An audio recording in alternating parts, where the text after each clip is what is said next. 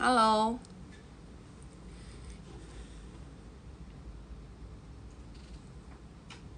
早上好，早上好，早上好，早上好，宝贝们早上好。哪里不播啦？哪里不播啦？没有哪里不播，都播的都播的啊！电子能量场，大家早上好，大家早上好。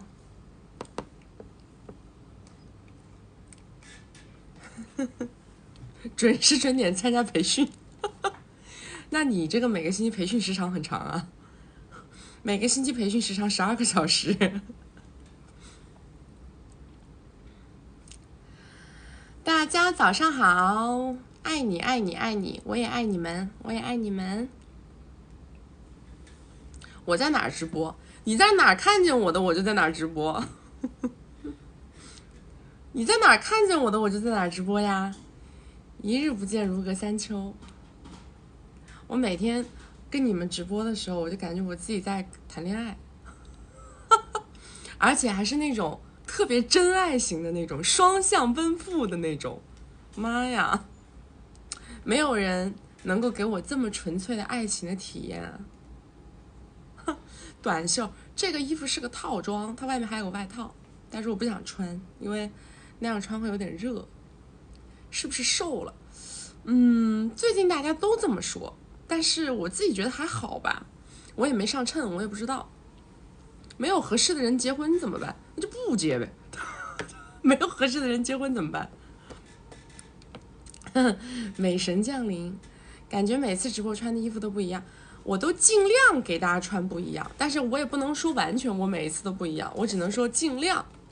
能一个月不带重样的，这个还是做得到的。我容易胖，我们家都是胖子。你们没看我妈的账号吗？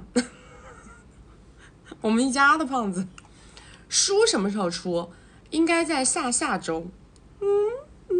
嘿嘿，你看这次我给的时间，哎，非常的可期待了吧？应该在下周哦。而且我们的书反正也不厚，大家可以放在床头，当床头读物，也可以放在自己的包包里边啊，然后当出行的时候解闷儿的。对，快了，这次是真的快了啊！这次是真的快了。来，欢迎各位宝贝来到我的直播间啊！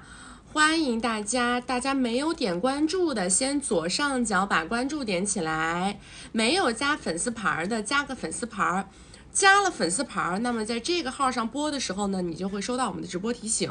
我们每周直播3场，周二、周六早上10点到下午2点，周四晚上6点到晚上10点，全年都是这个时间，每周播3场，场场不落。如果大家没有看到我，那一定是因为这个号没了啊。大家一定要找到我们的大本营，以防走丢，好不好？左上角头像点开到我们首页的粉丝群，找不到粉丝群的后台私我们下播以后回复你们。你也是男粉，收获好多能量，谢谢，爱你爱你爱你。看我的男宝宝都是非常有格局的，不是大佬就是正在成为大佬的路上。来，我们开始连麦啊，我们直接开始连麦了。我们直播间的连麦全部是预约连麦制，预约付费连麦，先是要到我们的大本营进行预约，然后呢要审稿，完了以后再上来送800RMB 的礼物连麦。所以在没有预约之前，大家不要送礼物，也不要排队啊。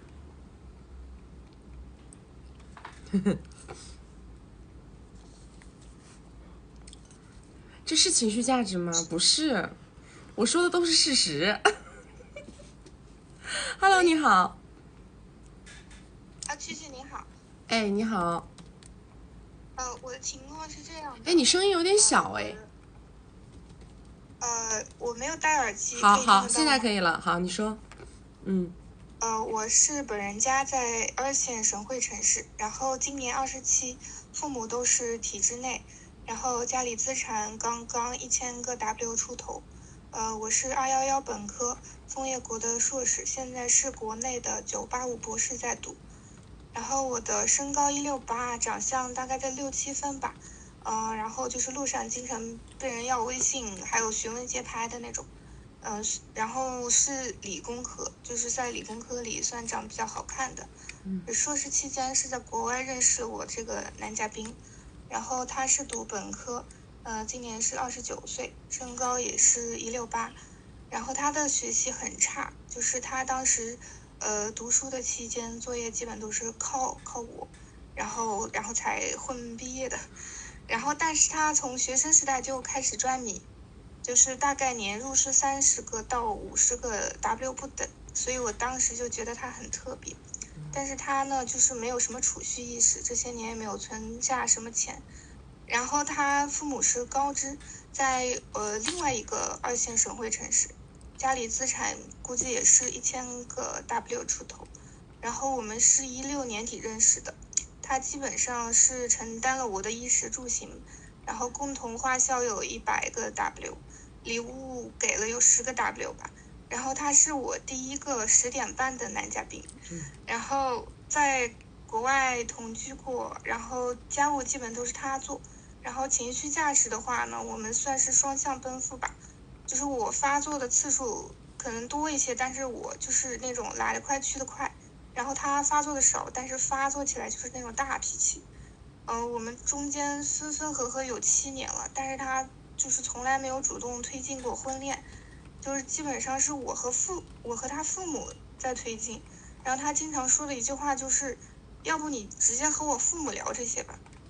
然后我们分分合合中间大部分的原因都是因为他劈叉，或者聊 S，然后我也起跳过，然后之前一次，就是准备大的分手是拿了20个 W， 然后我是去他的城市去读这个博士的，然后我因为意外就是导致我1个月动不了，然后当时他知道这个事儿就，把他接去他跟他父母家去照顾我了1个月，所以就是后面在这一次之后又复合了。然后目前的一次大吵是因为，就是我们这个双方父母已经见面了嘛，然后也在推进这个婚恋关系，然后在这个中间呢又发现了一次劈叉，然后就是已经算比较严重的情况了，然后他就说他多赔一点，但是呢，他之前在没有告知我的情况下，买了一套婚前的房子，然后说他刚付完首付。目前生意又在亏损状态，没有现金流，就准备把当时在国外上学的一套房子给卖了，然后把这个首付分我一半，然后再加10个 W 的补偿。然后他之前就一直比较守信用吧，就是说要带我干嘛，或者是分手当时的20个 W 也给了，但是这次就表现得很不情不愿。然后特别是前一阵子他去完他国外的一个朋友的婚礼之后就彻底改口了。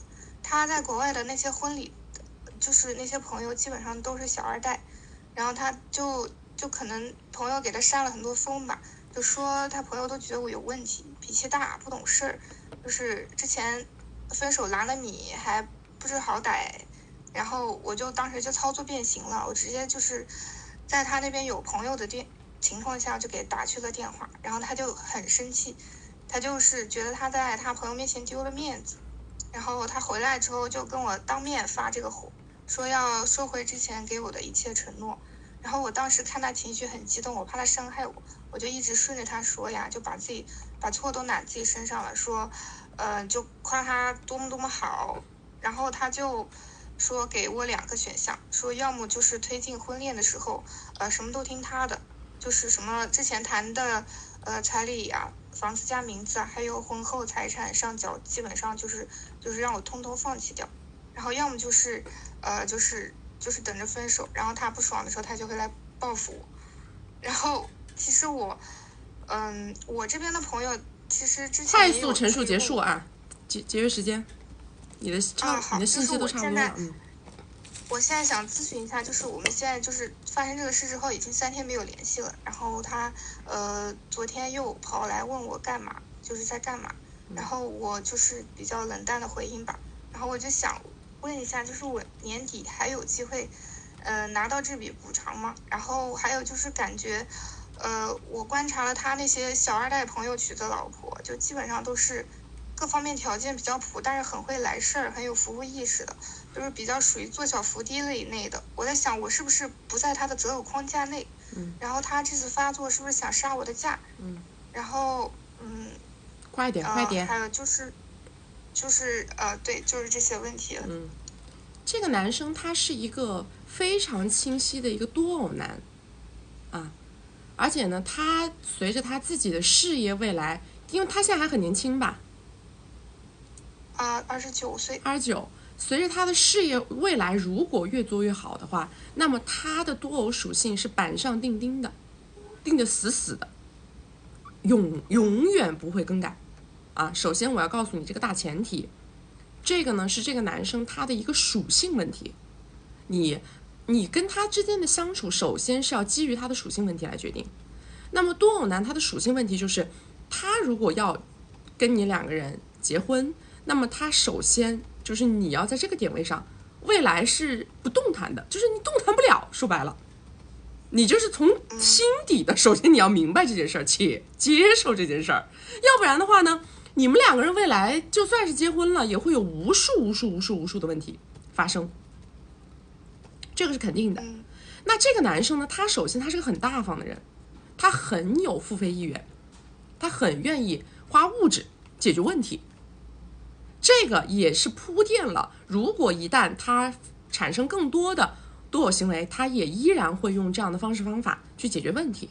首先你要对这个东西有一定的认知，然后他现在呢，方方面面的原因都有。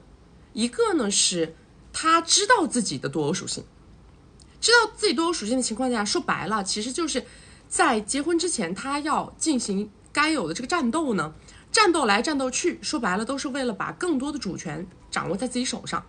要不然的话呢，未来他产生了这样一些行为的时候呢，会更矛盾更多。他不希望这样，他也是为了给自己未来相当于就是说做一些铺垫准备工作，知道吧？然后呢，你说他什么杀不杀价是这样嘛？杀价是正常的，只是说双方要在这个点位上去达成一个一致性。如果你想推动婚恋的话，为什么我会跟你这么讲呢？因为这么多年下来，实际上你其实嘴巴上说不容忍，但其实你的行为一直都是在容忍，而且你的行为是只要他买单，你还是会容忍。其实这个才是你的行为本质。所以说从骨子上说，你说从根儿上来讲啊，你是很想跟这个男生结婚的，这个是根儿在这儿。所以我才跟你讲，如果你真的很想跟他推婚恋的话呢，那你现在呢其实还是更多的去迎合他的诉求一点，那么你这个婚恋结果大概率是可以达成的。不过呢，在这个中间可能会面临一些讨价还价的部分啊，就是说面临讨价还价的部分。因为他说白了，他跟他哥们聊完之后，别人肯定就会跟他说，那你这样都没有自由啦，怎么样的啊，那你这样出来玩的到时候都不开心啦啊，会讲这些东西。那么他在这个临门一脚的时候去做这个杀价动作，其实也是为了最大化自己后面的主动权。你说他这个什么，你可以跟他聊，就是说你该给的补偿还是给。那么关于结婚的这个条件部分呢，我觉得我们可以商量啊。然后你也把我刚才跟你讲的一些点位啊，给他点出来。就是我知道你现在为什么这样，你也是怕未来可能不自由或者怎么样。你说但是呢，我也了解你这个人，我们两个人在一起也不是一天两天了。你说我知道你是什么样的，你可能有的时候呀要应酬呀，要玩啊干嘛的。你说我不会管你管得那么死，但是前提是你给我足够的安全感，对吧？你说我们两个人在一起这么多年，我们俩就能在一起更多年。曾经我包容过你什么，那么未来我只会更包容你这么跟他聊，然后看能不能更多的把这个条件往自己这儿谈。因为这个男生他并不是一个在米上面特别计较的人，他现在在米上面计较，完完全全是为了未来的主权问题啊。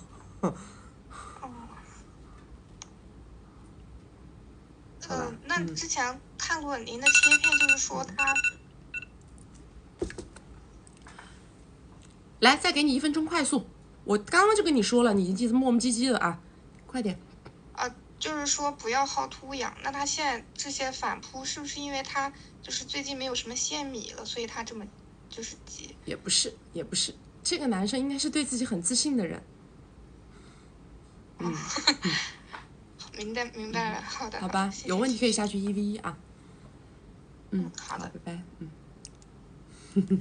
你们不要去看，就是说切片，所有的切片它都是一个段落，它可能是没有上下文的，对吧？很多人他的上下文，他的实际情况是不一样的，所以说有的时候呢，你们不能完完全全的把这个切片里面讲的东西套到你们自己身上来。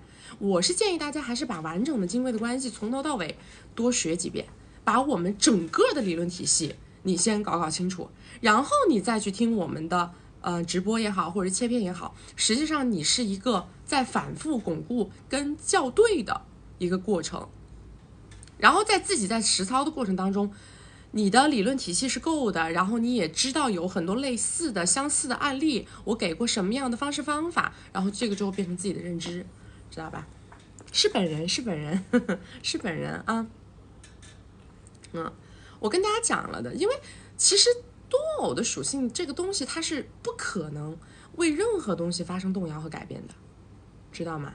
因为他说白了，他一生赚米的所有目的，所有动力基本上都来源于这个点，所以说他在这个点上他是不会改变的，他不会改变，完全看你心里怎么能接受。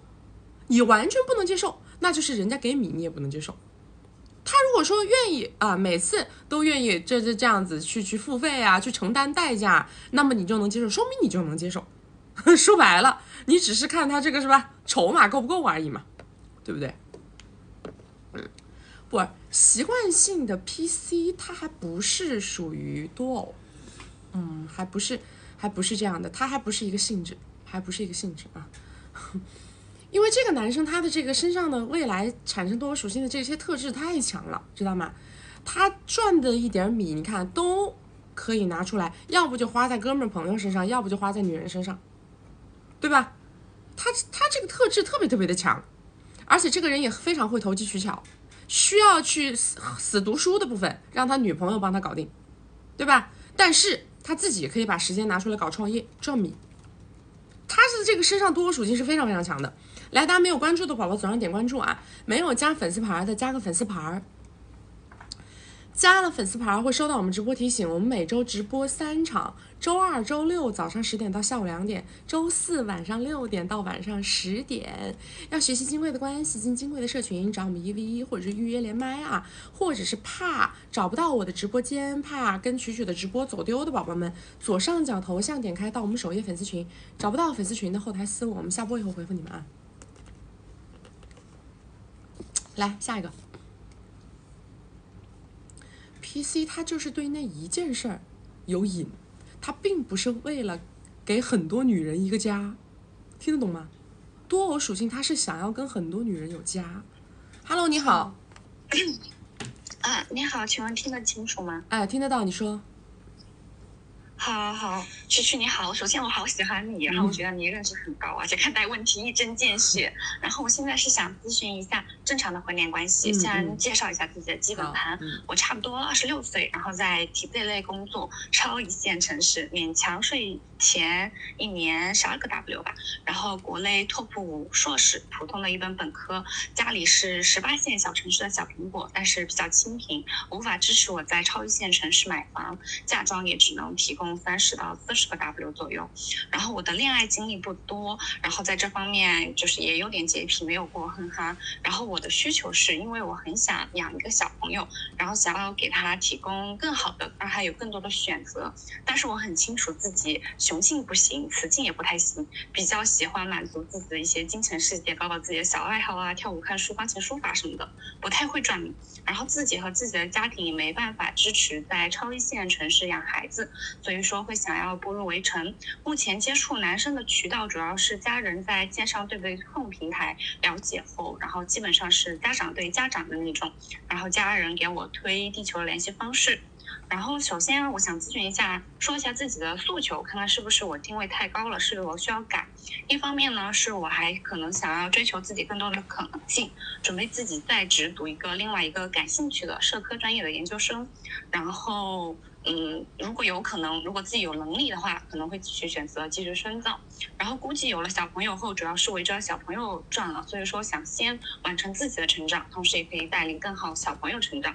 然后对于男生的诉求，主要是希望他有足够的赚米实力，能够在超一线城市买稍微较好的学校的学区房。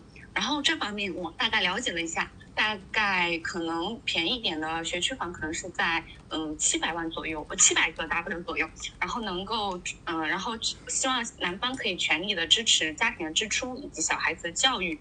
然后在这方面，但是我没有预估多少，然后我想知道这个诉求现实吗？然后我能不能找到这种，然后还是说要降低自己的诉求。我自己本身是那种虽然重视生活质量，但是自身物欲没有很高，自己可以 cover 住自己开销的这种。大概是想先问一下这个问题。你现在手上的对碰对象有满足你刚刚说的这个条件的吗？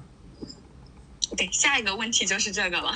下一个问题是目前接触了好几个嘉宾，但是我不太清楚行不行，因为我对这个需要的那个米的数量没有一个清晰的概念。1号嘉宾呢是刚跳槽后年薪大概60个 W， 34岁，然后互联网程序员，然后在老家买了房，但是现在在超一线城市没有车没有房，好像存款也不多，说是需要卖掉老家的房子，而且还需要卖到200-300万这种才能够买房，现在买房子有点压力。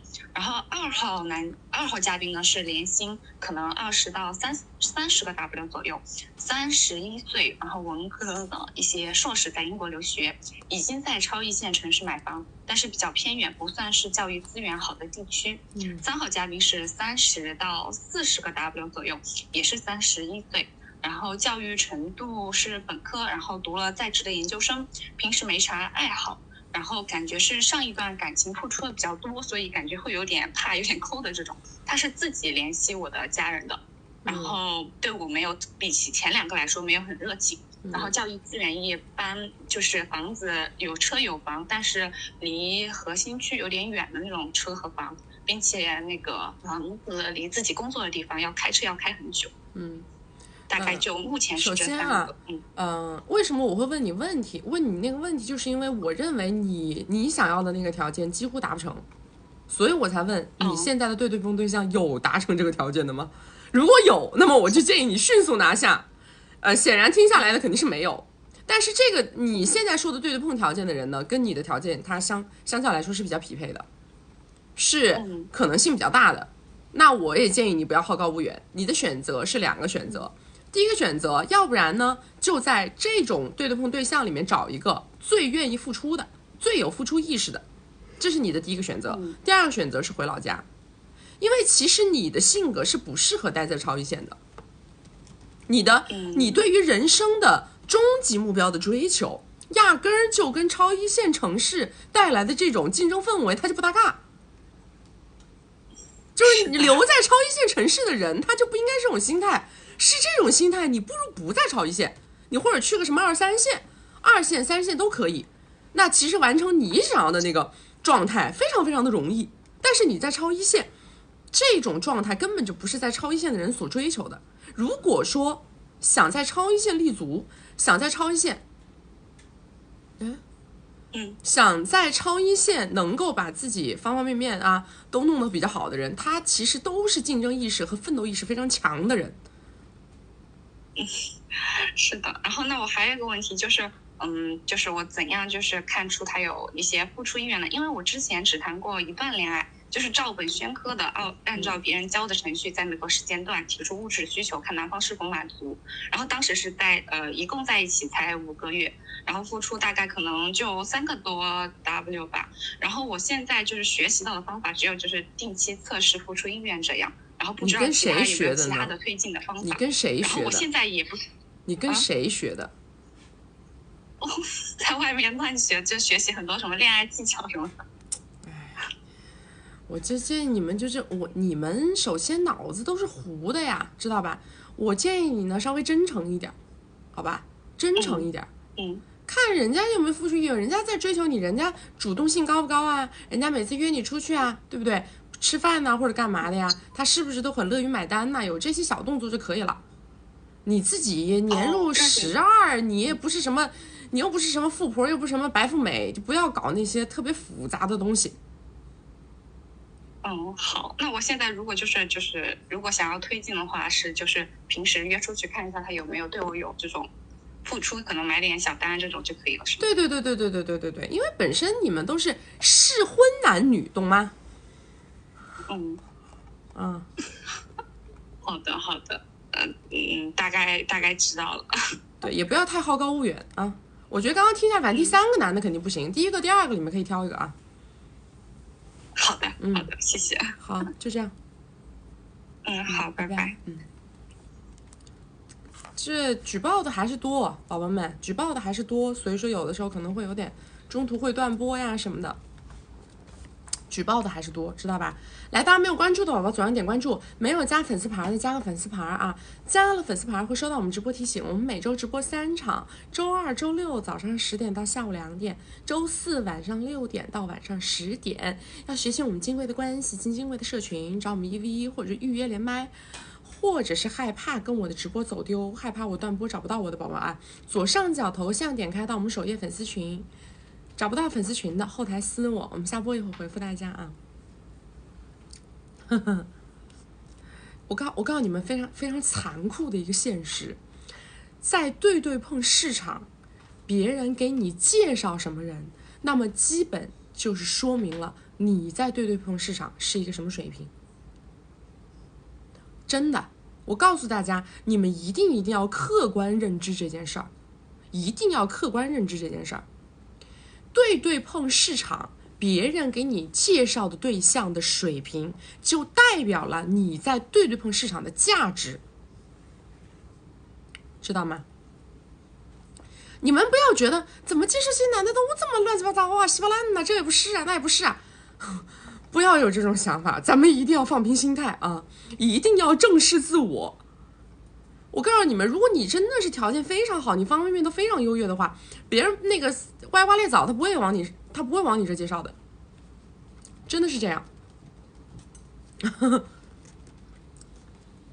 如果说你们不想受到那种打击，不想去正视自己在对对碰市场现在好像价值不是那么高的这个现实啊，那么我其实呢还是觉得大家要多学习一些恋爱的手法，去自由市场上多恋爱，知道吧？让别人发现你身上的光环，对吧？性格上的优势。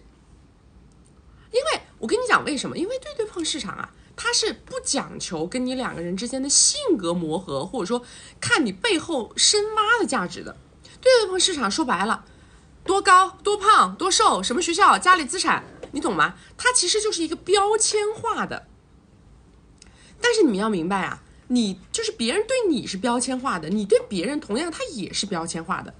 很多时候彼此看不上，或者你看上了别人看不上你，它其实都是一种标签化的看得上和标签化的看不上，它都是一个表面化的东西。但是没有办法，因为你已经到了这个市场上来了，你既然参加对对碰，那么你就是拿标签出来，完全做价值对等的交换动作，完全就是靠你脸上贴的这些标签做价值对等的交换动作。只有你自己通过自由恋爱渠道，比如说 APP 呀，或者是朋友一起玩啊，出去娱乐呀，在这种非常自由的环境当中去认识人，然后呢，让别人慢慢的从朋友开始，了解你，看你这个人怎么样，你才有可能拿你那些就是潜在的价值去对抗你的标签不够硬这件事儿，知道吗？只有这种情况下，别人才有可能因为你的性格呀，因为你后面的那种，比如说你的工作能力呀，为人处事啊，对吧？这些东西，然后他可能逐渐的，他会弱化对你标签的审视，是这样的。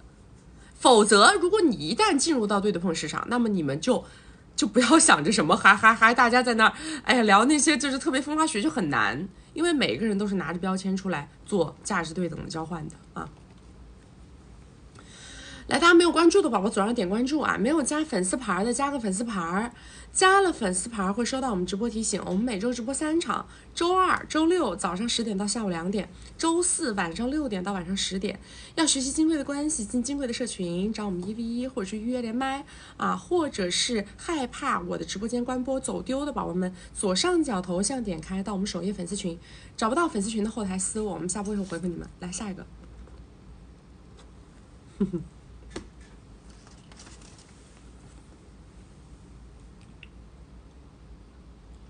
喵了个咪 baby 没连我，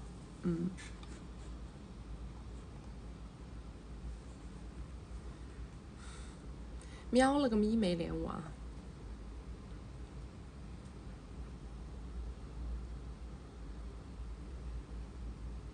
抑郁症都被我治好了。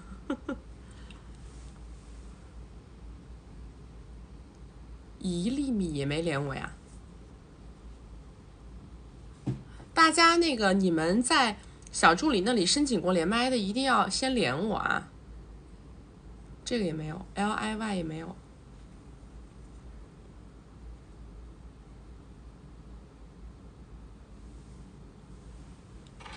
Hello， 你好。可以听到我说话吗？哎，可以，你说。就是我经常看你的直播，特别欣赏你的格局和认知。然后现在作为一名普女，然后遇到了一些择偶的问题，希望可以得到你的建议。我个人的情况的话是27岁，然后在1线城市大厂工作，非本地人，国内的普通本科。然后自己的话是重组家庭，年收入只有30，父母给不了什么帮助，我自己是有几十个存款。长相的话，可能就是对碰的时候。90%的男生都会想要继续接触的程度。目前是有3位男嘉宾让我比较纠结，也都是在对碰软件认识的，他们都有比较强的结婚意愿。我个人的话也是比较传统，希望可以在明年的话进入围城。然后第1位男嘉宾他是博士后刚刚出站，他自己是做生物医药方向的，不过他目前是无车无房无存款的状态。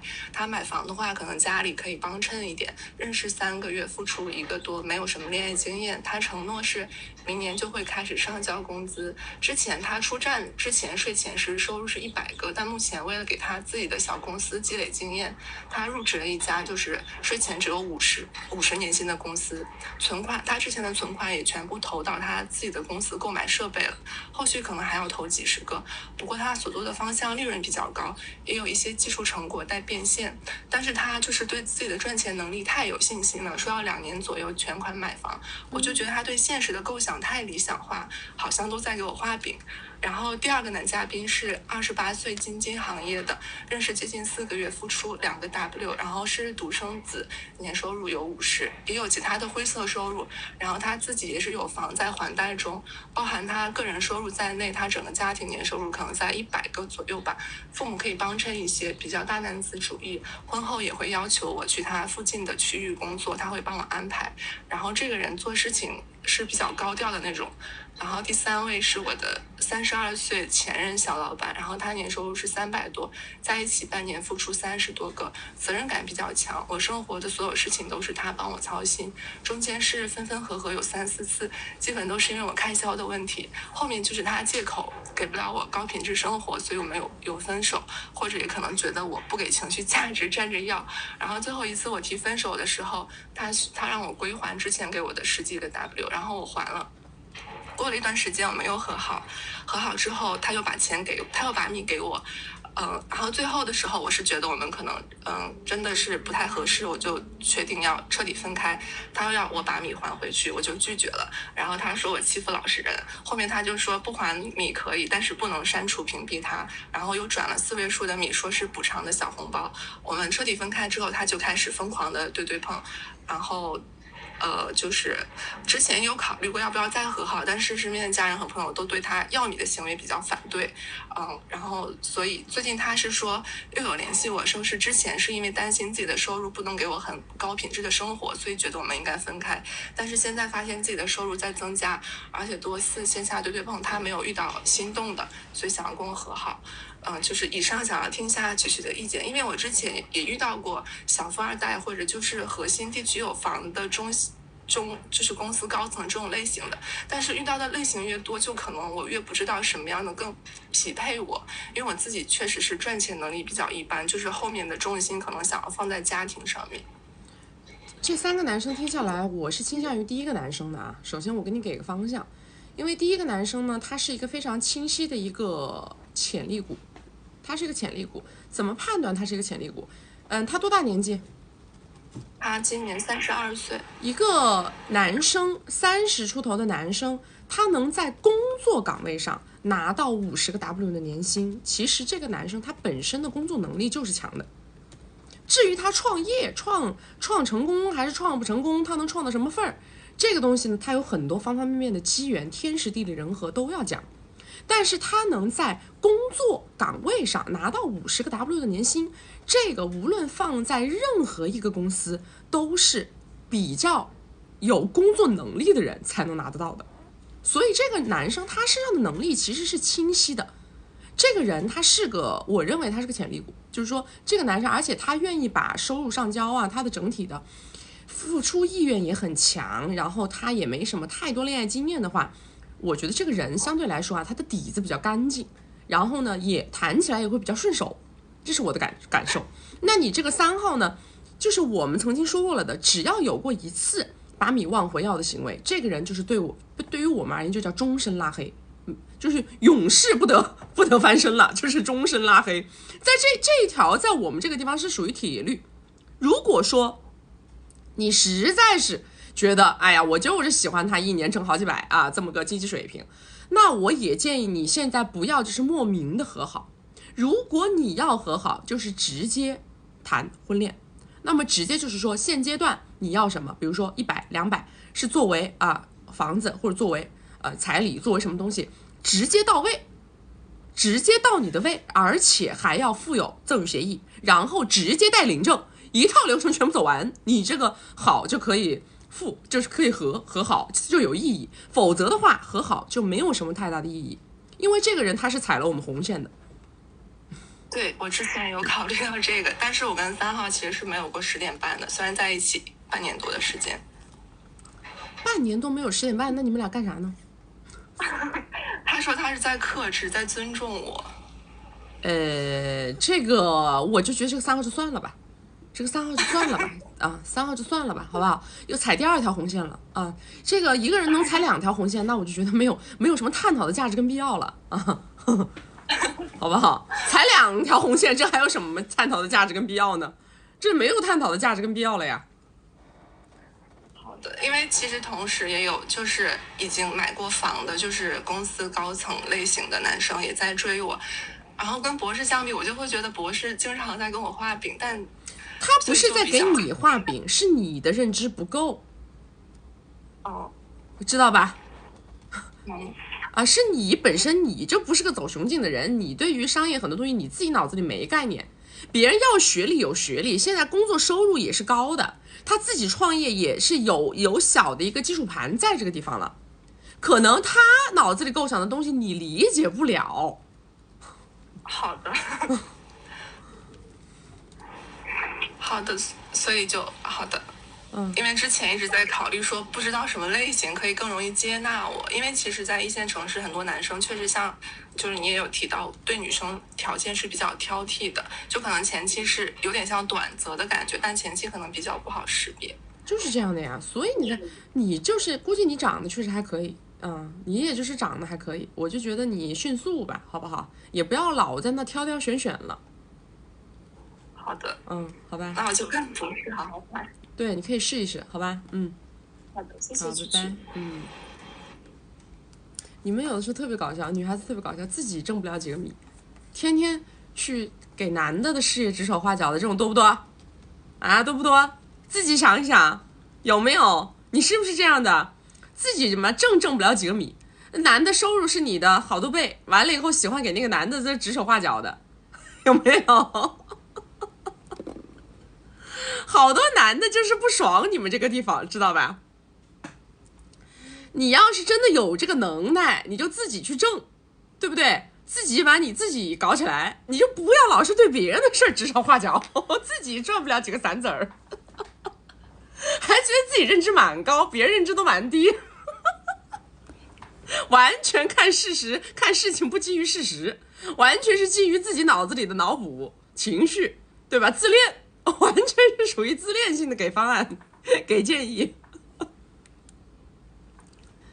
我觉得一个男生他既有学历，同时他在工作岗位上也拿到中高层的这种收入，同时他自己创业呢也有一定的基础盘，这样的人他的未来的可发展性应该是比较好的，对吧？这3条都能占的不多啊，这3条都能占上的人不多，而且他并没有亏损，明白吗？他没有掏窟窿，他又不是说到处借亲戚朋友的米跑去跟别人乱搞，对吧？他也没有掏窟窿，他拿着自己赚的米，对不对？在投入自己的生意，同时还在做着一份他认为未来对他创业更有价值的工作，他是非常目标导向的一个状态呀。那我觉得这个人他未来可成事儿的这个概率还是很大的，对吧？还是很优质的。对，这个男生他如果作为一个适婚的男青年来说还是很优质的。我那天看到最近是有一个那个婚恋节目叫什么，里边有一对特别火，然后我忘记叫什么名字了，好多人在探讨他们，然后我就看那个男的，他就是3次投资失败，你们知道我说的是哪一对吗？是再见爱人吗？啊，对对对，那个王睡睡跟那个谁，他那个男的3次，对对，张硕3次投资失败，然后我就看他们2个人那个对话，我当时就想这个节目应该让我去当那个观察员，你知道吗？那女的说话快把我急死，半天说不到重点。就是虽然那个男的就是已经脑子已经就是属于脑子堵塞了的人，但是那个女的说话也说不到重点，你知道吗？我就着急啊，我就看着我就干着急。你们知道为什么吗？因为那个女生就说到那个男的说他3次投资失败嘛，然后那男的就一直在跟他掰扯，就是说巴菲特也没有次投资成功的呀，你不试你怎么知道你出不了成绩呢？他说那你要试你才出来，就他说的这些话吧其实都是对的，但是呢就不能用在他自己身上。就这个男的说的话其实都没毛病，这个女的之所以干不赢他就是这点。这个女的为什么他说不赢他呢？就是因为这个女的老是在就着他说的话往下说，他就是这个男的本身他说的所有的逻辑都是对的，明白吗？你就着他的话往下说，你就会被带入到他那个套里头，你就出不来。你在他设定的一个压根就不成立的前提条件下面再往下讲，他其实就是在辩论里边非常常见的一个点，就是人家设立了一个压根就不成立的框架，然后你还就着他那个不成立的框架往下聊，所以你就越聊越聊不明白。那男的一直在说他说我不是我怎么知道不能成功的，任何事情我觉得首先要做了你才知道成不成功。你说他说这话有毛病不？没毛病，但是跟他有啥关系呢？跟他1毛钱关系没有。是不是？他还说什么巴菲特也不是次投资都成功。然后这个女孩她说可是你就是没有识人的能力，你不知道你自己识人的能力不行吗？他还帮这个男的把问题归咎于别人，对不对？他简直就是2个人在博弈谈判当中的一个最大的一个负面案例，完全就是稀烂。他谈的那个判呢完全是稀烂，我听不进去。他还一直在帮这个男的说，你是不是你怎么不能承认你不会识人呢？什么叫不会识人？不会识人意味着你是没毛病，但你朋友不行啊，对不对？他翻译过来是不是这个意思？你没毛病，但你朋友不行，你把你的米给错了人，对吧？所以说你其实还是在就着他讲的这个点，我要做呀，我要做了我才，那他还是可以说，那我不投，我哪知道他这人不行呢？是不是？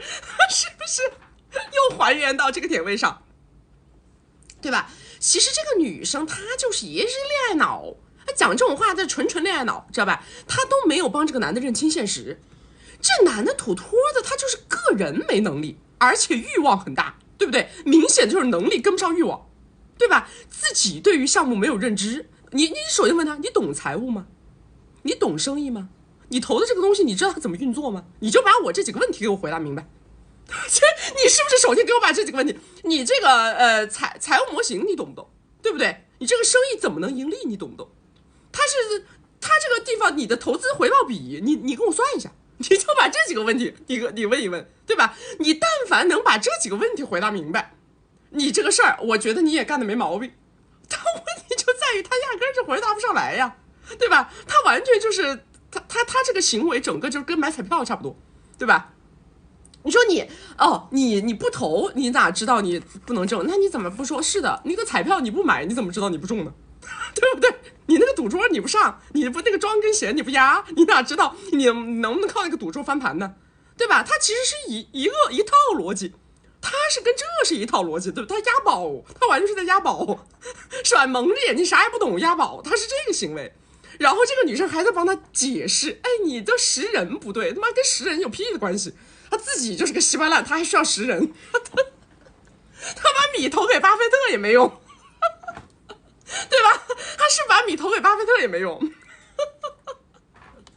太搞笑了。所以说你们呀，平常在跟别人就是聊天的过程当中啊，你们如果说想跟别人掰扯一件事儿，不要就着他给你设的那个语境去往下聊，你要用他设的那个语境往下聊，你就入套，你完全就出不来，对不对？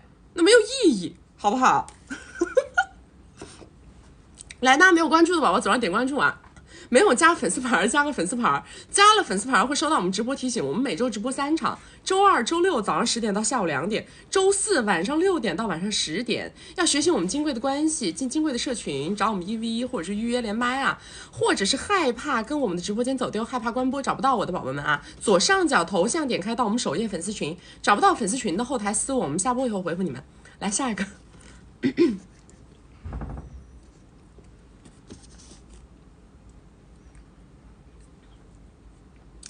下一个，Hello， 你好，菊菊你好，能听到吗？哎，可以，你说。菊菊你好，我关注你有一段时间，经常刷你的短视频，觉得你讲的。哎，我听不清楚了，这什么东西啊 ？Hello。听不到吗？你这样说不行啊！你这样我一个字儿都听不清。Hello。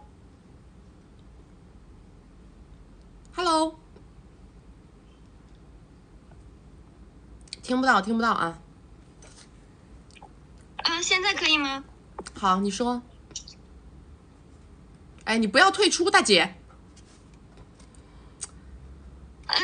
就是，好。你退出我就听不到了啊。你先下去准备一下，来下一个。他想节约时间，他估计搞了个录音倍速，我这个哪听得清楚呢 ？Hello， 你好。哎 ，Hello， 曲曲你好。哎，你说。是这样的，我先讲一下我的基本盘。我是28岁，然后我是超一线城市土著，海外硕士，然后身高173，长相可能就6到7分吧。然后呢，我自己的情况，等一下我梳理一下。然后我现在是属于事业、爱情都不太乐观的情况，所以就不清楚下一条路怎么走。然后我先讲一下我事业方面，因为我家里资产可能有2-3千万个，所以我因为算是小康，然后被保护的比较好，所以我受打击能力比较差。然后呢，过去5年里面，就是我换过大概有5-6份工作，但是每份都做的不长久，而且在职场里就是也待的不是特别开心，就是比较喜欢自由。然后最近因为上一份工作就是没什么竞争力，所以就被裁员了。然后因为我自己也比较喜欢心理学，比较喜欢自由，所以现在就打算开始做心理自媒体。但目前因为也就做了几个月，然后也没拿到什么特别大的结果。然后呢，感情方面是我最近也是这一段时间就是工作没有这段时间，然后结束了跟一段凤凰男2年多的感情，然后一直想让他付出，但是他一直都非常紧巴巴的，然后对我的付出就是也不多，所以后面就纠缠，我就说算了，就不想跟他再继续纠缠了。然后我的问题其实说简单也很简单，说难也很难，就是我的年纪也不小了，然后28岁，马上就要29岁了。然后除了家里呢，我觉得还可以吃一点老本之外，我自己的事业和感情就是双没有优势。然后我觉得我最大的优势就是爱玩，会玩，就是我可以给大家带来快乐。你确定吗？你跟我说说你怎么会玩？你怎么会玩？出去社交的时候，大家都很喜欢我。然后出去社交就是可以带动全场，因为我特别爱社交，特别能社交。然后就是女生朋友很多，大家都很喜欢我。然后各种局就也挺喜欢叫我的。然后你一年收入多少？我最近失业了。你原来是干嘛的？我原来可能是做供应链的，可能就也是个一年收入12左右。超一线。对。你是本地人？对。你的性格你应该去做点就是带销售属性的工作呀。但是因为我自己可能又承受不了太大的压力，然后又比较躺平，所以我现在就很迷茫。不，那你迷茫啥？那你获得现在的这个啥也不是应该的吗？那你迷茫啥？这不是你自个儿选的吗？我也不想干，我又懒，我承担不了压力，我又爱玩，我也不想把玩变成事业。那你就应该现在这样啊？那这不是你自己选的生活吗？那你迷茫个屁呀！没有，我就在想，我也快30了，然后我应该走哪一条路比较好？你走哪一条路你也有压力啊？你走哪条路没压力的？这话说的。你走哪条路他不得承担一定的压力呢？要不你不想承担压力吗？你的收入，你的生活现状，它就是压力很小的这个生活现状，这个不就是你求人得人的结果吗？你想做事业，还是想谈一段让你稍微有点够得住的这种优质的恋爱，那不都得承担压力啊，对不对？你对客户，人家说挣钱跟吃屎一样，对不对？就是这样啊，人家为什么说钱难挣屎难吃，是不是这个道理？你走哪一条路都是有压力的。对，我还在想是不是国外的环境会比较好，然后可以。你总不能说有点压力就跑，有点压力就跑，有点压力就跑，你能往哪儿跑啊？国外就没压力了。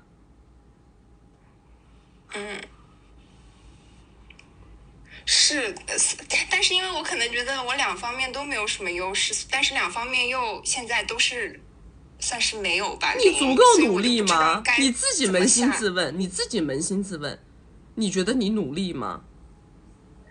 不太努力。那不就结了吗？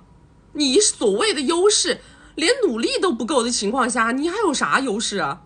你啥优势啊？你跟刚刚我说那张硕有啥区别啊？啥就是自己也知道自己这也一般，这也一般，完了以后想干嘛的？想天上掉馅饼啊？那哪有这种事儿呢？对不对？所以我2个方面都该努力。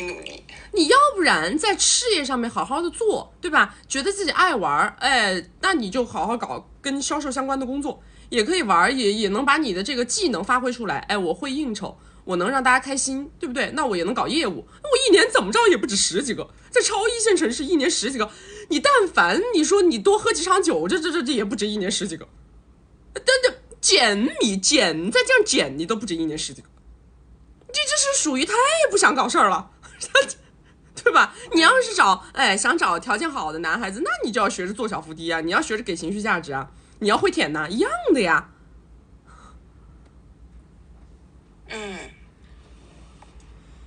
好。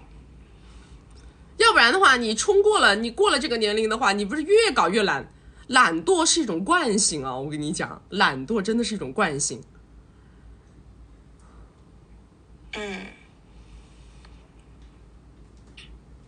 好，我会想一想的。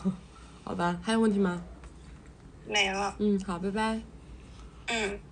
我跟你们讲啊，真的，我觉得我特别喜欢一句话，就是说，绝大部分人呐，都还没有到拼智力的时候。真的，这个世界上面绝大部分的人都还没有到拼智力的这个时候，因为努力都不够。说白了，就是扪心自问一下，自己真的够努力吗？你真的有很拼吗？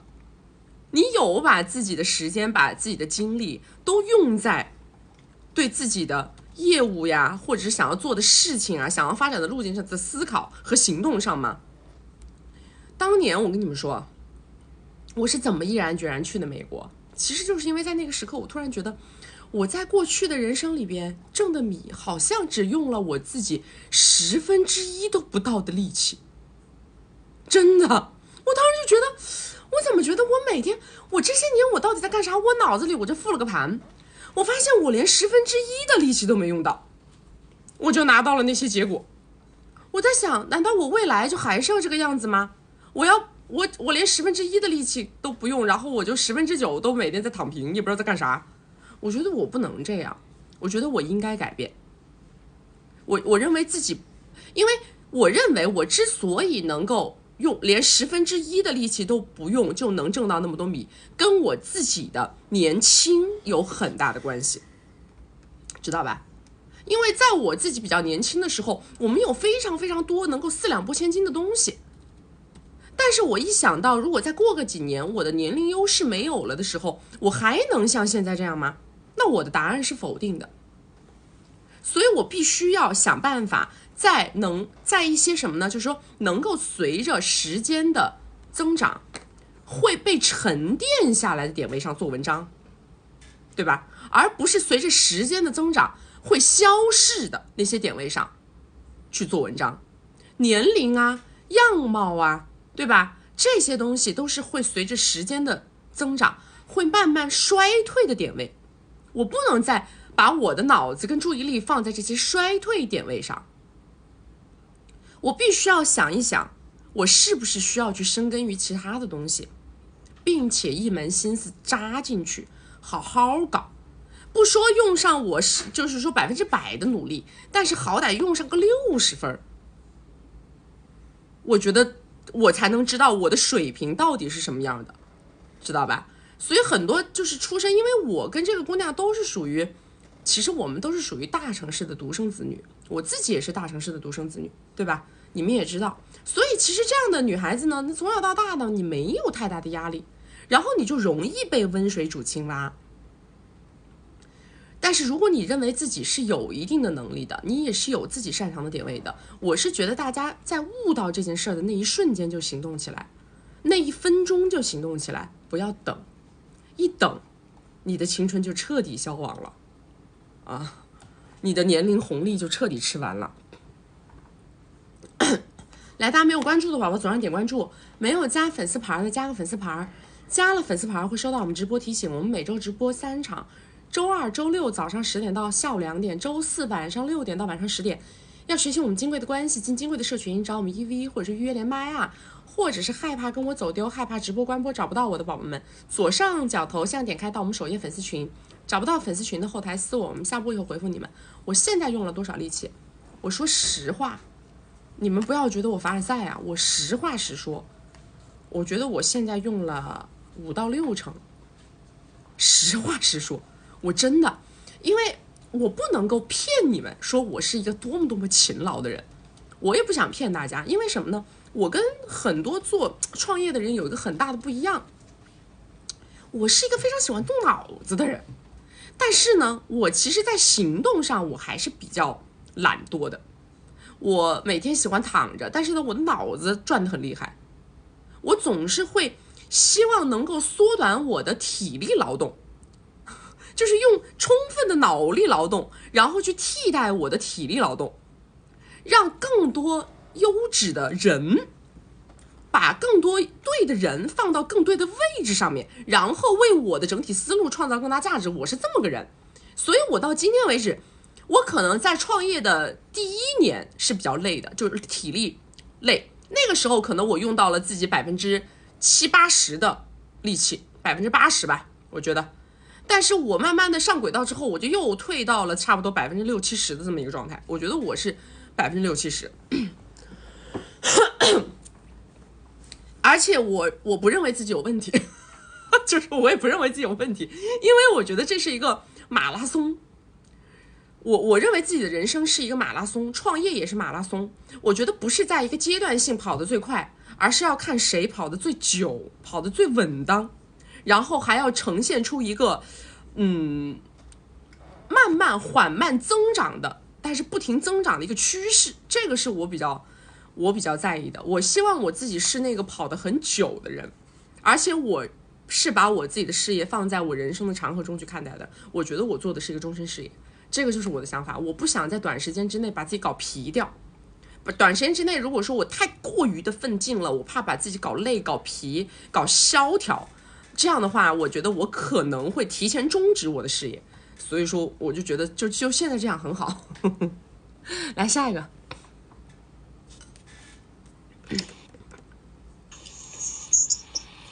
Hello， 你好。你好。到我了吗？哎，你好，你说。听到吗？你说。好的，那个感谢曲曲，让我学会了爱自己，变得更加强大。然后我跟曲曲也是老乡，然后我今天是想咨询一个问题，就是那个单身男嘉宾的匹配度。然后我是29岁，然后本科学历，在超一线城市，原生家庭稀巴烂，然后是单亲家庭，颜值7分吧，年收入是20米，然后现在存米是300个，然后对碰了2个男生，就实在恋爱脑，所以来请教一下曲曲。1号男嘉宾是40岁，然后扯了快乐证，有一个篮球是跟前妻的，家里不动产大概2000多个，然后他妈妈的收入是60个，不过明年就退休了。然后男嘉宾的妈妈感觉人不错，因为听说他前妻是初中毕业，然后在男嘉宾妈妈事业上升期的时候，给女方安排了一个很体面的工作，2米，然后女方颜值一般，然后男方说是因为女方让母亲住在他的婚房里不走，所以扯证的。然后扯了证之后，被男方母亲那个补贴了对方100米，然后求的生活费每月是6000，然后男方家里工作是家里安排的，1年是12个，然后他答应就是婚前给礼金，然后承诺婚后补贴30个买车，婚后每月1.5米的生活费。在一起5个月，买礼物加给米，付出了10个米，然后就是已经发生了，然后就是现在就是吵架了，因为就是我当时答应给他买礼物，然后没有买，他就说我骗他，然后就是说我在这段关系里没有付出，没有爱过他，说他的女性朋友不会要求男方在婚前付出物质，吃饭都是 AA， 然后我就说那你去找你的女性朋友啊，他就很生气，说他女性朋友介意他有求，所以没有选择他，所以我想问曲曲是否要哄回他。就这一个男嘉宾吗？还有一个。接着说。好的，有点紧张，不好意思。2号男嘉宾，也是对碰认识的，然后是43岁单身，原生家庭中等，在国外有2套房子，价格就不知道了。然后国内有1套资产是600个米的这样，然后贷款每个月要还2个米，基金行业估计是月入5-6个吧。在一起1个月就发生了，然后发生之前有送4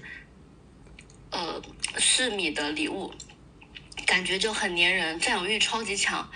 然后发生后的1天发信息聊天，然后我就说我睡觉了，晚安。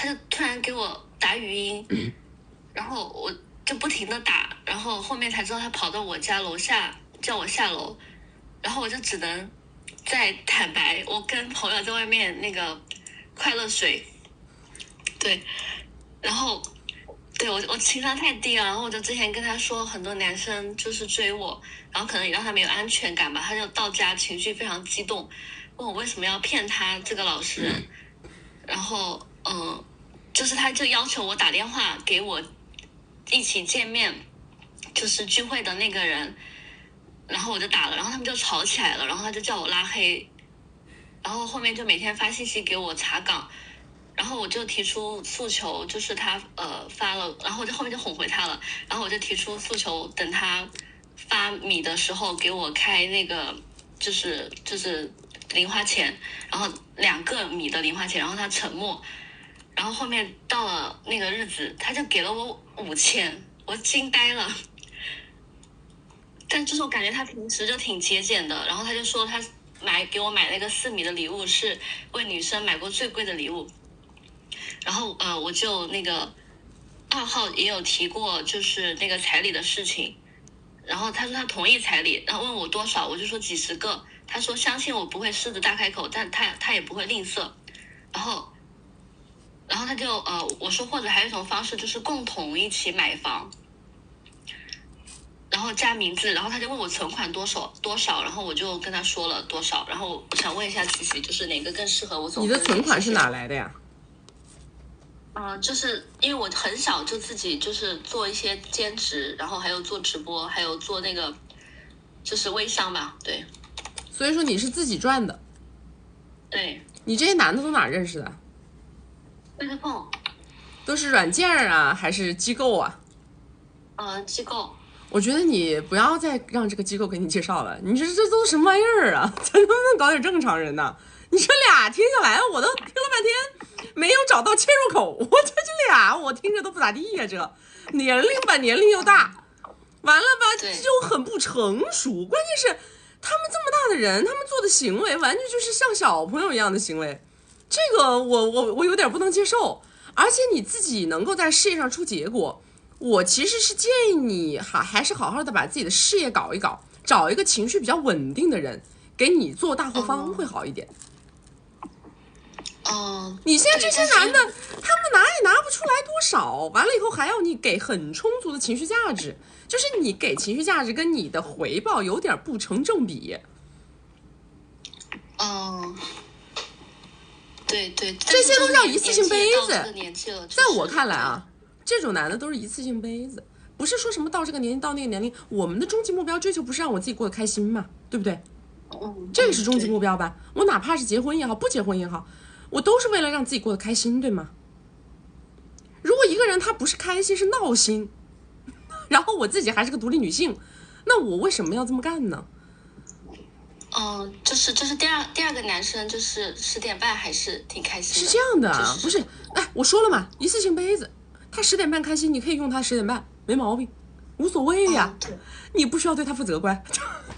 就是我的意思就是说，他们都是一次性杯子，你只需要有什么需要，你在这个人身上找需要的点位就可以了，不需要的点位你就一概不用去搭理。然后你如果要找真正的谈婚论嫁对象，你可以去找一个情绪更稳定的人，就是说你不一定非要别人为你付出多少米，你知道吗？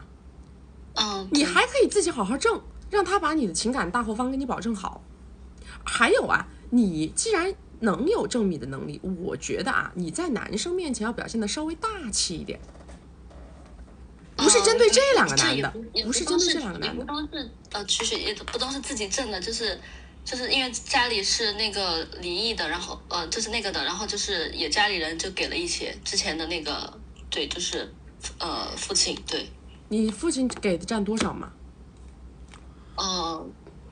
大概就是100个这样子，对。反正我的建议啊，找对象，首先咱们要找情绪稳定的人。你这俩男的都不咋稳定，而且都年纪大。第一个还有婚史，哎呀，还有球，挺难受，我听着。好，就是他的性价比太低了，你听懂？我们其实谈婚论嫁最终讲的就是这个性价比问题，他们的性价比太低了，知道吧？好的，就是如果找这种不成熟的，那不如找个小几岁的。因为就是之前也有一个就是跟我差不多大的，但是他就是长得太丑了，对不对？哎，长得可以长得，你再看看嘛。我就说你这机构也不咋行，知道吗？你这机构给你推的人，你还不如去玩软件呢。你这都什么玩意儿啊？这都。因为我就是太恋爱脑的，之前就是被人白批过，对。怎么不是？你再怎么样，我反正这俩男的我听着不行啊，我听着确实不咋地，好不好？好的，谢谢。那我再看看吧。好，拜拜。不是都40多岁的人，这俩男的都40多吧，是吧？俩男的都40多，完了以后还这么不成熟，就搞的这种事情，这你不觉得让人非常的难受吗？而且我跟你讲，40岁了，他是不会改的，好吗？他已经就成为他自己的一个行为惯性了。OK， 我就觉得你们不要指望这男的未来还能变成一个情绪稳定的人，就不太会，好不好？不太会。而他们自己也不是说挣了很多很多米的那种，说拿情绪做手段的。因为挣了很多米的男的，如果他是一个成功人士，他如果是个40多岁的成功人士，他跟你搞情绪这一套，往往他的情绪都是他为了让你服从于他的一种手段。但是如果这个人他并不是一个什么成功人士，他就是个普通中不溜啊，就是普通人一个，他的情绪就真的是他的情绪化，情绪就是情绪，就是控制不住自己，知道吗？来，大家没有关注的宝宝左上点关注啊！没有加粉丝牌的加个粉丝牌，加了粉丝牌会收到我们直播提醒。我们每周直播3场，周2、周6早上10点到下午2点，周4晚上6点到晚上10点。要学习我们金贵的关系，进金贵的社群，找我们1v1，或者是预约连麦啊，或者是害怕跟我的直播间走丢，害怕关播找不到我的宝宝们，左上角头像点开到我们首页粉丝群，找不到粉丝群的后台私我，我们下播以后回复你们。下一个来，妈呀，这哪个男的要是说你打电话给我，让我跟我旁边的朋友，可能这男的已经被我拉黑了，真的，你直接收到红色感叹号。Hello，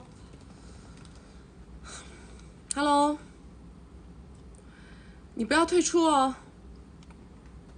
现在能吗？哎，好了，你说。我今年是33岁，然后我想是咨询正常的婚恋吧。我属于就是我先说一下我基本情况吧。我高中就出去了，然后相当于本科硕士都在国外读的，然后回来之后就是进体制内的工作，然后爸妈也是省会城市的苹果吧，然后现在退休了，就是体制内的工作收入吧，1年就20左右。然后现在的话，我年龄是33，就是在我们所现在这个城市。就是相亲啊，遇到对象不是特别合适。不要违规啊！不好意思，就是对碰不是遇到男嘉宾都不是特别合适。然后我现在就比较纠结，对我自己的未来就不知道自己有很多该怎么去，到底是还要不要去执着于这个婚恋？因为我自己其实能接受，就有一个球，然后自己养，或者是我可以再出去。就是留在外面也行，但我觉得这个是不是算一种逃避？因为我本身，感觉其实有一点偏懒，然后之前的时候还行，现在就可能懒了好几年，就已经各种都没有什么太多优势了。然后身高的话是175，然后100斤左右，长相的话妆后就4、5分吧。你谈恋爱经验多吗？我就是不是很多。然后就是今年年初的时候刚分手吧，然后也是特别被渣男渣了，然后去年要订婚，结果发现他家庭特别复杂，而且就是我们恋爱期间有各种就是劈叉。我觉得为什么我刚刚问你这个问题啊？因为你一开口一说话呀，其实给人家的感觉就是有一点儿，可能有点自己有点认不清自己的实际情况。你说没有合适的对象，我想知道别人给你介绍的都是什么样的人？给我介绍的是年龄跟我差不多，然后家境跟我也差不多，但是可能是对方是做生意的，接触过之后就他只是可能因为家里不同意吧，所以他跟他的那个朋友已经在一起挺久，然后就对方已经为内，但是还有保持联系，然后各种在玩吧。是这样的，因为你给我的感觉啊，对于爱情或者对于婚姻的理解是有一点点不切实际的。是的，我发现。因为这个问题，首先啊，如果说你这个问题你不把它摆正心态的话，你不可能遇到所谓的你觉得合适的对象。如果你对于婚恋对象的这个理解是不切实际的，那么你只会遇到猪猪盘。对，上一个就类似。就是因为极有可能是满足你的条件的男的呀，他根本就是一个假象，懂吗？你自己33岁，颜值四五分，就是很普通，对不对？个子比较高，但是呢，就是你自己也能意识到自己的颜值是普通的，然后呢，现在的年龄在整个婚恋市场是偏大的，对吧？然后呢，你自己又没有什么恋爱经验。你看很多什么人家给你对碰的男嘉宾，你还觉得都不合适，我甚至于觉得我不行，我要出去了干嘛的？其实很多时候都是因为你们自我认知不清晰造成的。是，然后我不是很会谈恋爱，然后所以上一个遇到的就比较，他妈妈是认识一个就是实业超级小目标的吧，北内大佬，然后在一起10多年，然后拿到1000多个，然后他自己本身就是有点小软饭的那种感觉。哎呀，你们就是你又想去薅那个条件好的男的，但是你要知道，那种男的如果真的出现在你的生命当中的话，基本上是不太现实的，知道吗？是，所以现在你到底想不想结婚？你结婚的目的到底是什么？结婚，我是觉得我对婚姻其实还挺失望的，就是希望有一个海，有一个球吧。你想找大佬？有一个球能陪着我，但是我感觉自己是不是情商特别低，然后也不太适合，所以说。我是觉得你们走正常的婚恋，其实对于你们来说反而来讲是一条比较近的路。找男人呢，看最重要的，看这个人品性好不好，然后呢，付出意愿怎么样，是不是能够承担家庭责任。不要把他的这个收入呀想得特别的高或者怎么样，收入一旦拔高，你就强逼任何人。我跟你们说个实话，因为现在这个社会，我们不谈大家的价值观正确与否，但是现在这个社会，我们看的最重要的衡量指标就是经济指标，知道吗？一旦经济指标拔高，那么你的竞争就会无限的强，竞争就会非常的激烈。你怎么竞争？这个是很重要的。你因为那样是不现实的，知道吗？因为你没有绝对长板。所以如果你们真的是说我想要一个，其实你所谓的要一个球，我觉得你并不是说去跟一个所谓的是大佬，你知道吗？因为大佬圈子他们这个竞争也非常激烈。你如果说去找一个正常人去大家一起去养一个娃干嘛的，其实这还是离你相对于比较近的一条路。有找过之前的同学，然后也是就是可能名校就是工作会比较好，但他们就以朋友方式聊天的话，他们也很现实，就是他们有一个很多年的女朋友，但是嫌弃对方女朋友家境，然后也就最后各种那的。所以本来就是呀，人都是现实的，要不然我怎么说你对于人性对于感情不切实际呢？最终讲的就是门当户对、价值匹配，或者是价值补位，知道吗？要不就是价值匹配，要不就是价值补位，没有第三种逻辑了。那我现在应该怎么办呢？你是要去换个城？不用换，你就在你们那边就再多去对碰，然后呢去在这里边去找相对来说条件比较匹配的，但是他的责任心比较强，付出意愿比较强，能够承担责任的男生，去经营一个正常的家庭，这个与你是比较近的，听得明白吗？你其他想的那些路都很远，都不切实际。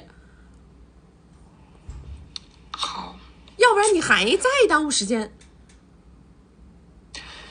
对碰的话，家人介绍的，我爸妈有点奇怪吧，他们不太想让我找家庭条件特别好，就是他们周围有很多特别好的，但是已经错过了，然后自己去市面上那种对碰的话，基本上都会嫌弃我的年。就是这样，你看这个就是你面对的实际情况啊。是的，曲你说的全部都是对的。对，所以说你要知道这个就是你现在的处境，你不要去逃避处境，你要想办法现阶段的这个处境里面抓个最好的就可以了。那如果我还是没有的话，那有没有第二条选择，就是冲事业？你能不能冲事业？这个其实我也想咨询你的第二个问题，因为我觉得我能力、学习成绩各方面还是可以的，就是以前考了挺多比较难考的证书都考下来了。你现在年入多少？现在是20左右。难，然后但是能这么跟你说啊，我跟你讲啊，因为你有几个事件是要同时达成的，因为还有一个事情叫生育，生育还要讲一个生育年龄的问题。你能从你的年入20，如果要奔到你自己能够独立养娃，你觉得你需要多少？至少得70-80吧。对呀，你如果想从20到达70-80，你认为你需要多长时间？这个我考那些证书，如果当初不听父母不走这个基金的话，可能会比现在好一些。就那些 CFA 什么些都考。只能说基于现阶段，你再想一想这个问题啊。我们就是说，所有的事情要基于现在的客观条件去谈，它才有意义跟价值。我们所拿出来的方案才是可落地的。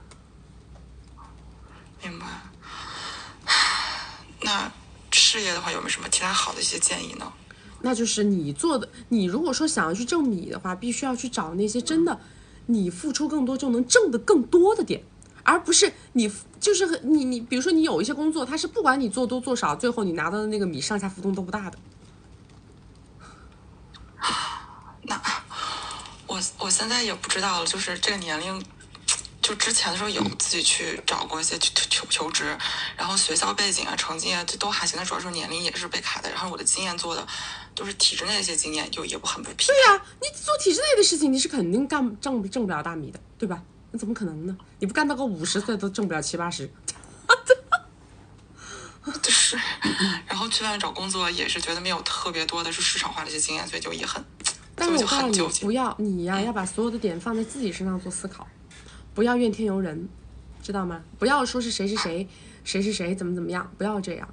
人一定是在自己身上找发力点，看清现实，在自己身上找发力点。我要不然现在就找一个平配的人，先去把娃搞定，未来再一门心思出来搞事业。我要不然我彻底断了这个什么搞婚恋的想法，我现在就想办法冲到一个可以挣米的赛道里头去搞，就这2条路，你不要再想多的了，好吧？好，那还有就是那挣米的赛道，挣米的赛道就是我还是得自己从自己身上去找，是吧？是的。好吧，行，就这样啊。好，谢谢。我跟你们说，就是老是喜欢叹气，老是喜欢叹气，其实是因为你的一种性格造成的，知道吗？老是喜欢叹气的人呢，往往啊，其实你老觉得你的生活很无力，你老觉得你的生活不是你想要的，但是呢，你又老是喜欢把这个原因归咎于是环境，归咎于是他人对你的影响，你就会产生这个动作，知道吗？就这样，你的这个所以我跟你们讲啊，就是人的任何一个语言，任何一个行为，一定预示着他后面的一种性格底色、惯性，知道吗？我们就是一定要培养自己，把所有的问题都在自己身上找原因的这种习惯。你要冷静、安静做深度思考，想一想我现阶段的情况是什么，有什么条件，有什么可把握，有什么是属于多余思考，在什么点位上下功夫能够有结果。你在很冷静很安静的时候思考的时候，你是不会叹气的，你只想着自己怎么去改变现在的这个现状，怎么破局，靠自己的能力怎么去破局，知道吗？你们在叹气的过程当中，其实就是不停的在怨天尤人，怨天尤人就会叹气，怨天尤人，要不就是怪天，要不就是怪人嘛，对不对？谁也别怪，任何一个决策都是你自己做的。首先就是转念，首先能够非常理性的、清晰的承认是我自己做出来的决定，不是别人逼我做的决定。就算有人来游说了，有人当初来劝我了，来这个来那个了，但是也是我自己愿意听的，也是我自己当下动摇的，没有人捆着我的手脚，懂吗？任何一个决定都是我自己做的。你们要从此时此刻开始转念。你不能承认是自己的选择，那么你就永远没有办法为你的人生负责。你不为你的人生负责，你永远都不会找到你生命的掌控感，明白吗？所以说不要养成这些不好的习惯。任何时候你们想叹气了干嘛？你蹦跶，知道吗？跳绳跑步，替换叹气这个动作任何的为我们带来负面的能量的动作，任何一句会为我们带来负面的情绪的语言，不要做，不要说，憋回去，把它替换成一个正面动作，正面语言，好不好？习惯一定要养对来，大家没有关注的宝宝左上点关注，没有加粉丝牌的加个粉丝牌，加了粉丝牌会收到我们直播提醒。我们每周直播3场，周二、周六早上10点到下午2点，周四晚上6点到晚上10点。要学习我们金贵的关系，进金贵的社群，找我们1v1或者是预约连麦或者是害怕走丢，害怕我们直播间关播找不到我们的宝宝，左上角头像点开到我们首页粉丝群。找不到粉丝群的，后台私我们下播以后回复你们。而且我跟大家说，我们是一个非常非常信奉能量跟磁场的人。你们看我的直播，其实就是在希望我们之间能够达到一个高的能量的一个碰撞，对吧？同频共振。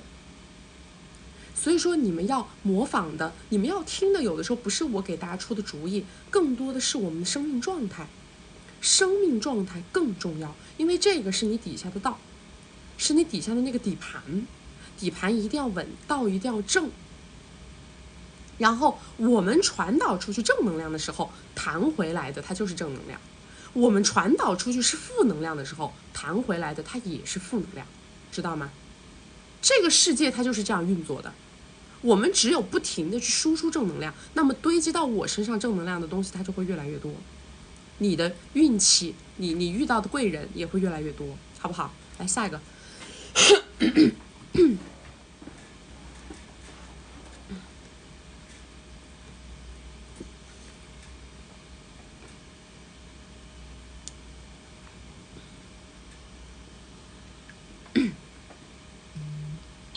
Hello， 你好。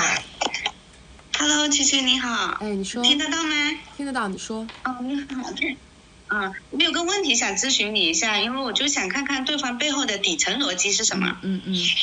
先说一下我的基本情况，我是一个在4线城市，就很小的一个小县城里面，我是体制内的，年入10几个吧。然后对方是一个律师，年入近3年年入有100左右。我们俩是同龄，我们恋爱了8年，结婚了8年，然后现在是2个篮球。然后就是前年我在我怀2宝的时候就发现了对方有外援，他是属于那种不断也不离，就2个人拉扯了有2年嘛。在今年6月份的时候，我不知道什么情况，就是开始逼我扯快乐证。那家里面呢，就是我家里面都是比较好的人，就觉得为了及时止损也好，还是怎么样也好，就说先给扯了。已经扯了吗？但是6月份的时候已经扯了。那现在有一个问题就是，但他逼我的时候，我就觉得就是正常的话，他逼我，应该是他答应我的条件，然后我们开开心心的把这次证去扯了。他不是这样的，他是逼我，然后他要我答应他的条件，不行的话就是各种 PUA， 甚至最严重的一次就是当着父母跟孩子的面把菜刀给拿出来了。不给他录下来呢？给他放到那个什么律师网上，给他公开一下啊！就这情绪，以后能当律师？你说你们谁敢找他打官司？就你们也太弱鸡了！我天哪！哎呀，我录下来了，我录下来，我有录下来。给他放到他们律所循环播放。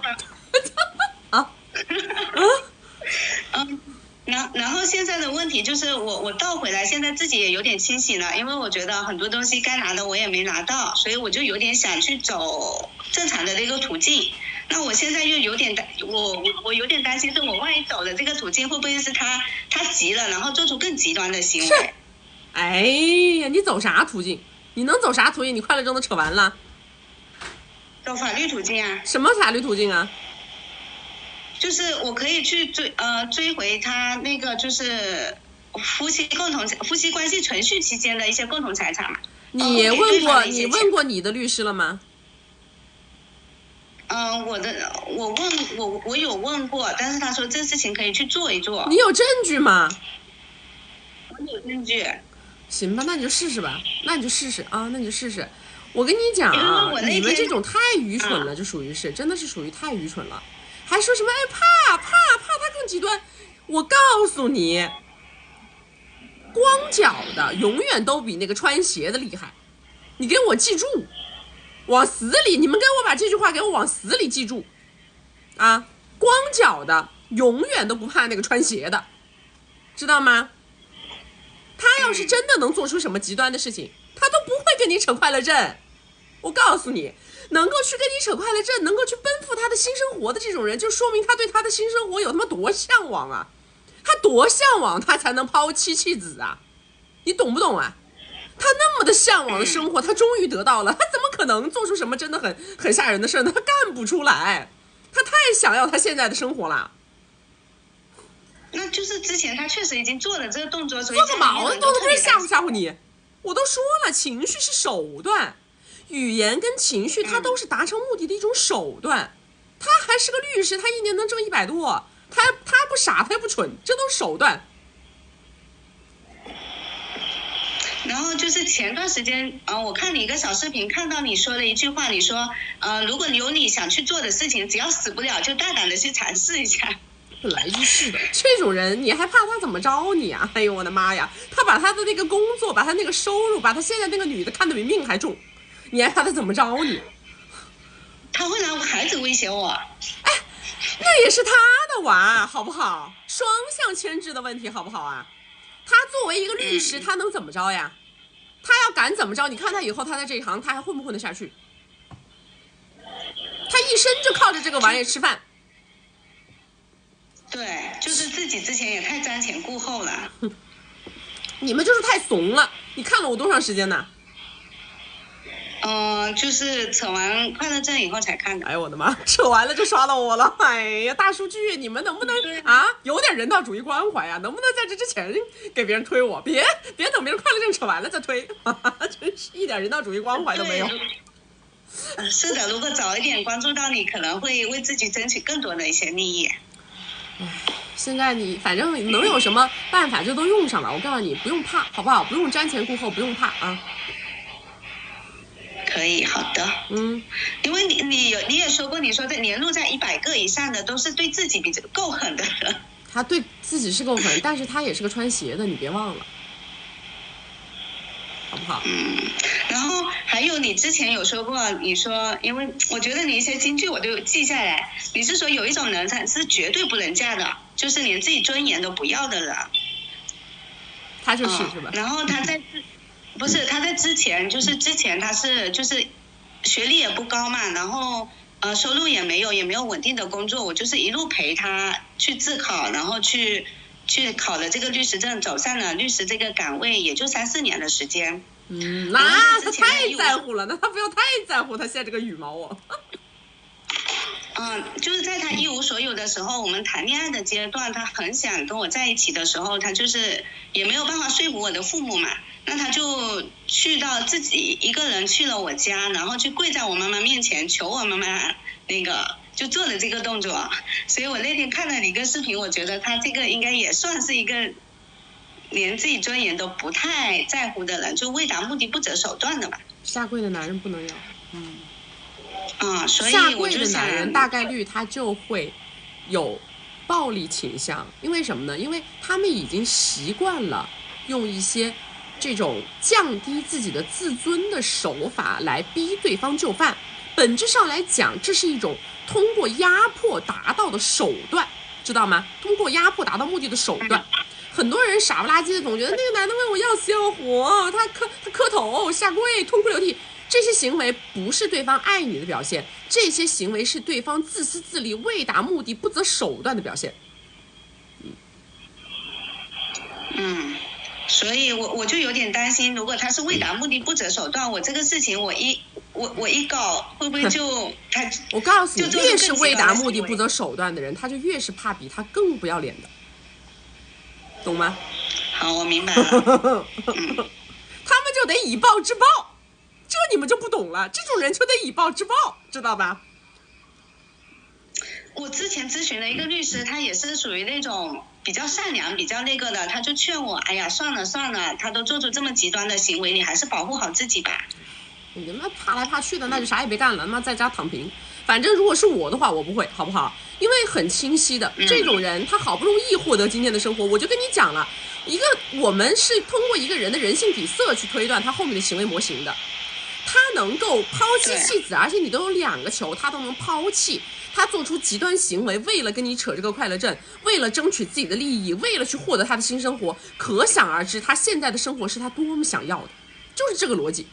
他这么想要，他做了这么多这种行为去达到自己的目的，他怎么会接受他失去这些？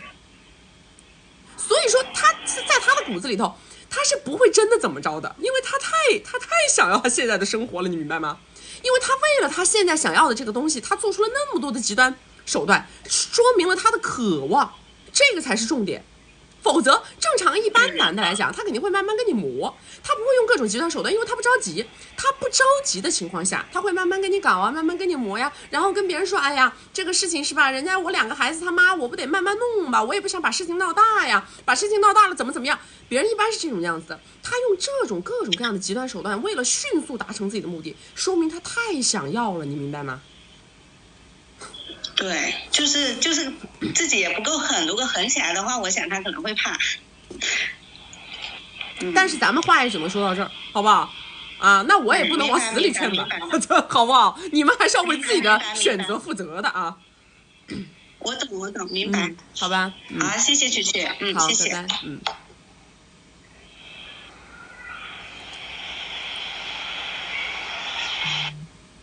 上次我有个大哥也是问我，因为我那个大哥是个人特别好的人，超级无敌好的一个大哥，知道吧？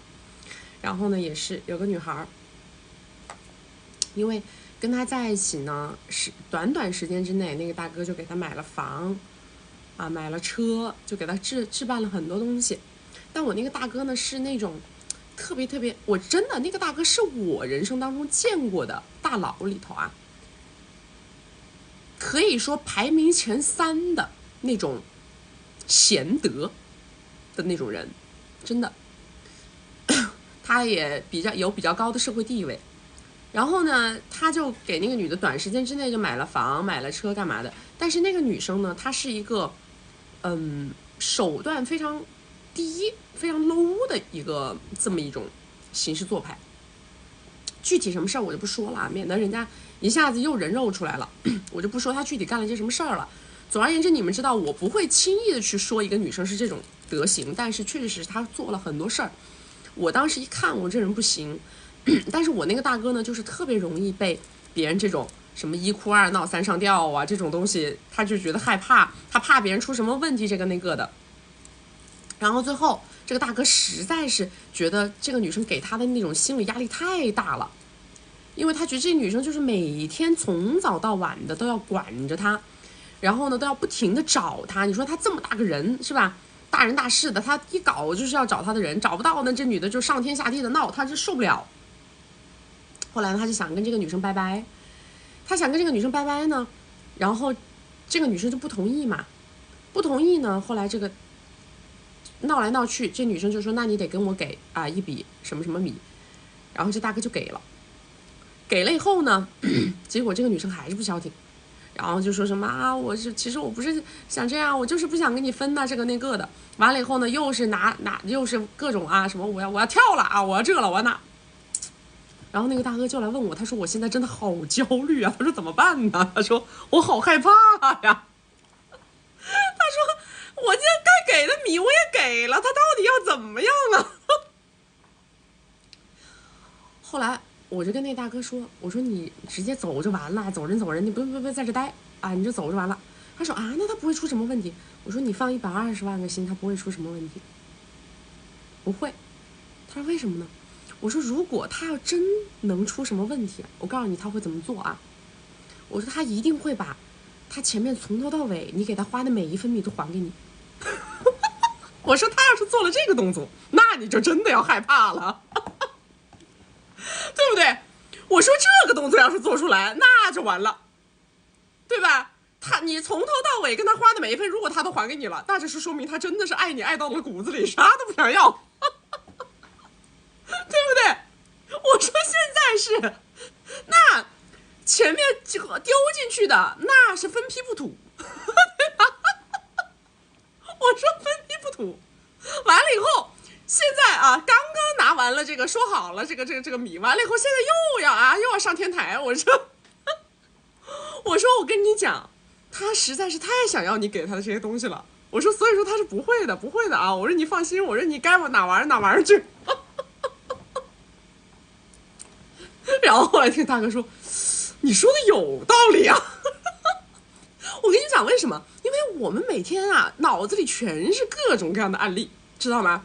我见过是真的是命都不想要了的，就要那个人的是什么样的，就是他这样，就是我说的这样的，就是一个女的，她对一个男的已经爱到了那种，就是我什么都不要，我就要你这个人，她就会做这个动作。因为什么呢？因为她在她那个当下呀，她就会觉得你是不是觉得我图你的米，我就告诉你我不是。她一定会首先是有这个心态丢在前面。他会想办法说我要把所有的东西都给你，我就不要了，我跟你两个人要怎么死磕到底，他会这样，这个才代表了他真的已经到了崩溃，就是完全丧失理智了，完全丧失理智濒临崩溃的那个环节，他一定是这个动作，知道吗？如果他没有到这个动作，那就说明他还在理性控制范围内。你说一个人得多不理智才能把人家给他那么多米全退回去啊？这得不理智到什么程度才能这么干，对吧？这个动作一旦一做，我说那这个事儿就得小心。这个动作只要没做，说明他还在理性操纵，明白吗？他还是在理性操纵，是不是？所以很多男的呢，他们就特别吃这套。那我就跟他们说，我说你们女的也是，男的女的都是这样，总觉得他连命都不想要了，说明他这个人是真的很爱我，他命都不想要了，但是他还想要钱呢，对不对？虽然他不想要命了，但是他还想要钱呢，你怎么不考虑这个问题呢？是吧？你看他这个男的不是一样的吗？他都这样了，他拿着这玩意儿他都出来了，他咋还在跟你谈条件呢？他为什么不摆出一副我啥也不要了，我跟你两个人啊怎么样？他为什么？他命都不要了，他想要的东西多了，他不光要命，他还要钱，他还要他的乌纱帽，他啥都要，知道吧？所以啊，在感情的初期，只要在刚开始的时候，你们嗅到了这个人有可能拿这种降低自尊的行为，做出了一些极端的方式，然后试图让你觉得他很爱你，你们一定要放手，一定要坚定的离开，不要把这个窟窿越掏越大，知道吗？这绝对是一种手段，而且我告诉你们，所有的用这种手段的人，他都用过无数次，而且他都成功了，懂吗？那个从小父母要什么东西不给的，在地上撒泼打滚、哭啊闹啊，最后逼着父母就范的，他长大以后就有可能养成这种人格。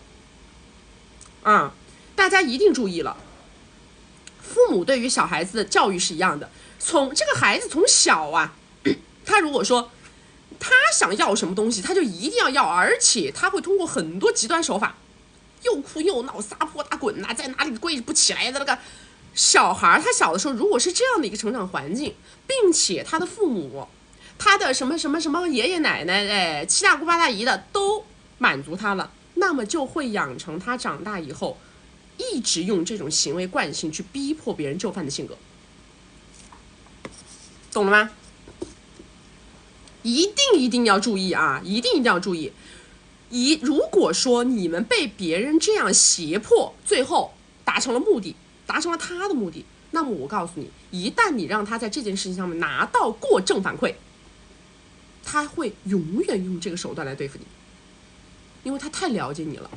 你这个点一下就被别人吃死了，明白了吗？人不要一下子被别人看得透透的，被人吃死了，就是这样。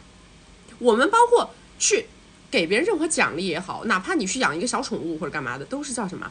我叫做不定时激励，明白吗？我所有的奖励，我所有的激励，我所有的正反馈，我不能让你摸出规律。我让你摸出规律来了，你不就能拿这个东西对付我了吗？对不对？你不能在这个里面有规律。你们自己仔细的思考一下，你会不会总是在同一种情况下面，然后就拿出同一种应对方案？你一旦让别人摸出规律了，那么未来别人就会拿这个东西来治你啊。来，大家没有关注的宝宝左上点关注，没有加粉丝牌的加个粉丝牌，加了粉丝牌会收到我们直播提醒。我们每周直播3场，周二、周六早上10点到下午2点，周四晚上6点到晚上10点。要实现我们金贵的关系，进金贵的社群，找我们1v1或者是预约连麦，以及害怕走丢害怕关播找不到我的宝宝们，左上角头像点开到我们首页粉丝群，找不到粉丝群的后台私我们下播以后会回复你们啊。来下一个。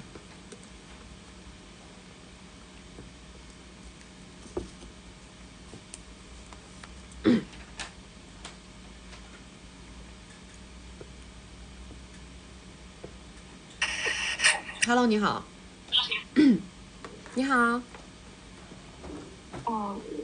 曲艺老师是我吗？是的，你说。我先说一下我个人情况。我今年24，学历是大专，然后普通家庭。6年前在歪西遇到了我前男友，那会儿他刚扯证，然后身价是几十个小目标价。大我35岁，在一起6年，一共给我花了312个 W， 期间额外买过一个30 W 的保险。前5年都是岁月静好的那种，然后形影不离。第6年，因为父母给到的压力和朋友之间的对比，使我的心理上产生了变化，同时也开始质疑这段感情。他是说要找一个人来过日子的，以后生的孩子都是金枝玉叶的，但是在这期间他就没有提过，只是一开始的时候有说。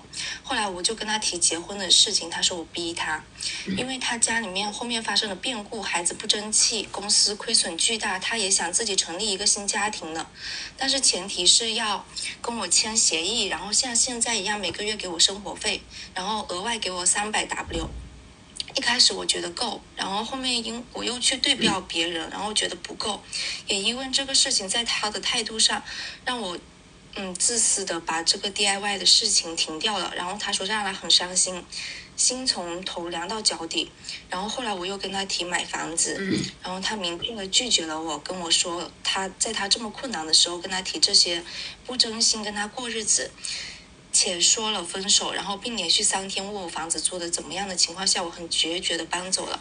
因为这时候2个人都很情绪化。搬开的第15天左右，我还感觉到他在等我，但是第20天，我在社会上也受挫，回去找他，他就变得很决绝生气，然后任凭我怎么哀求都无动于衷。通过他的朋友的描述，深感他的心累，不敢再去打扰他，也同时让自己静心去反思。前几天他生日我跟他说了一句生日快乐，他也回复我了。就是我现在就是还想去跟他复合，但是感觉做法都是很无力的那一种，不知道该怎么做。你现在做了些什么吧？你把你想要求复合的这段时间你做过些什么说一下。就是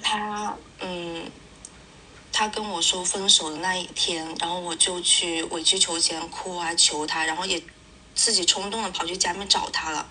然后他看到我的那一瞬间，他表面是很平静，但是他通过他朋友后面的描述，他其实是很生气，感觉很被打扰的那一种。然后后面就通知了管家各个方面的东西，然后说不让我不要，警告我再也不要过去，然后也不要联系他，不然的话再给他发那些打扰他的信息，他就把我拉黑。然后我就很长时间没有联系他，然后自己也一直在静心啊，去寺庙啊修行啊这种。然后后面就给他发了一个就是说去寺庙祈祷他平安啊，没有说关于感情这些。然后到了他生日给他说一句生日快乐，然后他也回复我了，就这些东西了，没有再做别的了。他回你什么了？他说谢谢。你多大？24。现在才24是吧？你是什么学历啊？大专，我学历很低。是这样的，首先啊，我觉得这个事情我要跟你几方面跟你讲。第一个呢是，首先这个男人呢，他并不是你的最优解，就基于你现在的人生阶段来说，如果你是30岁，我可能觉得他可能是你目前现阶段的最优解。但是其实以你的年龄来说呢，这个男的他现在也不算是你的最优解，因为你还年轻，其实你的机会还是很多的。你在社会上所谓碰壁，你也没碰个几天，你就回头了，其实就是你吃不了那个苦而已。但是呢，我还是建议你啊，在现在这个年龄阶段呢，我觉得你应该把自我提升这件事情先动动脑子。你现在手上有存款吗？有多少？有几十个。存款有点少。是这样啊，我觉得你呢，首先还是要想想，比如说你再去读一读书或者干嘛的。因为说实话啊，你如果说自我价值不提升的话，我们就是说最好结果，就算你跟这个男的能够去回头或者干嘛，他也会不停杀价。因为年轻漂亮的女孩一茬又一茬，本质上来讲，你的竞争力是不断下跌的，你是没有不断提高的竞争力的。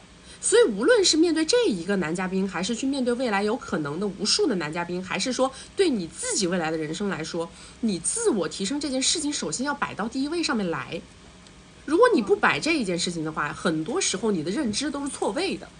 你之所以现在会跟他把这个关系搞得稀巴烂，其实就是因为你的认知错位造成的。是你没有很清晰的认知到自己的价值不够这件事儿，你始终希望别人为你付出更多，但是你没有评估自己的市场价格。说白了，你没有这个市场价格，所以说他不会为你付出那么多溢价，对吧？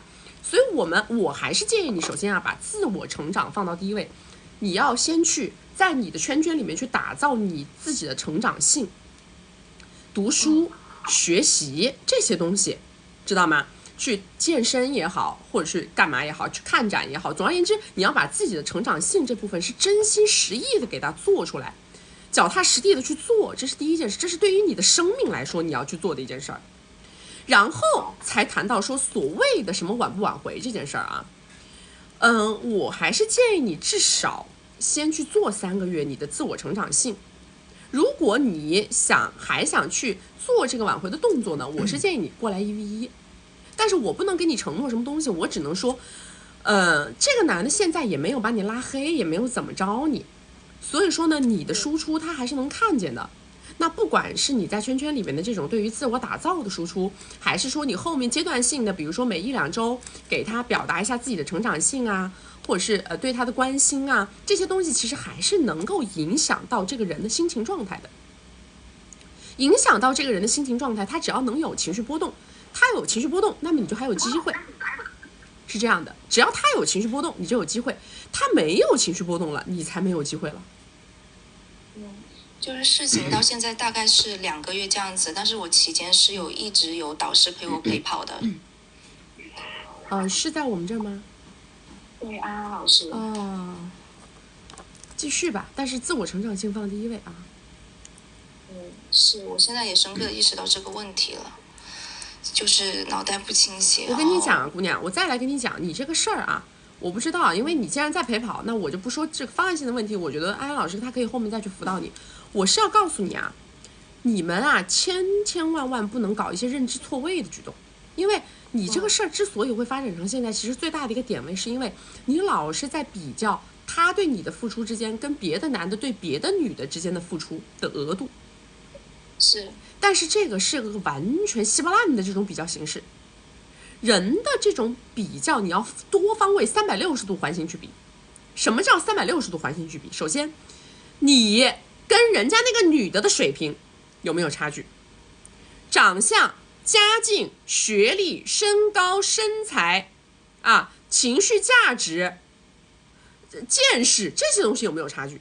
你这个男的跟那个男的身家水平有没有差距？性格有没有差距？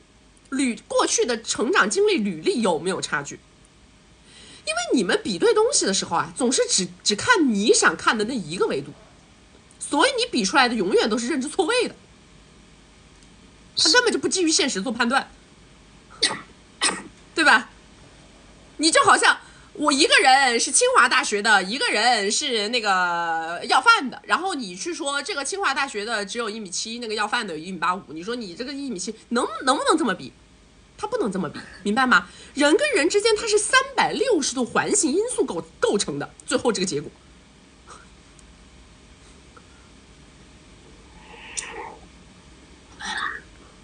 我知道了，好吧，就是多提升自己，然后去从发现上做一些改变，然后看一下能不能把这个人当做你的贵人去看待，你会好很多，然后找到自我的成长性，知道吗？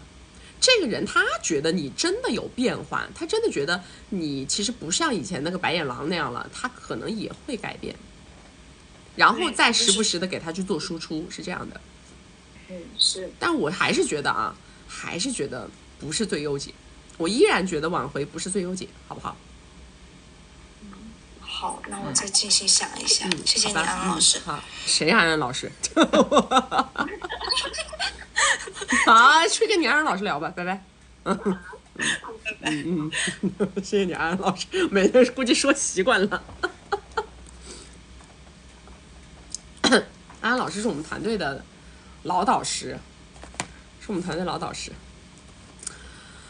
唉，你们说我刚刚跟你们讲的这个对不对？所以下一次任何时候，当你们想要拿着自己的情况去对比，说我到底是一个合情合理的，还是少了还是多了的时候，记住我今天跟你们讲的360度环形对比啊！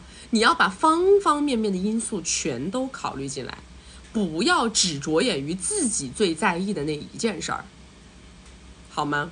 一个男人，哪怕是同样的一个男人，他对一个非常有光环的女人的付出，他跟他对一个农村刚刚出来的一个女孩的付出一定是不一样的，对不对？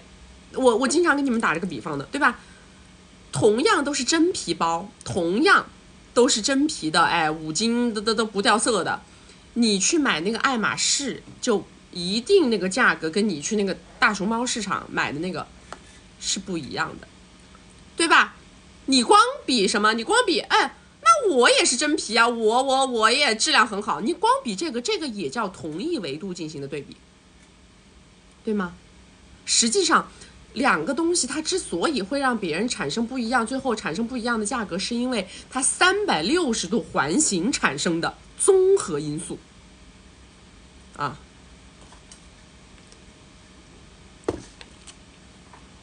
有的地方搜不到我是正常的呀。那么我这个人嘛，你们知道的呀，从小就是个黑红体质，3天2头的疯，对吧？哎呀，我跟你们说，你们还能在互联网上看见我，大家都已经要觉得很高兴了，对不对？我们今天还能活在这儿，是吧？还能在这开开心心的给大家传递正能量，大家已经要觉得我们就是要感恩，主打就是个感恩的心，感谢有你，对不对？心态放平，对吧？被封那都是正常的，那这是封多少的问题，封多封少，封长封短的问题。没有说完全不被封的问题，对吧？所以说我们一定要以不变应万变。什么是不变？封是不变的，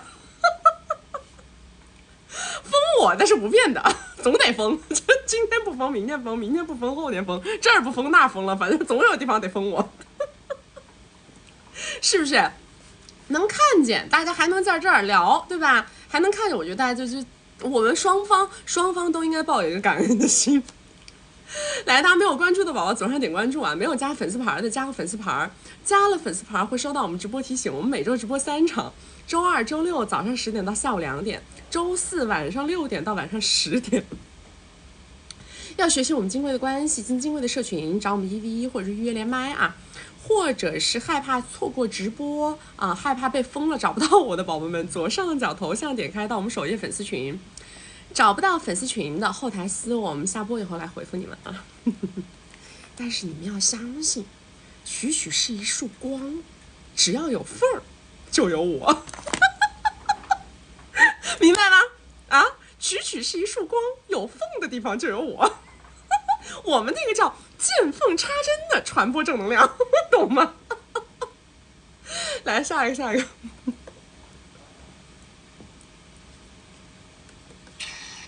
Hello， 你好。Hello， 曲曲。曲你好。你说。真的非常喜欢你，我就不表白了，直接讲故事吧。我是来咨询普通婚恋的。今年我是27岁，然后 Top 20的本硕的留学生，然后在1线城市的500强工作，工作时间不长呢，然后这个收入吧就比较普通。然后男嘉宾比我小2岁，他在迷彩，然后长相呢都是6到7分吧，然后收入也差不多，然后家里没什么资产，就是我们家里都是苹果家庭，我家是大的，他家是中的。然后恋爱呢一年，由于他这个比较特殊吧，我们见的次数不是很多。男嘉宾比较情绪化，然后他性格比较极端强势一点，然后吧我是比较温和，就多次吵架，他就会咄咄逼人吧，然后我也吵不过，就像您刚刚说的，就是辩论的这种感觉。然后呢，事后都是他道歉和好，好的时候呢感情又不错。然后近期由于他对我的这个手机比较怀疑吧，我不太愿意给他看，因为他是比较喜欢这种上纲上线的。然后我的网盘呢，还有我的网盘是去年认识您之后买了一个金龟，然后还有我的一些闺蜜的聊天记录，我就是怕他看到，然后我虽然没有劈叉行为，但是一般也不愿意给他看，他就每次就是会暗示我要去通过一些手段去看，然后我觉得也无所谓啊，就是没有劈叉，我就说那你去吧。然后他是真的就去看了，然后看到了我跟他在一起之前的一些的一次性杯子呀，还有前任，还有这些去年的一个稀巴烂的关系吧。然后也是去年认识曲曲之后，然后就是坚决的斩断再见了，趁时间不长。然后曲曲说要是我妈就把我扫地出门。然后现在呢是同一天爆发的事情，还有就是争吵中他怀疑我有这个录音，然后呢工作中他有保持这种习惯吧，就跟工作中。然后呢他在上头的时候呢，就是说也是有关于我家庭负面的信息录音，然后要去 JW 做一些陈述。然后现在我比较内耗，现在我的诉求是一方面觉得当时如果给他看了这个手机，是不是就不会有这些后续的操作，就不会走到这一步。然后呢和稀巴烂的这个关系呢，我觉得也是给我带来了这个心里面不太那个内耗吧。然后另一方面呢又是庆幸他这个威胁我的这个事情，让我看到了他这个心里就很黑暗的一面，就会怀疑他的这个跟我在一起的这个发心吧。然后现在就是理智告诉我不能挽回，但是我情感上现在比较复杂，现在有些懊悔，就是关于就是看手机啊和这稀巴烂的关系，比较怀疑自己，就是想让曲曲帮我分析一下，然后以及我现在该怎么做。不用帮你分析，有啥好分析的？接下来1个月换一个男朋友，你啥问题都没了。你分析个毛啊！我非要跟你在那个垃圾堆里头不停的盘这个垃圾为啥是个垃圾？这垃圾我还得给它分个类，咱也不干这垃圾分类这活呀。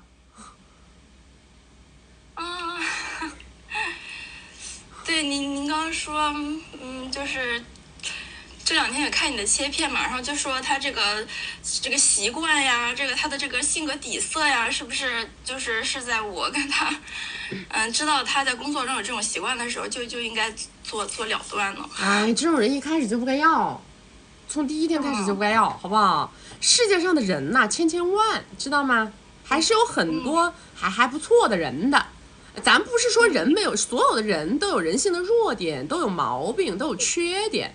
但是基本盘大盘子，他还得是一个善良的人，知道吗？善良的人还是很多的，好不好？不要因为就是踩了一个坑就觉得天下都是坑，那也不是这个样子的啊！你首先把这个人给扔干净，完了以后就每个月就换个男朋友，你马上啥都解决了。我现在就是搞得我很害怕，就是他，不是害怕，是害怕自己心里面这些有这些就是过去的事情啊，会对未来什么？哎呦，我跟你讲，那都是时间问题，懂吗？都是时间问题。我跟你讲，换血、轮替、换人，然后慢慢的这些事儿，它就被那个叫什么代谢了。知道吧？这个男人吧是这样的，他跟你在一起这么长时间，一定会在你的身体留下残留，但是这玩意儿也得靠代谢。这怎么代谢呢？也得靠新的东西进来，它自然而然时间够了，新的东西够了，它自然而然老的就被代谢了。你不用思考去做，不要思考，好不好？因为你没有这个智力去承担这个思考的这个量，不需要。咱们主打就是放弃思考啊，去做就完事儿，好不好？好，那就行。现在主要是怀疑自己的这种污点，这啥污点呢？妈呀！不，我跟大家说了的，伤口要干嘛？不要纠结于为什么我会有这个伤口，为什么我们要把伤口纹成小天使？一个污点是一个污点。有10000个污点，那就是水墨画，懂吗？不要纠结于这一个事儿。我跟你说，那时间长了，人多了，那都不是事儿，没有什么是个事儿，好不好？好的，谢谢曲曲。好吧，赶紧去做，别在那琢磨，别在那想啊，不要想，这种男人不值得思考，好不好？不值得占用你的 CPU 啊。好的，谢谢曲曲。好，就这样，拜拜。好，再见。我说的难道不是事实吗？这一张白纸上啊，只有一个污点，你是不是会觉得那个污点非常的显眼啊？如果你是在一张白纸上泼墨，哎，那个效果它就不一样了，明白了吗？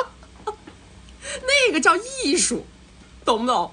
那个就叫你后来为自己打造的一个人物的个性，知道吗？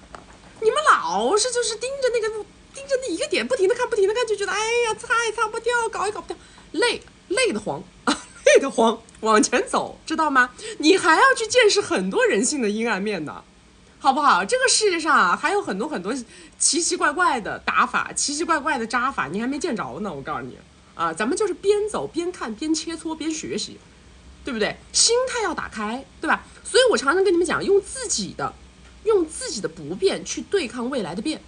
用自己的确定性对抗未来的不确定性。确定性是什么？确定性就是我的稳定的内核、强大的心态、开放的这种状态、包容的能力，对不对？任何事情我们要有一个正念，凡事发生必有利于我，这个就叫自己的确定性。我的成长性，我的包容性，对吧？我的反思能力，这些东西都是我的确定性，用我的确定性去对抗别人的不确定性。好吧，不要在那老在那纠结这些鬼人鬼事儿，鬼人鬼事多了去了。我告诉你们，那有什么好纠结的呢？对不对？都学学我，对吧？我们要做一束光，这是叫无孔不入。来，大家没有关注的宝宝，左上点关注啊！没有加粉丝牌的加个粉丝牌，加了粉丝牌会收到我们直播提醒。我们每周直播3场，周二、周六早上10点到下午2点，周四晚上6点到晚上10点。要学习我们金贵的关系，进金贵的社群，找我们1v1或者是预约连麦啊，或者是害怕走丢、害怕我关播找不到我的宝宝们，左上角头像点开到我们首页粉丝群，找不到粉丝群的后台私我们下播以后回复你们。来下一个。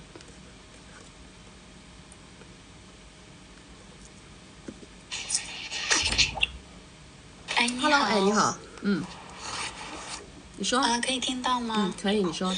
曲曲，真的有点后悔认识你太晚了，感觉现在这个已经被我自己弄到很被动了，所以想讲给你听听，看看还有没有什么。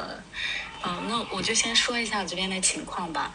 我的基本盘是超一线城市，然后36岁，身高长相的话大概6、7分吧，属于那种比较知性温柔的类型。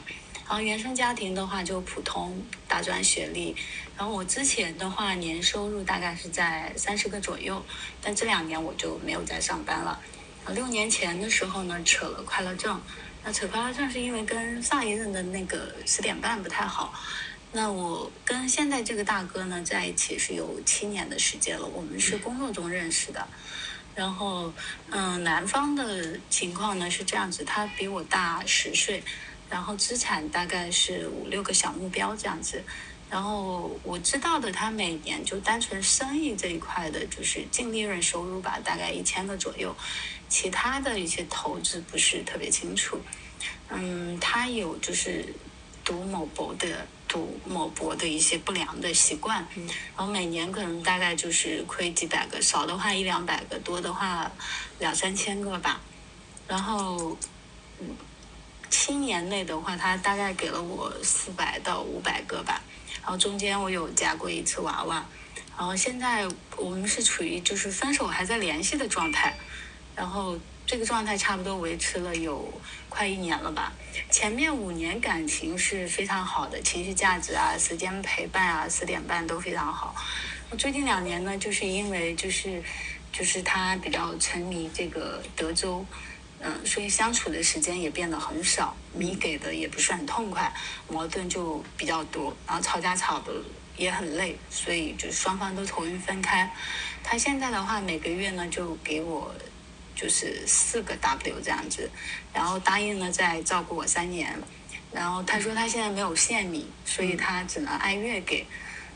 那现在跟他偶尔还是会有10点半，而且他都是2、3天他就会主动联系我，跟我聊天。我感觉就是有感情，但是他也没有想要再和好吧，可能更多的是一种习惯。那我现在的问题是什么呢？就是我也不敢跟他断了联系，因为怕不联系呢，这个米就断了。然后但是又感觉可能从他这里再要更多的米也很难要到了，就感觉他就是想低成本的持有我吧。然后他还经常会通过这种信息查岗我呀，感觉对我如果再找其他人也会造成我的心理压力，所以我也不知道跟他的这个终极结果应该是怎么样的。那我还能在他这里能拿到什么结果？你多大？36了？对，36。你自己工不工作啊？我之前是有工作，但是就是也是这2年我们原来那个行业就不好了，然后所以我就没有再工作了。然后我是建议你啊，我是建议你不用跟这个男的一直裹，你要么就是工作，要么就是去找一个月能挣2个 W 男的结婚，不要跟这个男的裹。这个男的，我告诉你啊，下桥了，属于下桥了，懂吗？我们这样说下桥了，就属于在给米的这个大佬的路子上，他可以退休了，退休了已经属于是。反正就是感觉就是每次都是一点，然后哎，你不用想了，我跟你讲，什么样的大佬我们都太知道了。我是一个可以这么说啊，虽然说我年龄不大，但是我是一个在大佬圈子里边，就是起码就是混迹了15年往上的人，所以我是看过很多人的兴衰周期的，知道吗？所以为什么很多时候我们看人看得很准，因为什么样的人他有什么样的特性，他就会面临一个什么样的终局。你说的这个大哥最后的终局就是个大窟窿，这就是他最后的终局。一旦他成一个大窟窿，他富极了以后，他会有可能想要把前面给你投入过的还往回要。虽然说他也许曾经是一个很有责任心、很有担当、很愿意付出怎么样，但是不打紧。一旦他是因为这种嗜好掏大窟窿的人，他是那种他在这种点位上他会心态发生剧烈波动，然后做出很多变形动作，他是有可能把以前投入过的每一分他都想往回要。为什么？因为他还想再去翻本。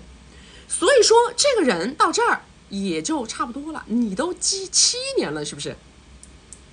你都跟7年了，7年基本上他也就到头了。我告诉你，以这种有这种恶习的人呢，这个年限也就到头了。你也不要再指望着在这个人身上再怎么着，他不把你的往回吐就不错了。哼。就感觉大窟窿好像也不会，因为感觉他底线还守得啊挺好。 no， 你可不要太愚蠢，不是，你是没见着。我告诉你，你是没有见着。我们身边看的太多了，但凡有这种习惯的，没有一个不是窟窿的。感觉他每次，比如说有到2-3千个的这种，他就停下来，然后但可能明年又继续这样子。他都你没有懂一个道理。我告诉你，窟窿是怎么形成的？窟窿是双向挤压形成的。他之所以现在搞2000个、2-3千个，他还能搞，那是因为他第2年业务又能续上。但是随着他年龄的增加，他的业务还随着政策的变化，他的业务会续不上。我告诉你，那个时候才会窟窿。那不是你想的这个样子的，因为他们脑子里想的是我的业务能一直好，我能有一直正常现金流，我今年干2-3千个出去，我明年还能回来。但是这个是他的理想化，这个根本就不吻合事实。他所有的行业也是有周期的，他所掌握的那些关系也是有周期的，他要双向周期达到一个点位，他才会崩。懂了吗？他这个赌的，到了一个亏盘子上面了，完了以后他的业务又到了一个亏盘子上面了，他双向挤压，他就崩了。那我现在就是跟他就只能是每个月要这样子，我觉得也很难受。我就建议你跟这个男的断。我是建议你不要把这个男的当个事儿了，你赶紧出去找对的碰的。你一个月挣两个 W， 你现在还有个壳子在这儿，因为他养了你这么多年嘛，你有个壳子。你看能不能去找一个这种年收入在就是几十的，因为他一样的可以把收入上交。其实你拿到手的生活成本跟你现在这个男的目前能给到你的是差不多的。那我就是如果他不给我也就不联系了，就这样。没有意义。这个男的你一描述啊，我跟你讲，那他垮就是时间问题，真的就是时间问题。沾了这种东西的多大的身家都不够，我告诉你。我跟你讲，那个3个恶习里边 ，H 开头的，D 开头的 ，D 开头的，另外2个都不会让富翁倒台，只有你说的这一个会。是的，知道吧？只有这一个会让再大的大佬他都顶不住，另外2个其实都还好。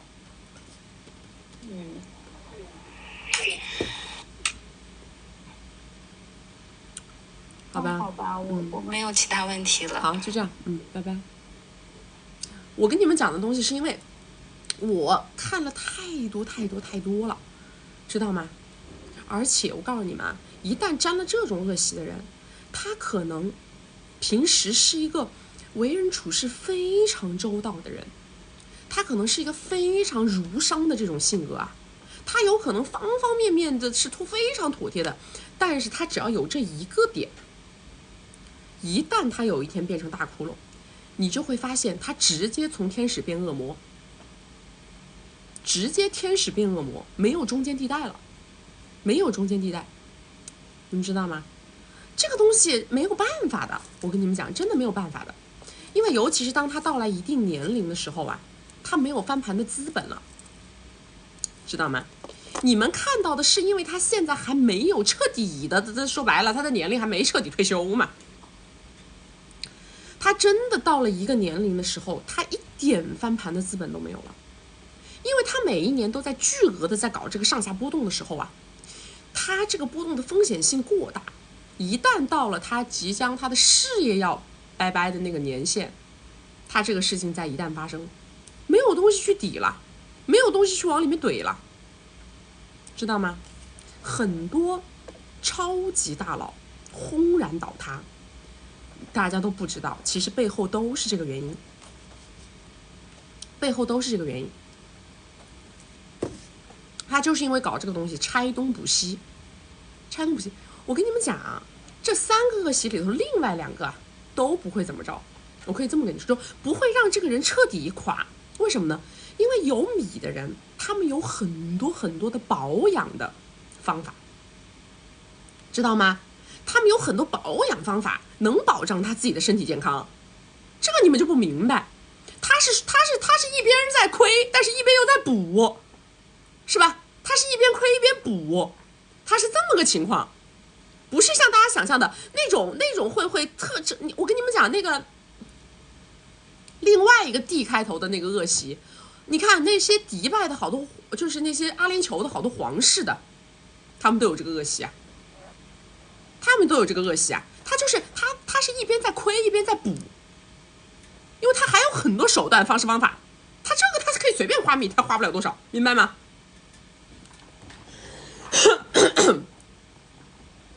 但是这一个我告诉你，那我是看了太多太多的，其实就怕一个人他赢大了，知道吗？其实没有赢大过的人呢，他反而他还不会出亏空。就是这个人他赢大了，他最后基本上他导向的这个结局是定的死死的，导向的这个结局是定的死死的。我身边不止一个大佬都是因为这个事儿起个歪的窟窿，真的，所有的别人跟他差不多年纪的都已经退休了，他现在想再东山再起，你们觉得有可能吗？一个时代都是一个时代的玩法，一个时代是一个时代的风口，每一个时代你都对它要有充分的理解度，你才能在这个时代里面挣到米，而且你还是要有非常旺盛的这种生命力，知道吗？这种搞惯了在那种桌子上大起大伏的人呐，他对任何事情他都形成不了刺激，他任何事情形成不了刺激的时候，他是不可能在这个事业上投入100%的精力状态的。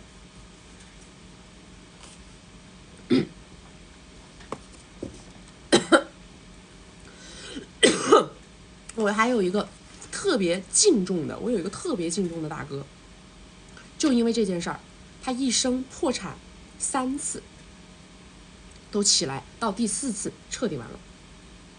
真的，他破产了3次他都能起来，因为他前面年轻啊，他还能跟得上这个时代的步伐呀，跟得上这个经济就是这个风口的转移呀，他体能也跟得住啊，脑子也跟得住啊。他到第4次的时候彻底完了。来下一个来，大家没有关注的宝宝左上点关注啊，没有加粉丝牌再加个粉丝牌，加了粉丝牌会收到我们直播提醒。我们每周直播3场，周2、周6早上10点到下午2点，周4晚上6点到晚上10点。要学习我们金贵的关系，进金贵的社群，找我们1v1或者是预约连麦啊，或者是要那个怕走丢，怕找不到我们直播间，怕那个我们关了找不到我的宝宝们，左上角头像点开到我们首页粉丝群，找不到粉丝群的后台私我们下播以后回复你们啊。还有关于我们这个月底的这个29号的生日会，我们已经昨天做了那个介绍的一个直播，我们有回放，大家也可以去问一问啊，也可以到我们那个找我们的小助理问一问。来下一个。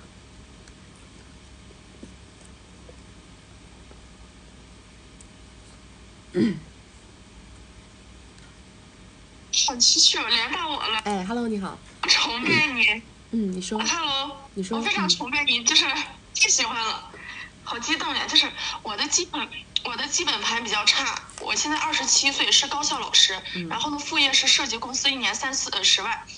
在23岁的时候，就是自己在老家买了一套那个全款房，父母提供不了任何的帮助，原生家庭条件比较差，然后呢现在就是比较迷茫，所以就跟曲曲连麦。就我现在的单位是在县里，就是县里面的大学城，因为我现在不是高校老师嘛，找不到合适的婚恋对象，然后呢，事业上也遇到了瓶颈期，一直没有进展，因为从那个我不知道这个能说吧，就是那个疫情嘛，就是那几年就一直都是这个收入就是没有进展，所以呢想换个方向，然后呢，我现在给自己就是定了4个方案，就是想让曲帮我看一下，第一个方案就是去1线城市的 YC 赚钱，因为我之前其实在上学的时候去过那个地方，所以我是可以接受的。但是就是当时的认知可能有点低，然后呢，对物欲的这种坚持达不到。但是我现在就是成熟了嘛，就是年龄大了，然后成熟了，知道自己的这个欲望。然后呢，因为我现在的行业就是有天花板，因为是设计，它是有天花板，所以我是想这个转型产品。因为就是现在我这个行业，就是我还跟其他这个设计行业还不一样，就是几十万都封顶了，所以我想就是从设计转型产品，就比如说当然这个是我这个专业领域的了。然后呢，这是第2个赛道，然后第3个就是我想还有一个就是我想再换一个赛道，就比如说我就是目前考虑的是这个酒水，就是高端那个酒水销售，比如说不要说这个词，不要说这个词啊，不要说这个词啊。不好意思。然后一个是高端车的销售。然后第4个方向就是，如果说我创业失败或者怎么样，我就是想留一个这个保底，就是比如申博嘛，申那个海外的那个博士，然后到时候还可以就是回来再去这个高校。就是我现在就是想到的方案只有这几个，就是希望去能帮我解答一下。你刚刚说你再把你的年龄跟你的年收入说一遍。我现在27岁，然后高校老师，设计公司的话是1年30-40万。那你在你们那个城市应该算收入还挺高的了吧？因为我现在单位是在县里，对，我就在县城，所以我就是而且呢，我的物欲比较强，就是我不想一直都就赚这么点儿。我的意思就是说，所以说你在你们这个城市确确实实是找不到一个更高的一个攀爬的阶梯了，对不对？对。其实无非是一个问题，无非是一个给未来去拓展更多的发展空间的问题。对。然后呢，就我想赚更多的米嘛。就我这个人，其实你只需要做一个动作，就是换城市就完了。你只需要换城市，然后去平移你自己的能力，那么你的收入就有可能翻好几番。因为城市的它的这个竞争力啊，它之间是有非常非常大的差距的。如果你有足够强的物欲，再加上你自己在那个小县城里能够挣到1年30-40，把你的能力平移到大城市，基本上这个收入就能往上走。至于具体做什么，其实我觉得做什么都不重要。好，你可以去，你现在是你是在高校老师对吧？对。你是教设计的吗？对。对，是艺术类的设计。我觉得你可以先就是做一些专业对口的工作，先试试，先到大城市做一些专业对口的工作。然后在这个过程当中看别人有没有一些小成本的创业模型可以去参考，不要想着往外投，反正不要想着往外投。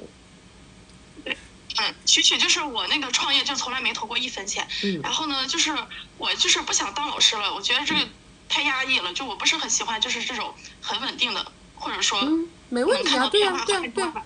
但是做设计你也可以到人家设计公司啊，或者干嘛的呀？因为那种地方你能看到人家整个的它的这个，如果这个公司是盈利的，你能够看清楚它每个环节是怎么运作的，或者说你能找到客户，那么未来你能不能自己在大城市去做这件事儿？但是这些东西都是需要时间周期的，它不可能在短时间之内完成，你还是要有这个愿意去花时间的这个心理打算。好，其实我还有一个问题，就是我那个刚才说的那个，就是高端的那种，就是那种销售是可以去做的嘛？就是当然可以啊。我不想把就是我不想把一个就是一筐鸡蛋放在同一个篮子里嘛。我跟你讲，如果你是学什么设计的？平面类的。平面设计，我是建议你啊，如果你要去做高端的销售呢，你可以去接触一些房子类的或者是商业类的这种销售。为什么呢？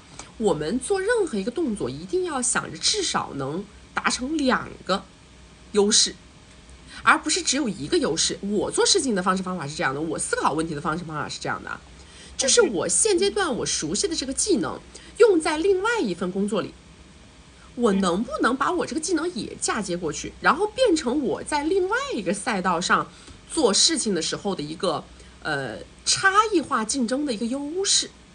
所以你是学设计的，那么如果当你去，比如说如果你想做销售，对吧？那你去卖房子或干嘛的时候，你是能够跟客户聊出一些你专业性的内容的，那么这个东西它就能够打一个差异化。别人可能只能聊，哎，这个房子在什么地段，是吧？那些专业他可能说在什么地段啊，这个价格会不会涨，旁边有没有地铁站，对不对？有是不是学区？在别的销售在聊这些的时候，你能跟别人去聊这个房子，我觉得怎么设计能营造出一个什么样的感觉？就是说，任何时候你自己的技能要成为下一个赛道的差异化竞争的长板。好，曲就是因为就我虽然是学这个专业的，但是我这个就是不会，就是技术不行，就是因为我是雇的人那个做的这种东西。啥叫技术不行？你不是老师吗？我会讲，但是我做东西不行，所以我那个设计公司都是不重要啊，那客户比你更不懂。懂吗？好。你好歹你也是个专业的，那客户更水，听得明白吗？好，谢谢曲曲。那曲曲就是现在就是我就是这个 VC 肯定不是一个好的选择，然后呢我就平行嫁接过去一个更好的城市，对，然后再去发展。对的，好，谢谢曲曲。好吧，我懂了，好，拜拜，拜拜，就好像我跟你们讲，有的时候是这样的，你必须要有一个在这个领域里头的差异化竞争的长板，你可能才能成为这个领域的尖儿。你们有没有发现，真正做学习心理学的，或者说学习这个什么家庭关系、婚姻关系的人，他们反而在做这个赛道的时候，他做的没有我好。你有没有发现？为什么？为什么？是因为我过去这么多年，我是学艺术的，知道吧？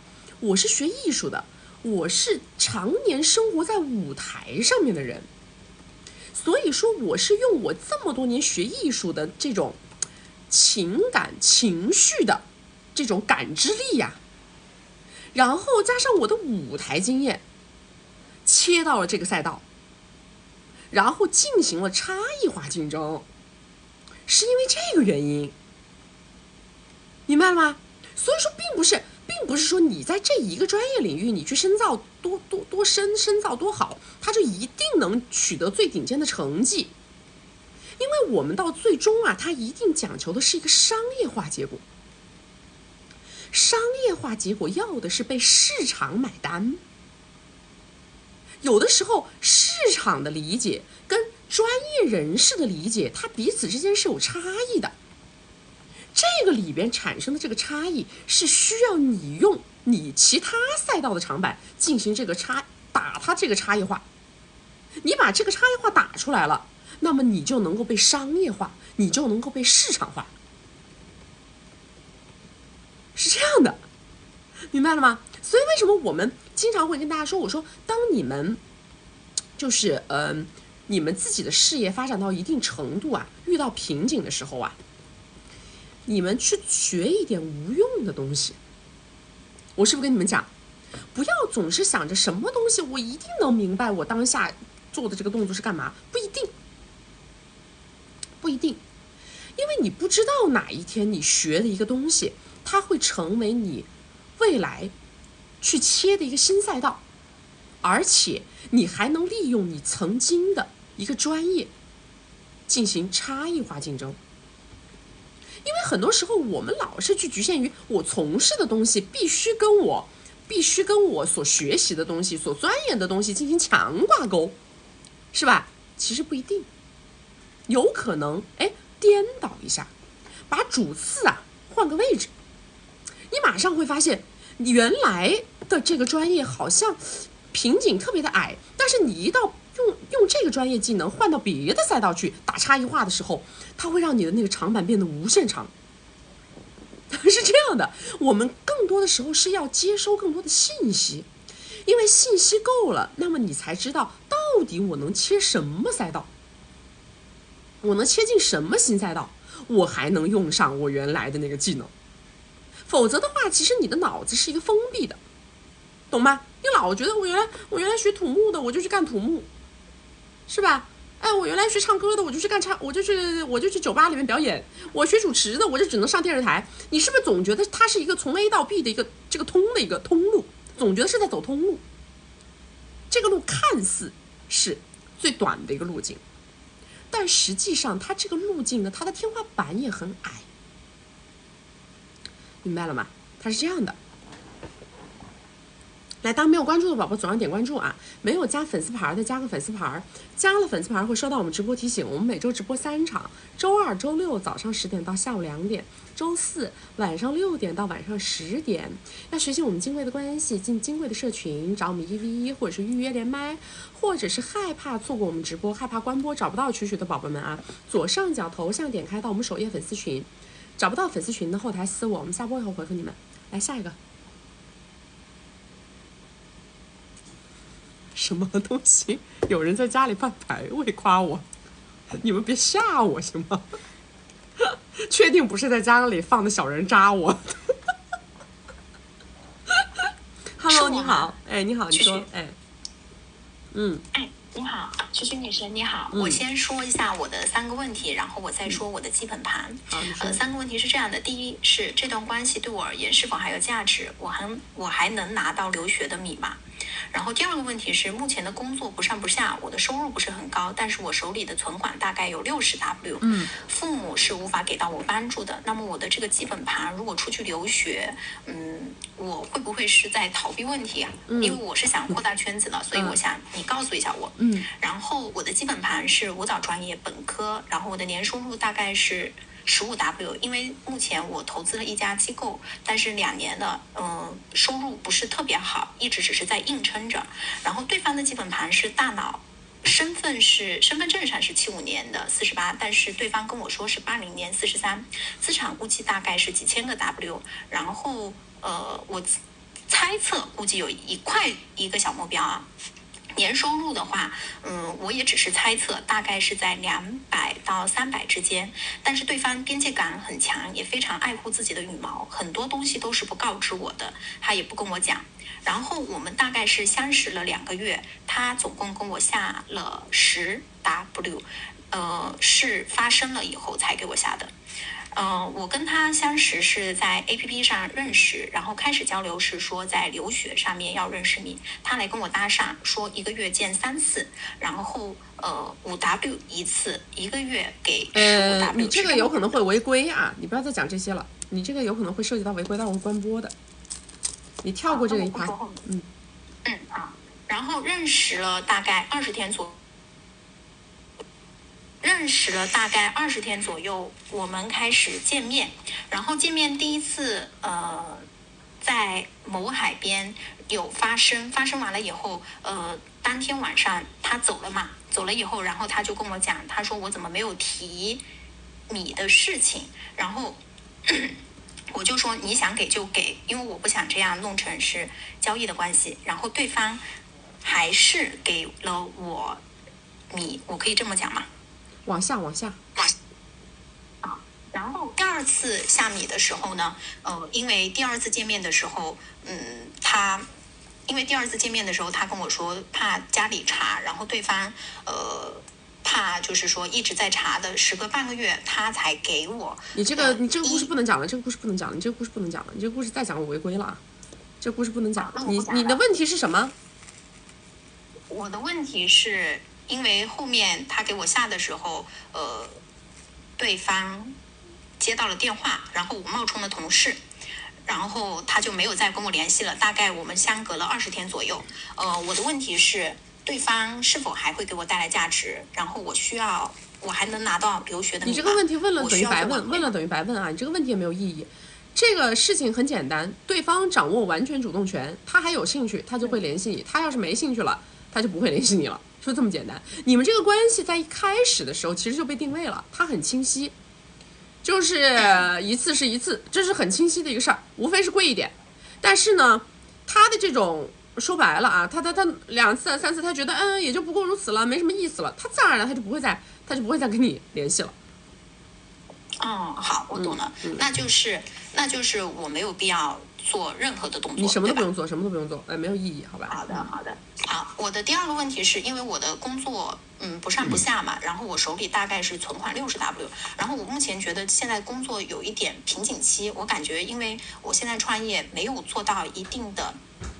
感觉没有把我发挥出来，然后我又在这里耗了2年，然后收入又不高。以前我本来收入差不多快有30W 了，但是现在只有一半。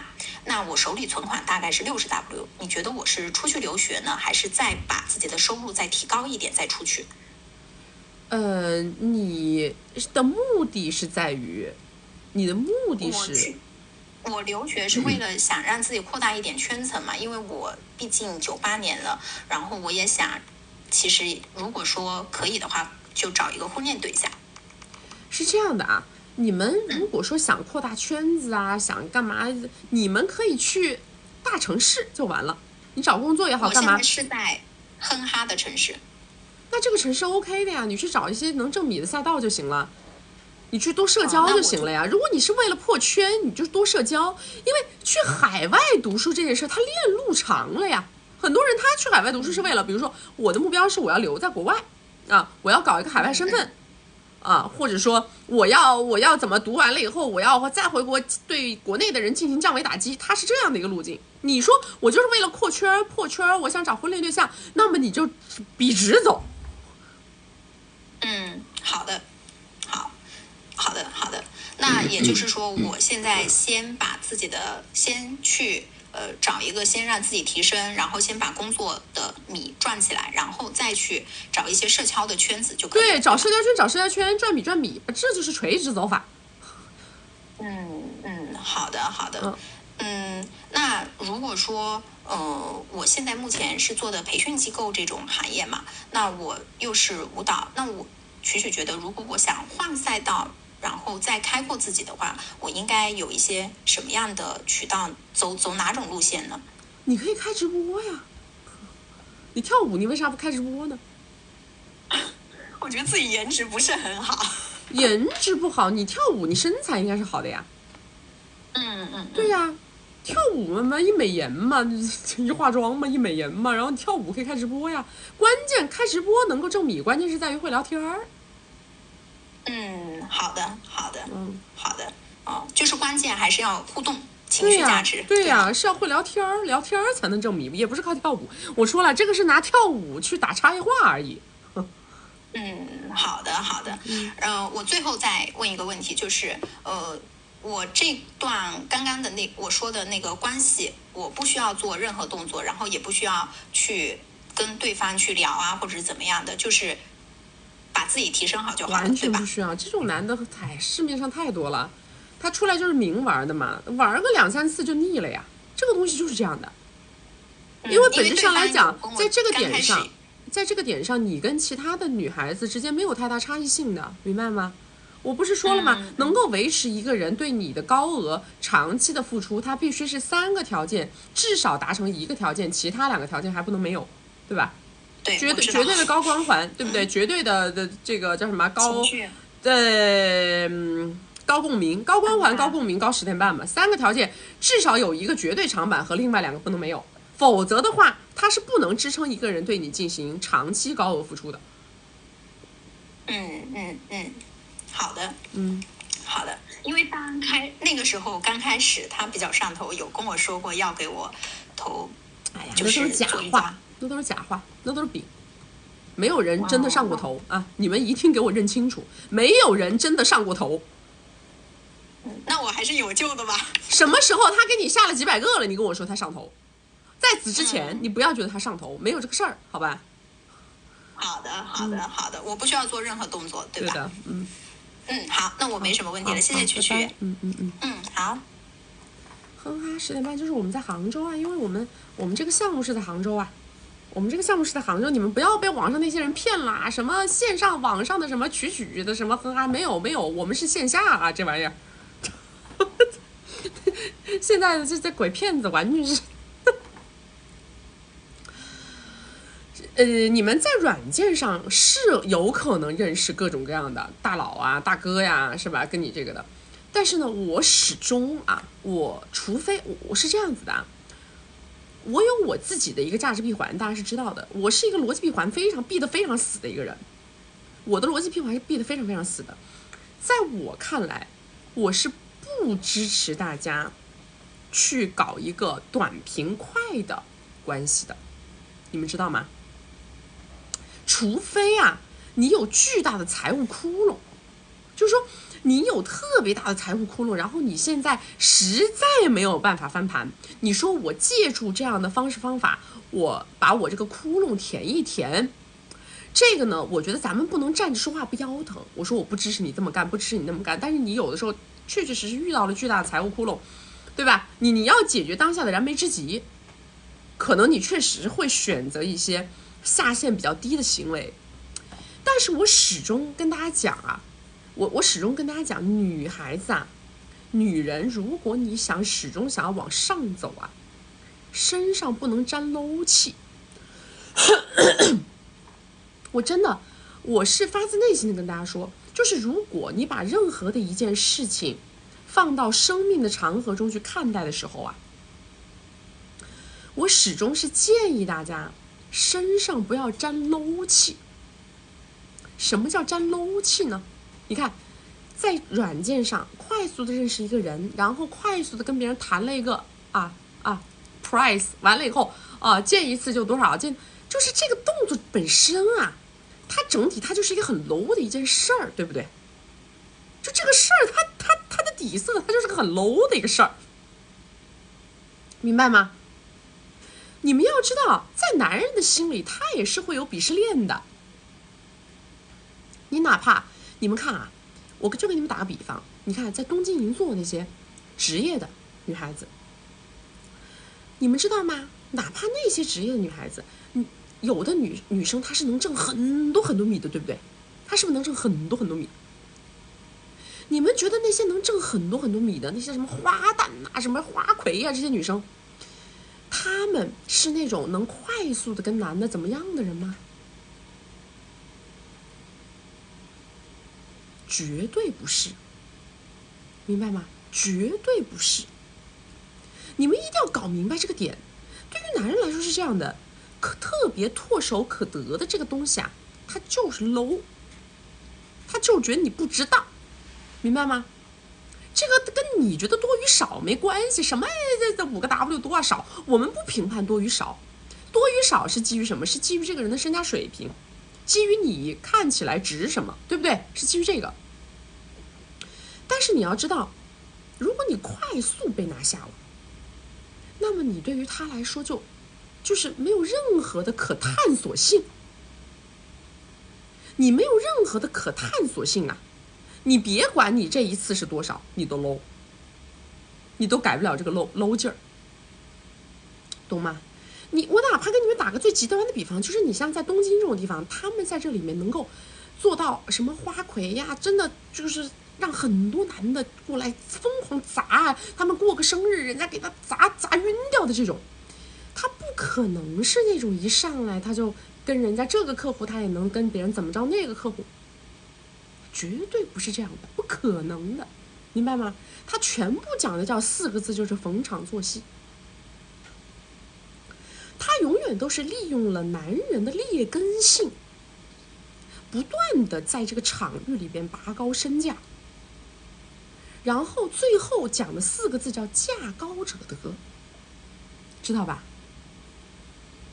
他哪怕是在这种场域里，你们不要觉得人家干这个活他就都 low， 不是的，不是的，这种你知道他们有很多别人身家过亿的，别人在这里面很多身家过多少亿的呀，他就是靠什么？他不停的给你释放光环，不停的给你释放价值，不停的给你做好服务，同时还让你看到高竞争性，对不对？他是这么个概念啊。你用这种概念再去面对生活当中的这些平常正经恋爱关系里的这些，不是属于降维打击吗？它属于降维打击。所以我说女孩子是这样的，我们在自己的成长路径上，我们要不停的把自己做高级，知道吗？怎么做高级？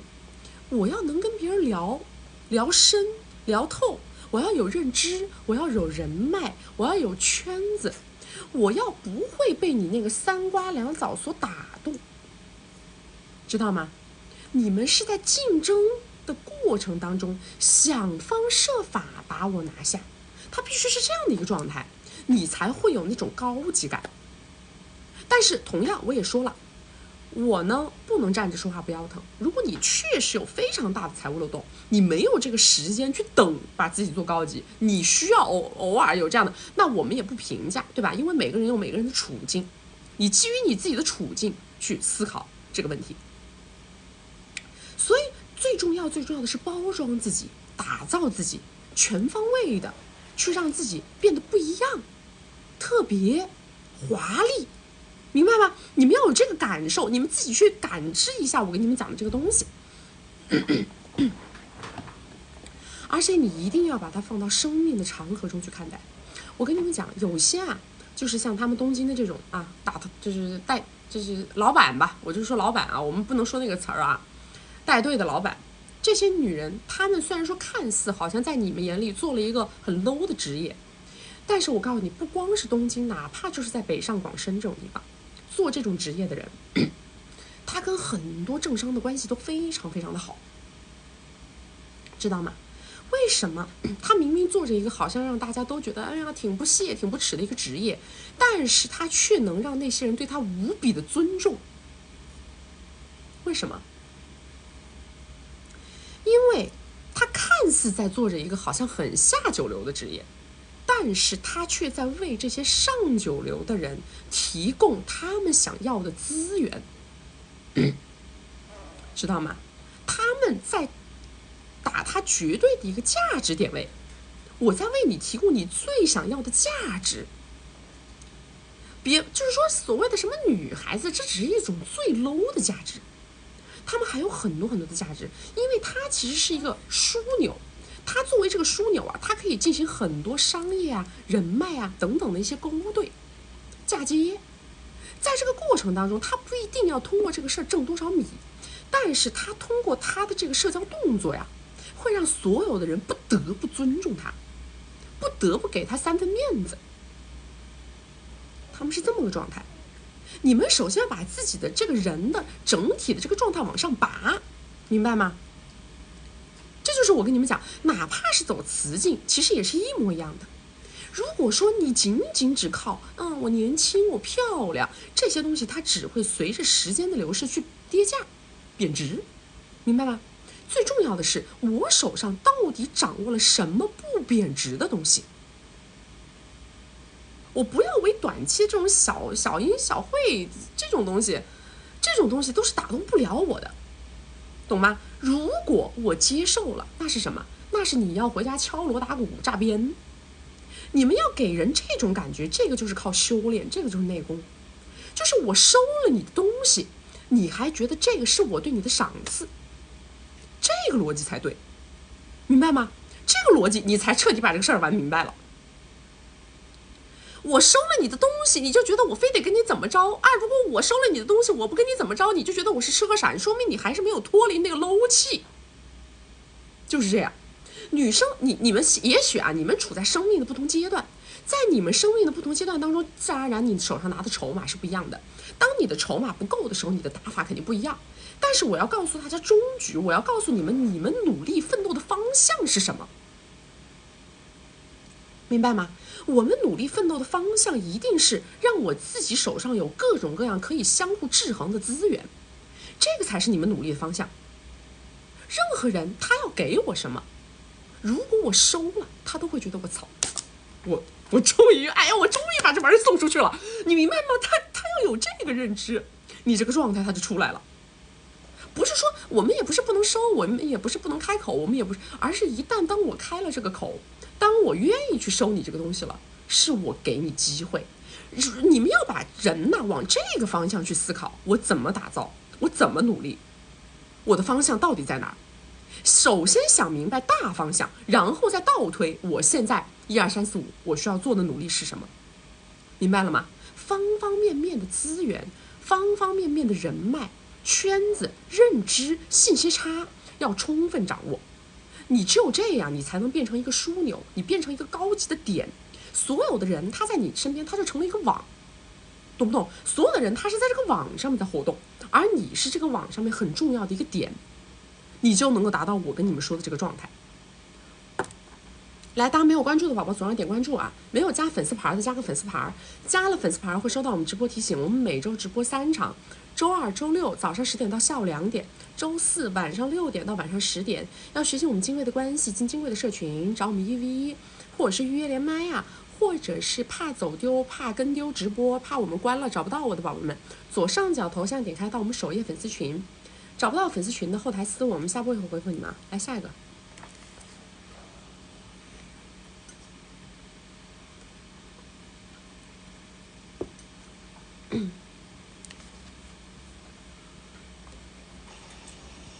Hello， 你好。哎，你好。哎，你说。啊，好。那我先说一下我的基本盘了啊。那个我今年39岁，然后呢是属于正常的那种婚恋，然后等一下，我拿出我的稿了。然后我现在是有3个娃，然后呢后面2个是 DIY 的，然后现在是家庭主妇，然后主要带娃为主。现在我自己家里的条件呢就很一般的，我老公的条件也就是原生家庭也是很一般，我们都是靠自己的。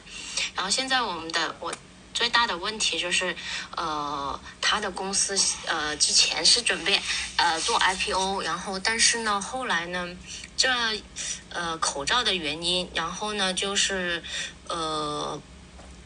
很差，然后就准备申请破产，然后呢就是破产的话。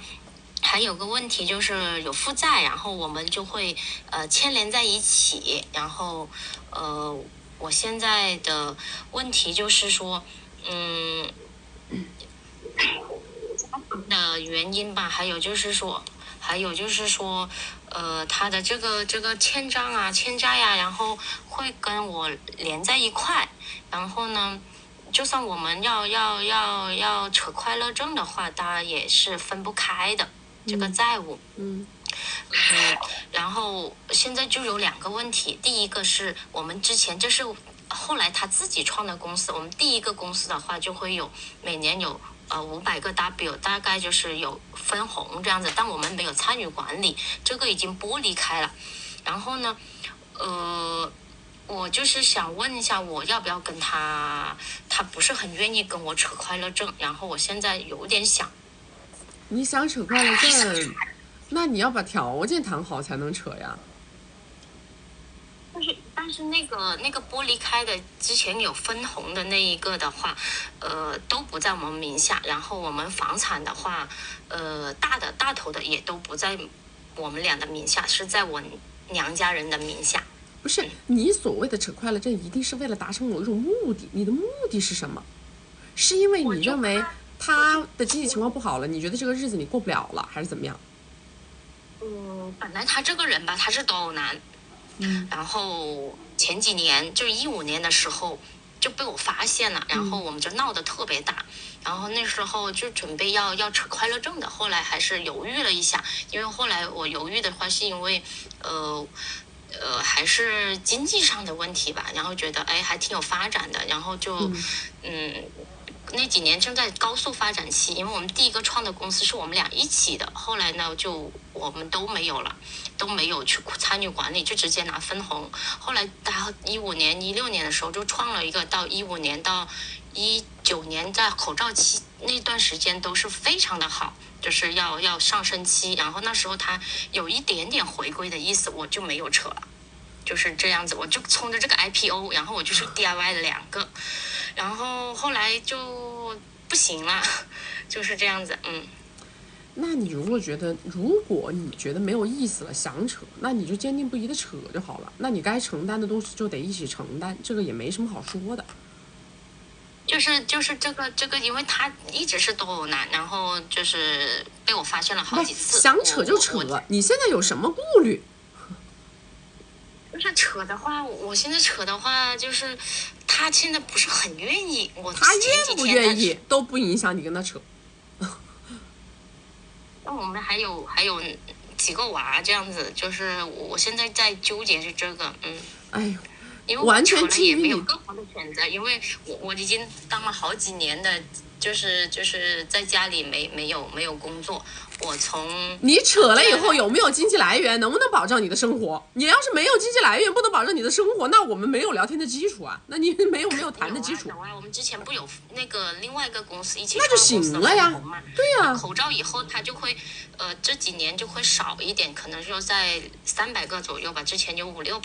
对，就是说如果你有经济来源啊，这个事儿板上钉钉，不用琢磨，那么你想扯就扯，想扯就扯。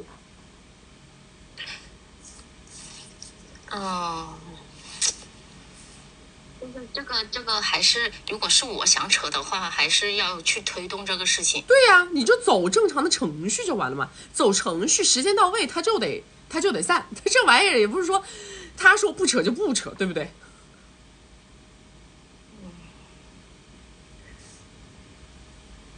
好吧，那，因为我再问一下你啊，像他这样子的，他就是属于那种，又会在外面搞，然后又不敢的话被我抓住了，然后又特别又打死不承认，然后呢，最后又回头，我就搞不明白他到底是一个什么样的一个状况。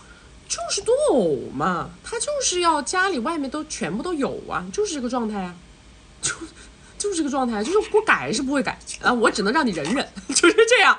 我先求和了以后，我再去玩，是这，大家都不这样吗？都这样啊。对。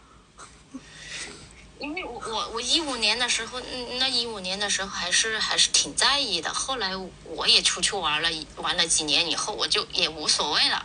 就是后来，我跟你讲，你不用琢磨这个事儿对与不对，这个事儿没啥对与不对的，想扯就扯，知道吗？你就算现在剥离这个关系，那也是他应得的，明白吗？因为本身他就是在经济上升周期里头就是会乱搞的这种，那他必须要让他一辈子不垮台，他才能维持他的状态。他这一辈子只要垮，他也不是唯一一个被抛弃的男人，明白吗？就是这样的呀。这些女人之所以能够去不停的去容忍一个男人多偶，还能有什么呢？不就是因为经济原因吗？那你的经济原因就是你能完成多偶的一个大前提。一旦你这个经济原因崩了，怎么可能有人跟他多偶呢？那不是扯淡吗？明白吗？所以你做这个决定没毛病，想扯就扯。我已经跟你说了，想扯就扯，不用想什么其他的问题，只要你能支撑后面的物质生活就 OK。物质生活那是当然没之前好，支持肯定是。那没之前好，他现在没有东西了吗？没之前好，那他现在不是没东西吗？没之前好，你跟他在一块也没有之前好，对不对？那也是。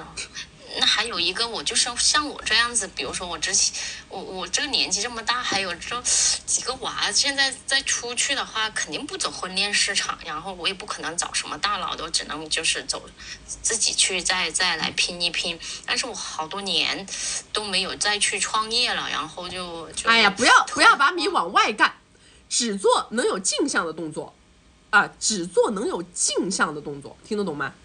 哪怕收入少也没关系，因为所有的手感肯定是慢慢往回找的，反正你也不失去什么就行了，懂吗？那也就是现在想着就有几个娃这样子，比较头痛的就是这个事儿。你这个娃都是既定事实，塞又塞不回去，你扯不扯这个快乐症，这都是既定事实。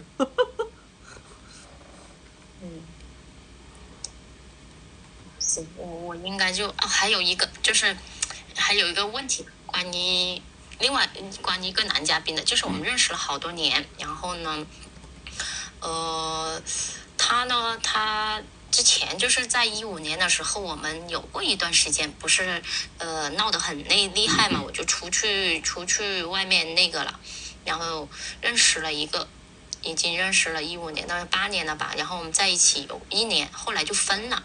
因为他回归了，我也选择回归，就分了。但是呢，他就是很上头那种，那时候就一直找我，后来就后来我也没理，我就断的特别彻底的那种。但是这去年开始我们又联系上了，然后联系上呢，他听了我的大概的状况的话，他就有点说，可以跟我在一块，但是我必须要扯快乐证，因为他是扯了快乐证的。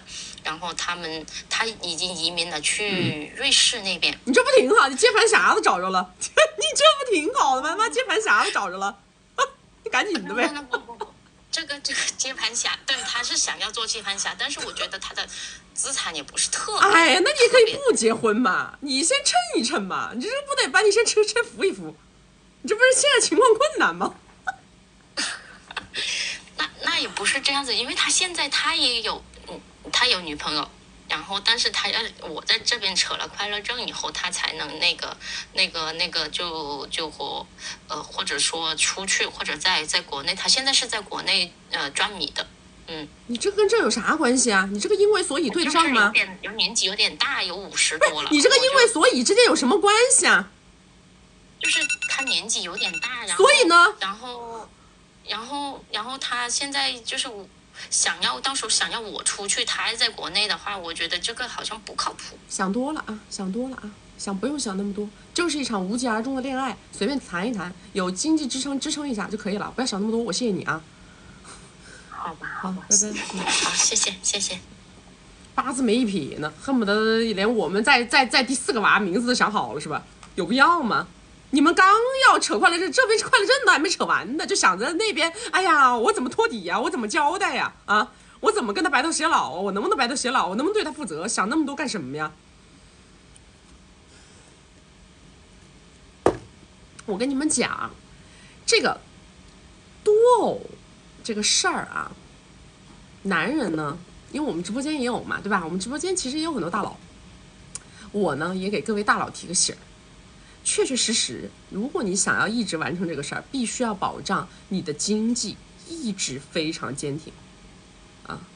如果你的经济不能一直非常坚挺的话，经济情况不好的时候，那就是作鸟兽散，懂了吗？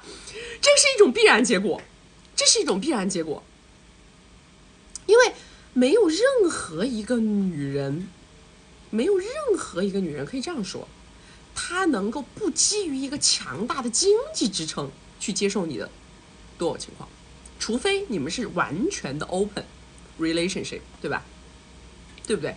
所以大佬们也是心里要有个数，因为我们也看了很多，确实呢，不是每一个人他都能从头付到尾的，咱们只能这么说。而且我跟你们打过一个比方了的，对吧？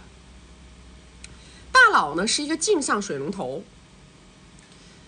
这些女人呢，她们叫出的水龙头。我们小学的时候不是学数学，一个水龙头进5个水龙头出，知道吗？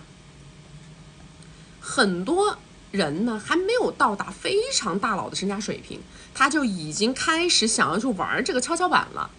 但是这个动作其实很危险，我跟你讲啊，为什么呢？除非你是一个，就是这个大佬是一个每一个女人，他找的每一个女人都是能帮他开疆拓土的。如果他不是说那种找的每一个女人都帮他开疆拓土的，如果他找的每一个女人，如果这个大佬是皇帝男或者什么，他找的每一个女人都是一个金丝雀，是一个纯消耗，那么呢，我就建议你还是做1对1，因为如果你1对多，最后就会延展出一个问题，因为每一个人呐，他都认为你的米跟他不是强绑定，所以每一个人都想把你的米疯了的往自己口袋里掏，知道吗？比如说通过生娃，通过干嘛，他不停的生，不停的搞。你看，其实刚刚他这个就这样，虽然他是老婆，但是他也是因为这个男的要 IPO 啊，又多偶啊，所以他就去搞，他就 DIY 2个，对不对？他是属于赌输了嘛。这个就是女人跟男人之间这种情感关系的博弈，他就是这样的。男的吧，他想多偶，女的一旦进入多偶关系，他就想扒，拼了命的往自己这个盆子里头扒，明白了吗？因为他是抢夺关系，它是竞争关系，他在这个里边他就没有办法，他逼着在里面抢食，对不对？那么你们这个关系说白了，他就是如果他能薅的足够多，那么他就能够跟你继续维系，对吧？他还要养娃呀，他这个那个。但是如果一旦你的经济不支撑了，因为经济不支撑它有很多种情况的，这种一个水龙头进5个水龙头出的，我告诉你这个出水速度啊，你根本就把控不住。我告诉你，知道吧？这个男的他是这样的，如果他是一个还有点就是稍微有点这个道德观念啊，有点良知啊，对吧？他可能是在皇帝男啊，或者是伯乐男，他也没有说到达那种完全屹立不倒的身家水平，他还在那个中游，比如说几个 Y 这种身家水平，对吧？他没有完全上去嘛，对不对？他真正要是上了几十个 Y， 他也就无所谓了，他可能就规划好了，对吧？我5个、10个，一个人一个 Y， 他可能就规划好了。但是就是这种要上不上要下不下的这种，几个 Y 啊，什么几千个 W 到几个 Y， 也5个 Y 以内的这种，他1个水龙头进5个水龙头出，他根本控制不住那个出水速度。还别说你的事业本身能不能一直稳固上升，能不能不停的给你带来正向现金流，你就这个出水速度你就控制不了。所以说这个里边它的不可控性是特别特别的大的。如果说你的事业还没有翻到那一步，你去做这个动作，其实最终啊，它是让自己变得很危险。为什么呢？一旦你的经济不支撑了，一个忠诚的都没有，就是这样。它是一种双向的一种风险性，其实明白吗？它是个双向风险性，因为他们都是因为这个原因才稳固在这个地方的。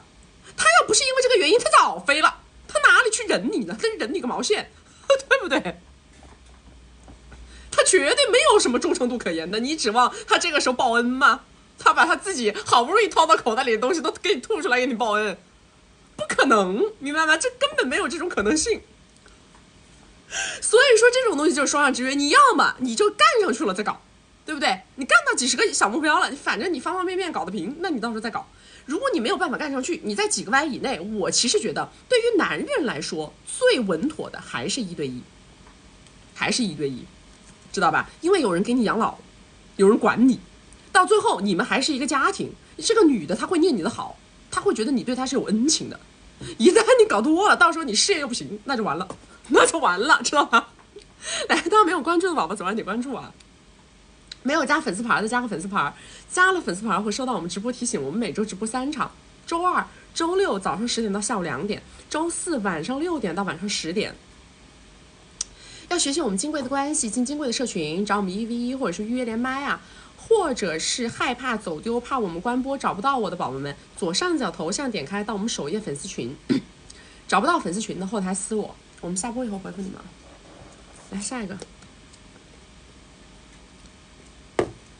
如果我直播间有大佬，你再想一想我跟你讲的，你们看一看身边有没有这样的，你们就知道我说的对不对了。不要玩的时候玩的太嗨了，不想终局，知道吧 ？Hello， 你好，你好。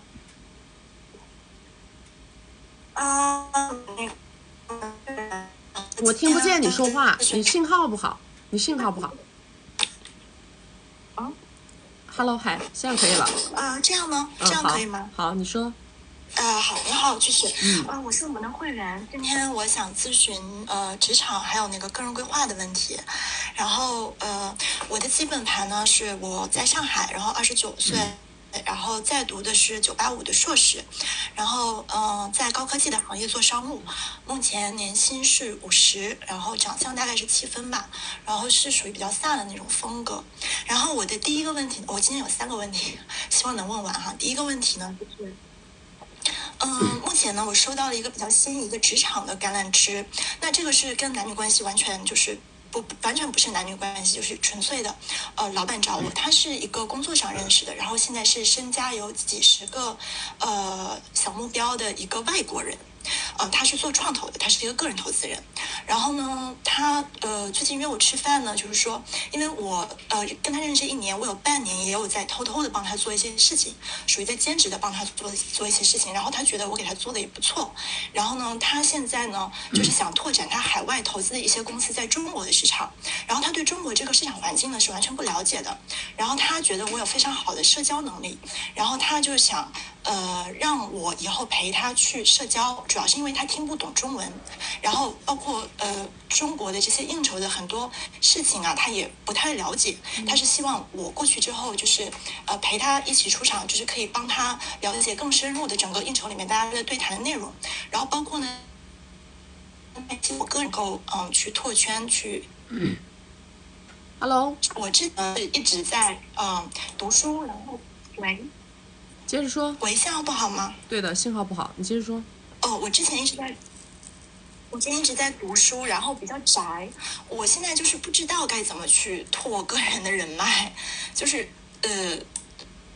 我现在就是有一点迷茫，不知道该怎么办。你不是人家不是要带着你去拓圈吗？那不是正好吗？他的效率太低。Hello。是，但是他也希望我。Hello。我说话的时候你不要说话啊！我说话的时候你不要说话。如果你跟我一起说话，那我可能就要让你下一个再连了，因为你信号可能不好。好的。我换了一个地方。你不是要跟着他一起出去应酬，这不就拓圈了吗？对，但是他希望我也能就是自己多出去拓一下圈，因为他其实1个月才来中国几天，或者是最长1周，然后他也希望我这边也能给他介绍一些他相关的。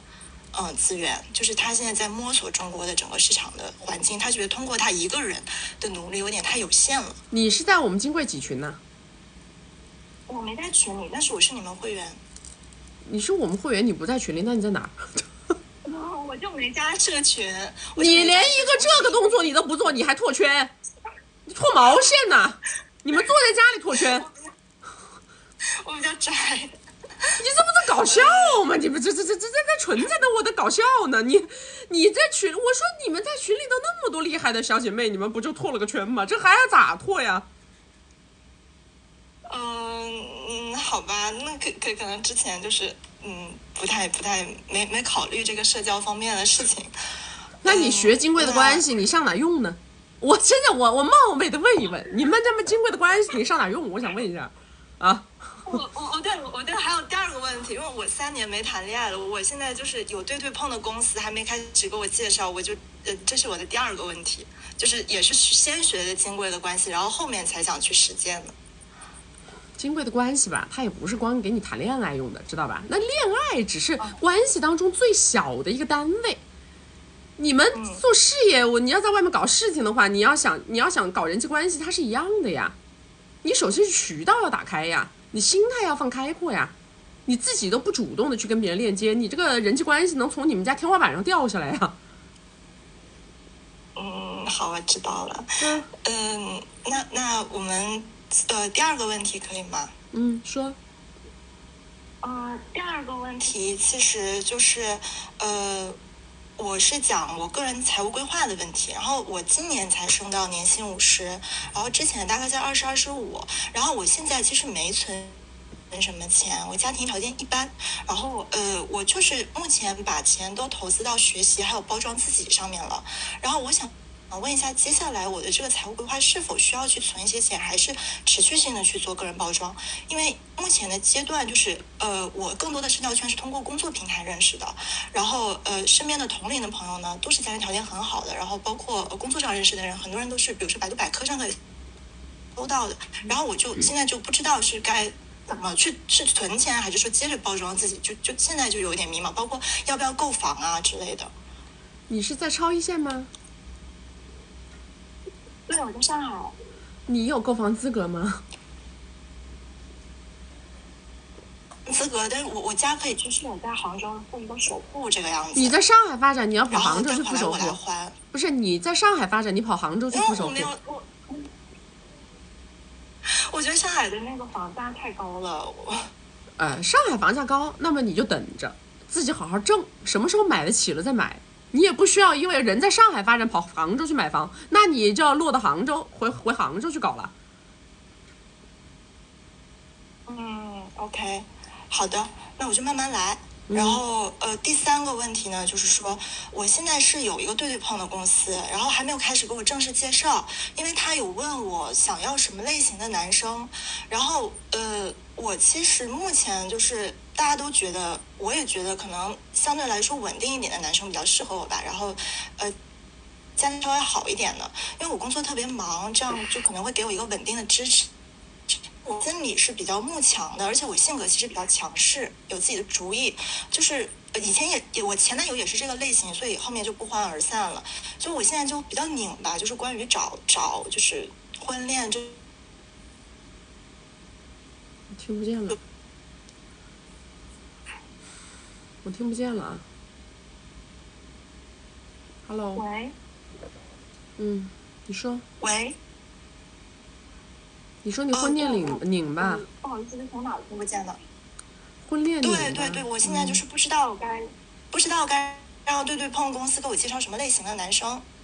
你要想找经济条件比你更好的，那么你就不能强势，你只能学着怎么去提供情绪价值。如果不行的话，那你就不要在经济条件上有那么高的要求了。你自己想一想，你要怎么去做？强势是没有办法找到什么所谓的很优质的对象的，我跟你讲，啊，除非你是超级富婆啊。好，那我思考一下吧。好吧，好，拜拜。那个超一线城市，我跟大家说了的嘛，1线、1.5线的独立女性，很多都是这个毛病，很多都是这个毛病，就是她会把她自己工作当中的状态带到人际关系和情感关系当中去。其实我经常看一些，就是我会看到一些切片呀，一些对碰的那种节目的切片嘛，然后我就发现，其实很多女孩子她都有这个问题，但是她意识不到。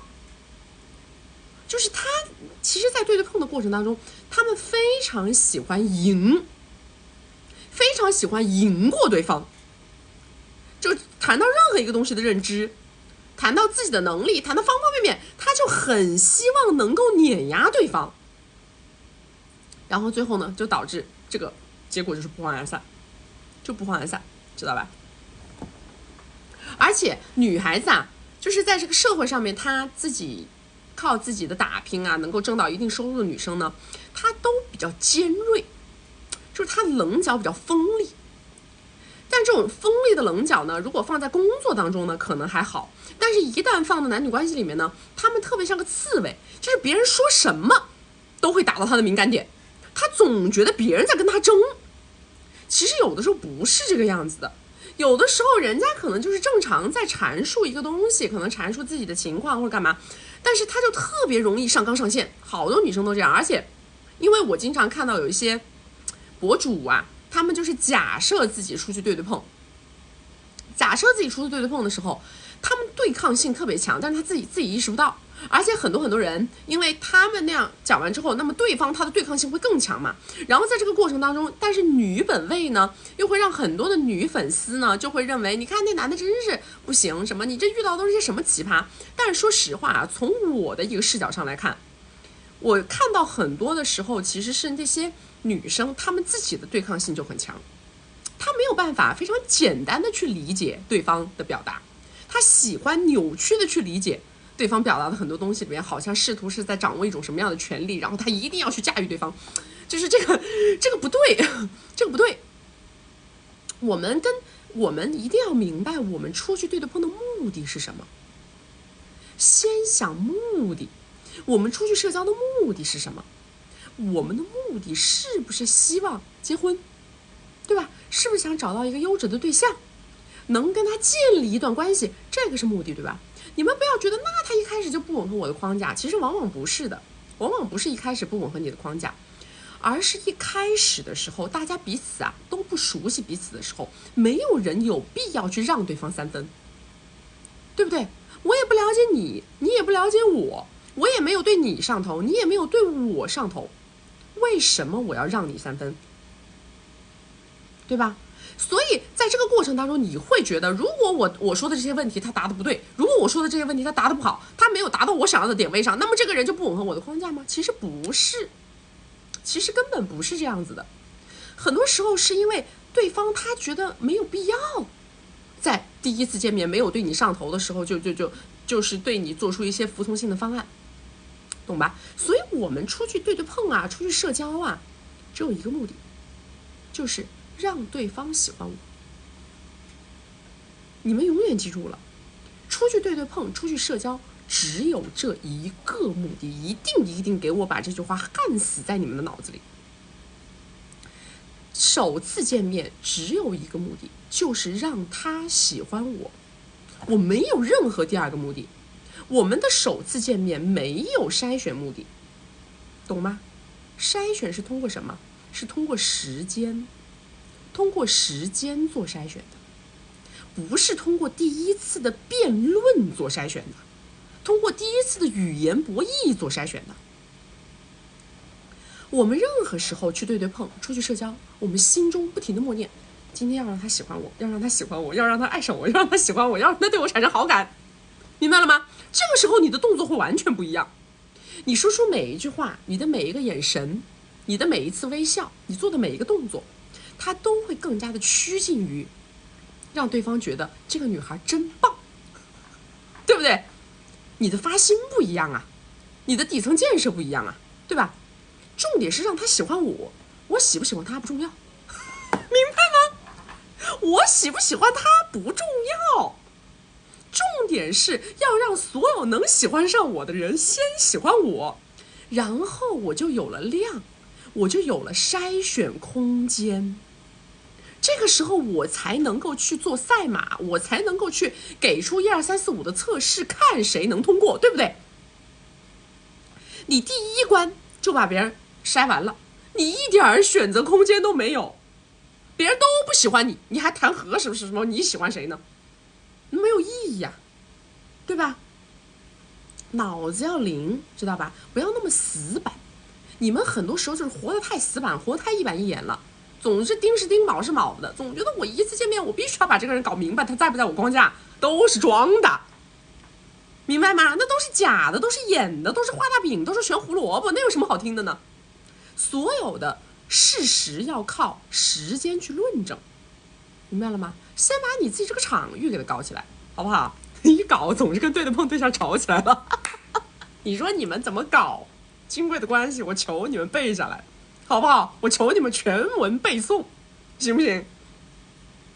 来，大家没有关注的宝宝左上点关注啊，没有加粉丝牌的加个粉丝牌，加了粉丝牌会收到我们直播提醒。我们每周直播3场，周2、周6早上10点到下午2点，周4晚上6点到晚上10点。要学习我们金贵的关系，进金贵的社群，找我们1v1或者是预约连麦啊，或者是害怕走丢，怕我们关播找不到我的宝宝们，左上角头像点开到我们首页粉丝群，找不到粉丝群的后台私我们下播以后回复你们。我跟你们说啊，很多因为现在逐渐的大家这个女性的这种自我意识啊、自我认知啊已经越来越强了，对不对？大家能力也越来越强，在这个社会上有更高的社会地位，有更多的收入。这个时候呢，你们会对很多非常就是男权本位的人会有很多抗拒。但是呢，你们要知道，男权本位它是文化、是传统、是历史积淀，它绝对不是靠你今天一朝一夕跟他2个人辩论能给他辩论明白的。这个东西啊，它深入骨髓，懂了吗？但是我们要让人爱上我，我才能够改变他。你们一定要记住我这个逻辑，他都不爱上你，他怎么会容忍你？更不可能被你改变，对吧？你今天在这一朝一夕上，你去跟他争了个输赢，明天就被人删了，没有意义。比如说啊，有些男的他们会表达什么？哎，我觉得啊，我觉得女孩子不用有太高的上进心，这个那个。这种时候，这种男的他是不是就男权本位？是不是男权本位？对吧？我们要给他机会啊！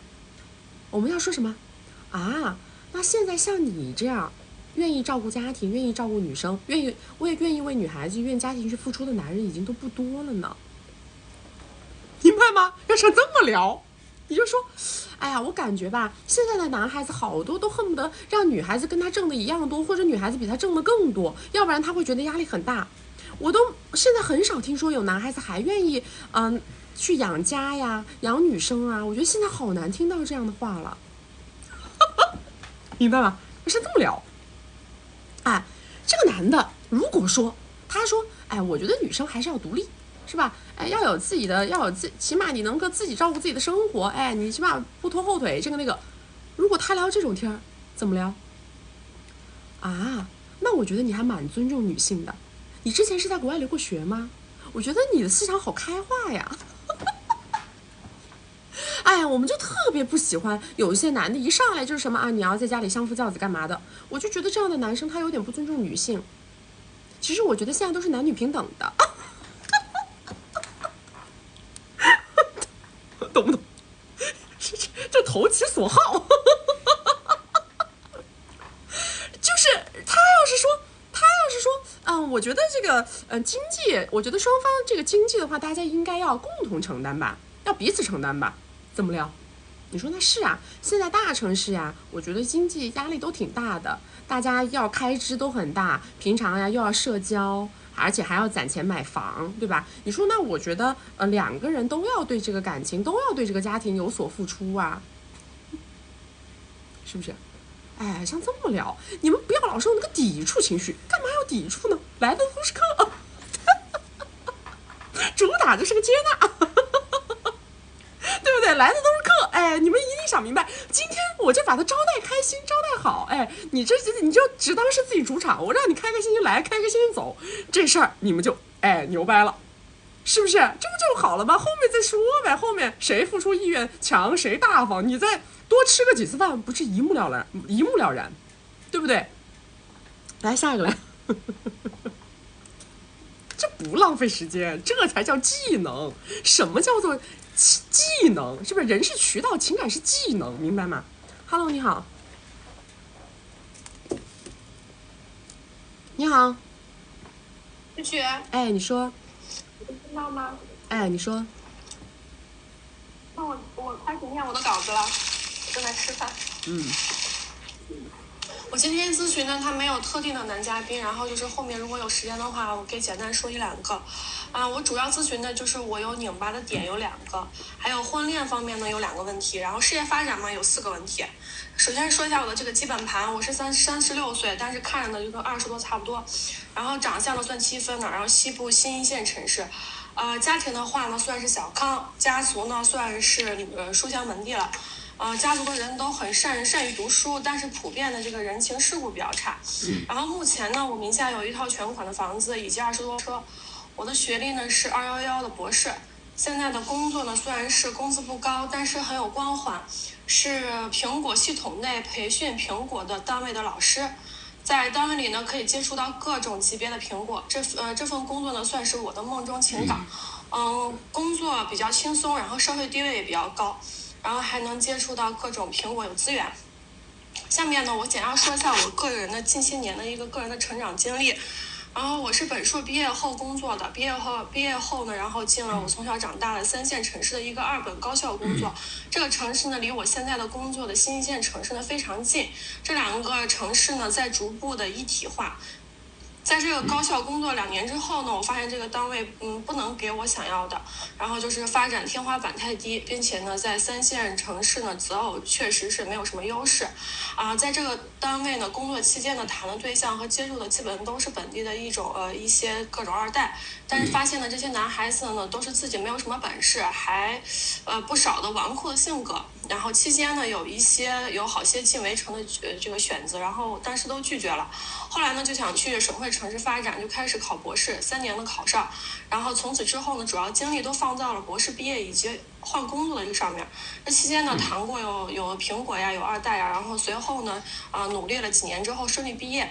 毕业之后呢靠自己其实也是向男人借了势，换到了现在的工作，所有的那一切呢都得偿所愿，就是除了工资低一些，剩下的都很满意。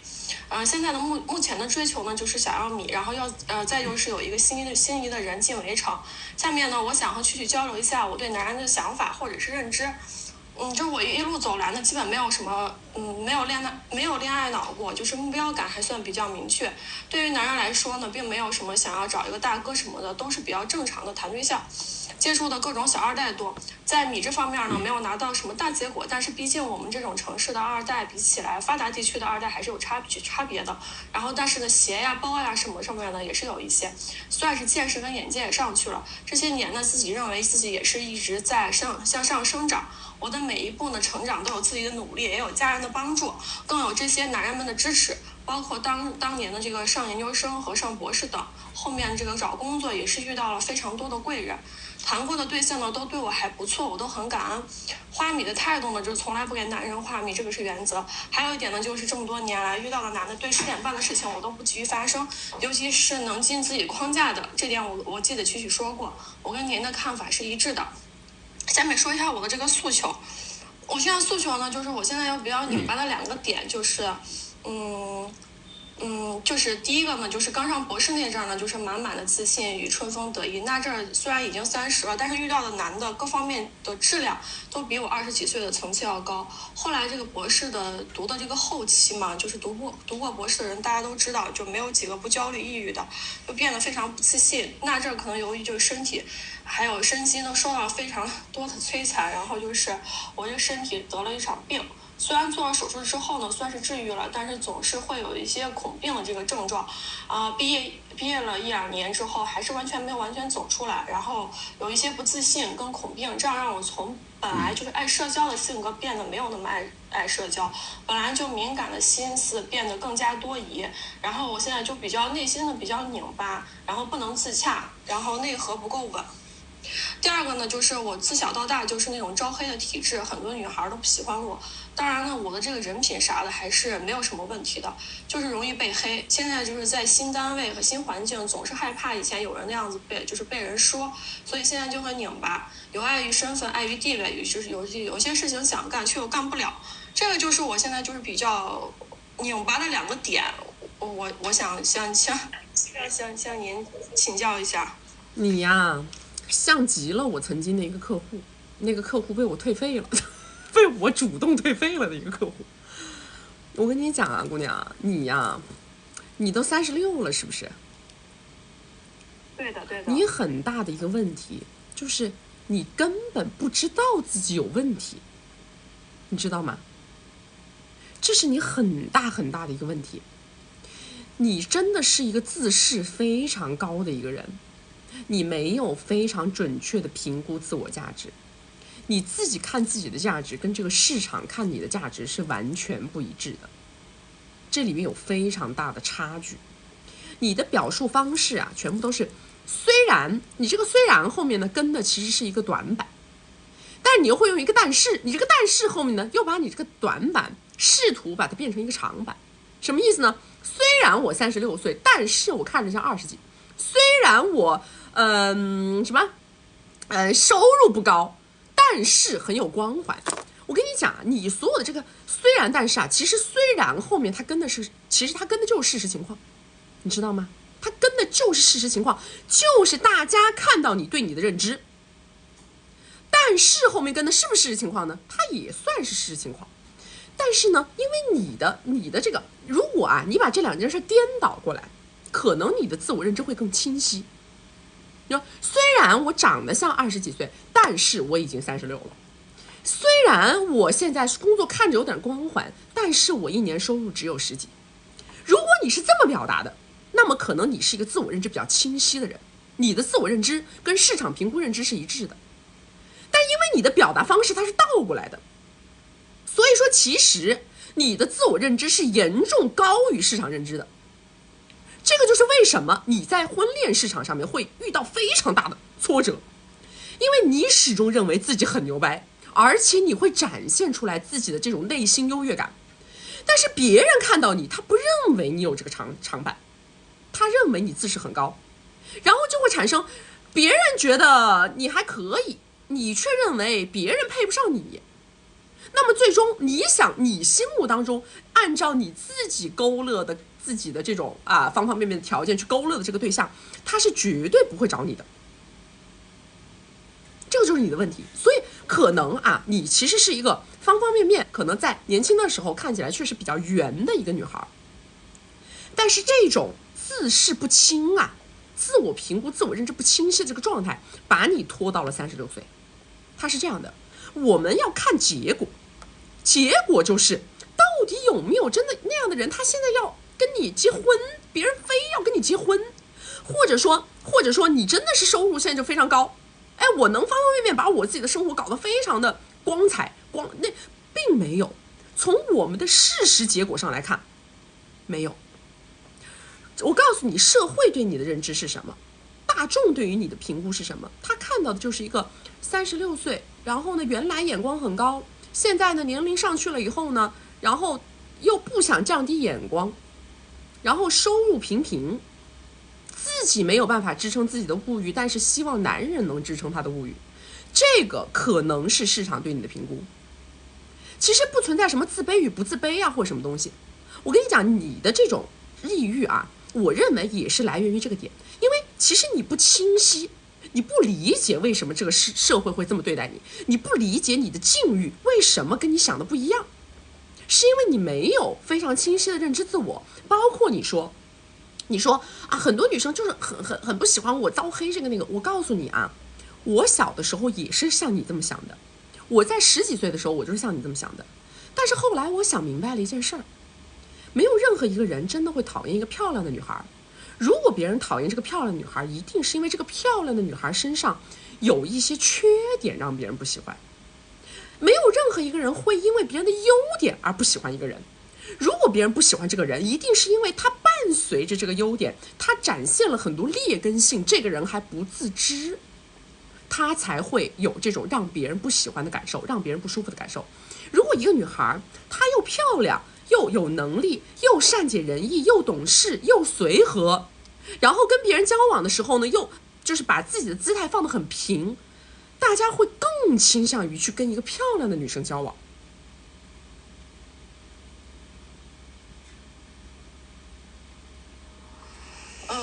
我现在就是说是，我看底下有这个底下有人在这说，其实这么多年其实并不是说把自己剩下就是没有就是那种想结婚，其实不是，是因为我之前因为我没有到这个现在的这个单位来之前，我就没有想过说是要安定下来结婚。但是现在那么婚恋市场它就是这么现实跟残酷。我想告诉你，婚恋市场最看重的就是年龄，最看重的就是年龄，然后就是你的经济价值，这个就是婚恋市场。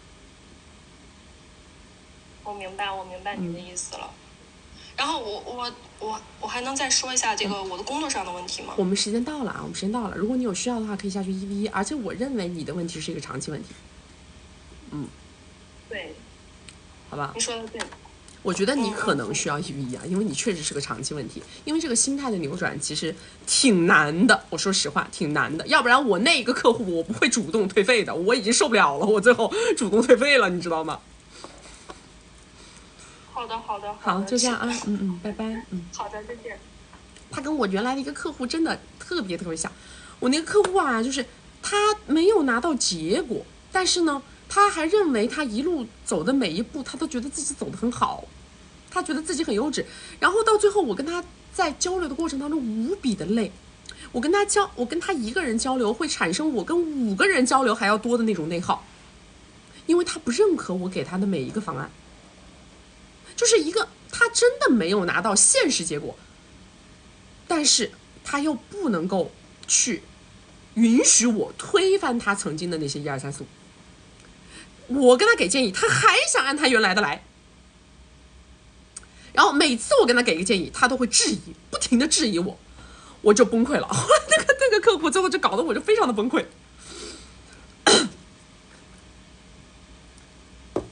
但是我觉得吧，任何时候啊，任何时候，我们一定要明白，我们的人生遇到的每一个人，经历的每一件事儿，看到的某一个人际关系，它都是一面镜子，知道吗？大家一定要知道，镜子，你一定要正视自己在这个过程当中看到的问题，不去承认一个问题，明白吗？如果说我都不能够清晰的认知到一个问题，我总是想要去狡辩，想要去试图去解释或者怎么样，就打个最浅显的比方，你迟到了，任何一个老板，任何一个老师，他都不希望在他说你不应该迟到的时候，你说可是我今天遇到一个车堵车了呀，那我也没想到会堵车呀，对吧？哎，那我今天本来是要走的呀，结果他把我拖着不让我走。没有任何一个领导，没有任何一个老师，他要听你这些东西，为什么？因为这个不是他的责任和义务，准时是你的责任和义务。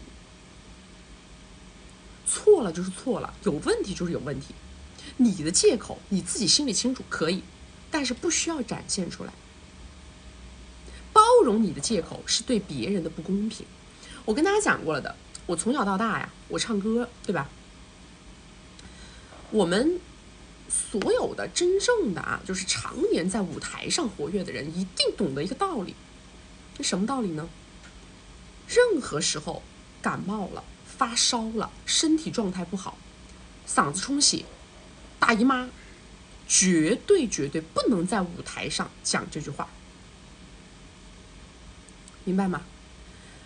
就是如果你讲了这句话，首先在对方的心里已经给你降分了，因为你给大家的感受是非常不好的。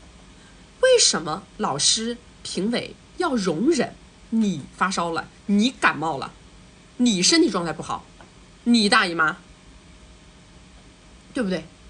如果我因为这件事儿给了你高分，容忍了你，那么是不是对于其他人来说是一种不公平？你说你是因为状态不好发挥不好，我哪知道你到底是因为状态不好发挥不好，还是因为你真的实力不够呢？对不对？你说你是因为这个问题，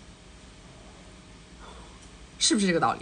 所以任何时候我们要养成的习惯就是这样的，不给自己找借口，不给自己找理由，我只看这个结果是不是我想要的。如果今天这个结果不是我想要的，那么我就一定能找到调整空间，对吧？如果我来大姨妈，我嗓子充血唱不好，我以后我每一次来大姨妈的时候，我都会去练。我要让我在这种状态下，我还能发挥到平稳水平，让别人听不出来，明白吗？就是这样。所以任何的问题，只要这个结果不是你想要的，那么这个过程当中就一定有你可以调整的空间。你只有这样，你才能真的目标导向，真的拿到你想要的结果。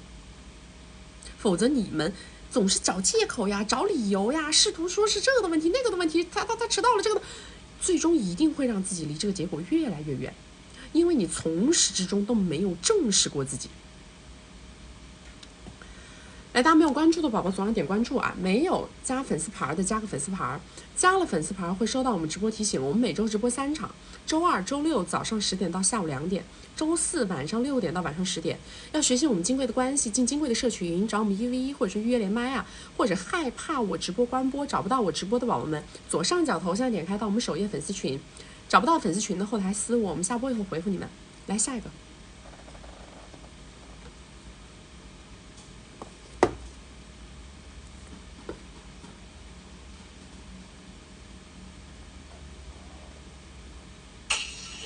是我，你们两个别出声啊！你好，你好，你好，你说，那我也想到，我已经写好稿子了，我现在念一下就行了。你说，曲曲你好，然后，等一下，很高兴能得到您的指点。我的基本盘是24岁，收入现在1年是10个 W 左右，然后但是逐年下降，因为这是我之前上学的时候就是自己做微商赚到的钱。我在18线老家自己买了个小房子，现在还需要还贷，然后自己的存款有10来个 W， 学历的话就很一般，就是大专，颜值大概7、8分，长相身材还行，然后我是讨好型性格，比较会做小伏低。男嘉宾是35岁，已经在一起半年了，然后是同居在哼哈的城市，然后他半年给我买的东西大概有18个 W 吧。他有没有进围城？现在是不是在围城？我不太清楚。但是我问他，他是说没有的。可是他刚开始的时候，他这个88年的年龄是欺骗过我的，所以我现在也不是很确定他这个围城的事是不是真的。但是我跟他在一起同居是没有被我发现，也没有抓到过把柄的。而且很抓嘛，就是说曲你的这个直播是他推视频给我看的，就是因为我通过他我才知道的你，然后他说让我提升什么认知啥的。后来不对，他男嘉宾这个情况是他是白手起家，然后他刚开始家里是挺穷的，然后自己因为口罩这几年，然后赚到个几千个 W。刚开始他跟我花钱很上头，然后现在是需要我磨，需要我逼到那份上，他才愿意往外掏。他的情绪很稳定，然后半年我们俩相处没有什么摩擦，也没有吵架。他跟我说，只要我不和别的男嘉宾10点半就可以。只要我们两个在一起，基本就是每天都10点半，然后连续1个月在一起10几天，他都每天要10点半。然后他有点皇帝男的意思，跟我提过想帮我赚点米，但是也没什么实际动作。刚开始我是以为我们两个是正常婚恋，但是越相处我越清醒，他经常会跟我瞎聊，跟我洗脑，然后把我越洗越现实。但是我要米要多了，他又受不了。我问过他几次有没有想和我围城的想法，他都说在一起时间太短啊什么的，就应付我。我知道他现在给我花米心疼了，他又要给我洗脑金贵关系，要东西的时候他又要跟我说是在恋爱，不是在抱。然后他跟我的他给我的信息让我很混乱，有时候说离不开我，有时候又感觉若即若离。我不知道这段感情能维持多久，我能感受到他还是在寻找更好的。他朋友圈打造他自己，然后也不公开我。他本人是很喜欢857的，很爱玩。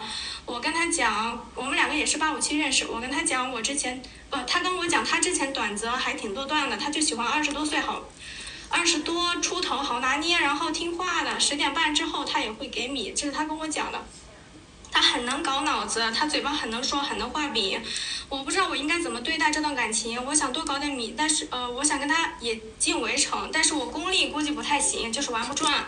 我24了，他说我跟他好几年没关系，我提过我想要车，他跟我讲让我自己付首付，帮我还贷，然后美其名曰把我绑在他身边。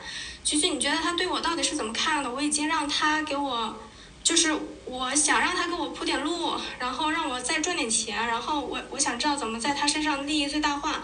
然后车这个事情，他一会儿说过年的时候给我买，一会儿同意，一会儿又不同意，反正说过的话。反正他经常会画饼，然后说过的话又经常玩记性差的把戏，跟我说忘记了，或者是我说过这种话吗？就经常这样说。我的问题就是我该怎么定位我自己，怎么把这段关系维持久一点，然后让他画米画的多一点，或者是进围城有可能吗？或者是怎么说，怎么让我知道他现在有没有在围城？虽然这个东西我也不是很在意。你咋不在意呢？不在意是有基础的呀，小姐。不在意的基础是在于花的够多。你跟我谈不在意，花的没到位，你跟我谈不在意，你这不是属于自己骗自己？他一共付出多少呀？就10几个 W， 多长时间？在一起半年了，就花了10几万块钱。我跟你讲啊，这个呢是我们经常直播的时候抠的一个老知识点，知道吗？就是所有的 VIP 权益是要通过付费来置换的，是要通过付费来开通的。你刚刚讲。他每天要跟我这个那个大哥，对吧？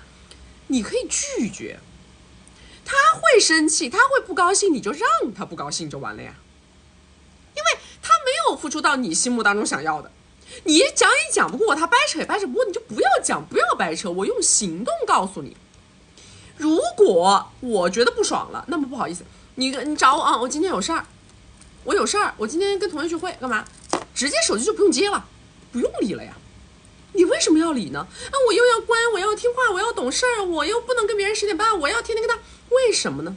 这些东西都叫做付费权益，都叫做 VIP 权益，他没有付费去开通，你却给他开通了，你为啥要这么干呢？因为刚开始是谈恋爱嘛，然后他现在又说是在谈恋爱，然后你现在已经感知到了问题在哪儿了，那么你就不要再自己骗自己了。什么刚开始啊，现在呀，什么时候都不重要，重要的是我脑子已经知道这是个怎么回事了呀。那就是不要再跟他同居了是吗？你当然不应该跟他一起啊！你本来从一开始就不该跟他住，毛病啊！你为什么要跟他住啊？我很需要陪伴。那就是你自己，那就没办法，那你自己就 low， 那怎么办呢？你需要陪伴，那你需要他大于他需要你，那他当然不付费了。那恨不得你要跟他给点，对吧？你怎么不跟他给点呢？你这么需要陪伴，你这么离不开。需求跟付出是对应的，对不对？谁需求大谁付出多，就是这样啊。好，那个车呢？是我应该怎么让他给我整？你呀，先自己站起来好吗？你先独立行走。你要是说，我跟你说，那种特别粘人的、特别依赖别人的这种女孩子，跟任何男的在一起，你都拿不到什么，你就不是走这条路的人，知道吗？那你说白了，你就只能去找一个正常婚恋对象走结婚。所有的想在这种道路上拿到大结果的女生啊，相对应来说呢，内心的疏离感都还是比较强的。她起码能进就能进，能出就能出，他们是属于这种。否则，如果你没有这种技能，也要锻炼这种技能。如果你不锻炼这种技能，你别想让别人跟你给什么大的，因为本质上来说，就是你太需要他了。确实，我给他感觉就是这样的，他一直跟我说，我感觉就是离不开他的那一种。对呀，那他为什么要加大付出？没有道理啊，这个逻辑都不通啊。哦，那我能让他给我找点什么正义的办法吗？他没有你想的那么强大，他能给你找的那点挣米的路子也挣不了几个米，你还不如自己找。你自己该找工作找工作，该去拓圈拓圈，这个就是你该干的。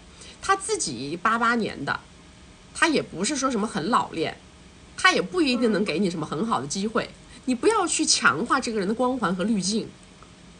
而且如果你不具备那样的工作能力，就算他给你介绍了一个什么东西，你也干不了。好，行，还有问题吗？没有了。好吧，拜拜。拜拜。这男的自己脑子也不是很灵光，我跟你讲，这也是遇到他这个弱鸡了。这男脑子自己不灵光，他自己也是属于非常矛盾体的这种。完全就是个矛盾体，他又想让别人学我，他还想自己抠抠搜搜的不往外掏，你说这怎么办得到的这个事儿？这玩意儿办不到啊！我跟你们讲，我们这儿有别的啊，反正我这边接手的客户有他们的男朋友把我推给他们的，然后他们男朋友陪着他每天一起看的，都是那种贼拉大方的大哥，就是他已经把自己的后面想得很明白了，他就是一个付费意愿极强的人，他非常大方，他非常愿意为情感关系付费。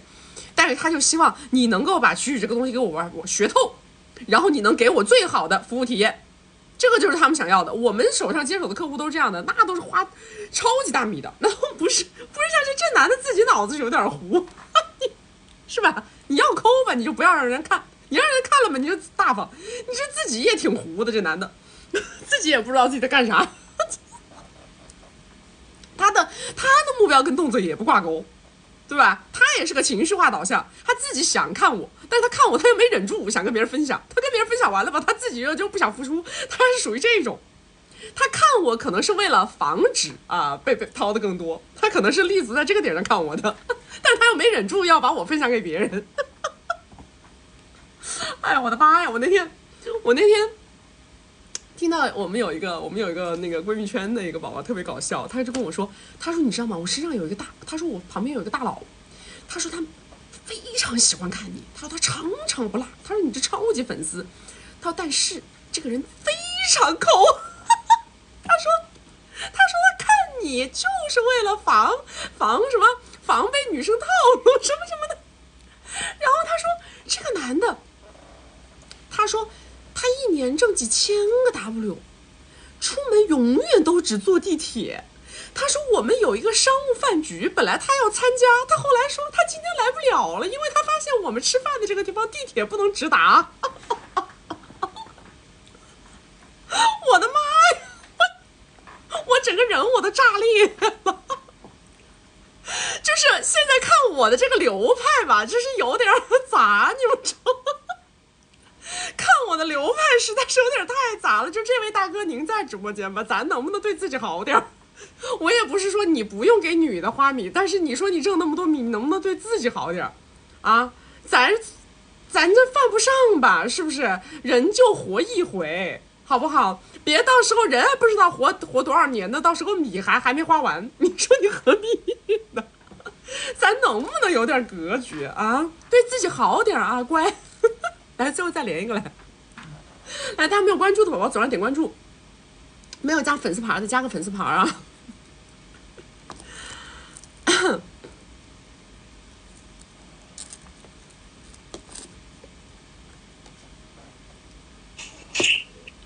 Hello， 你好。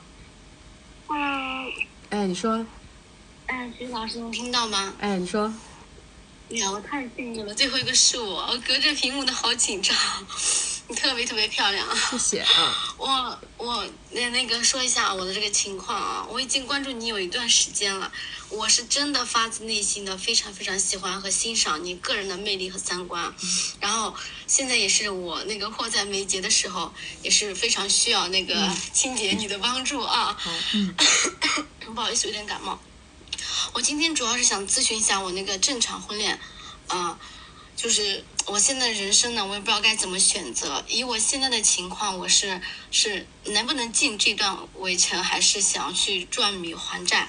如果这个关系合适的话，我跟这个男嘉宾还有他妈妈该怎么相处？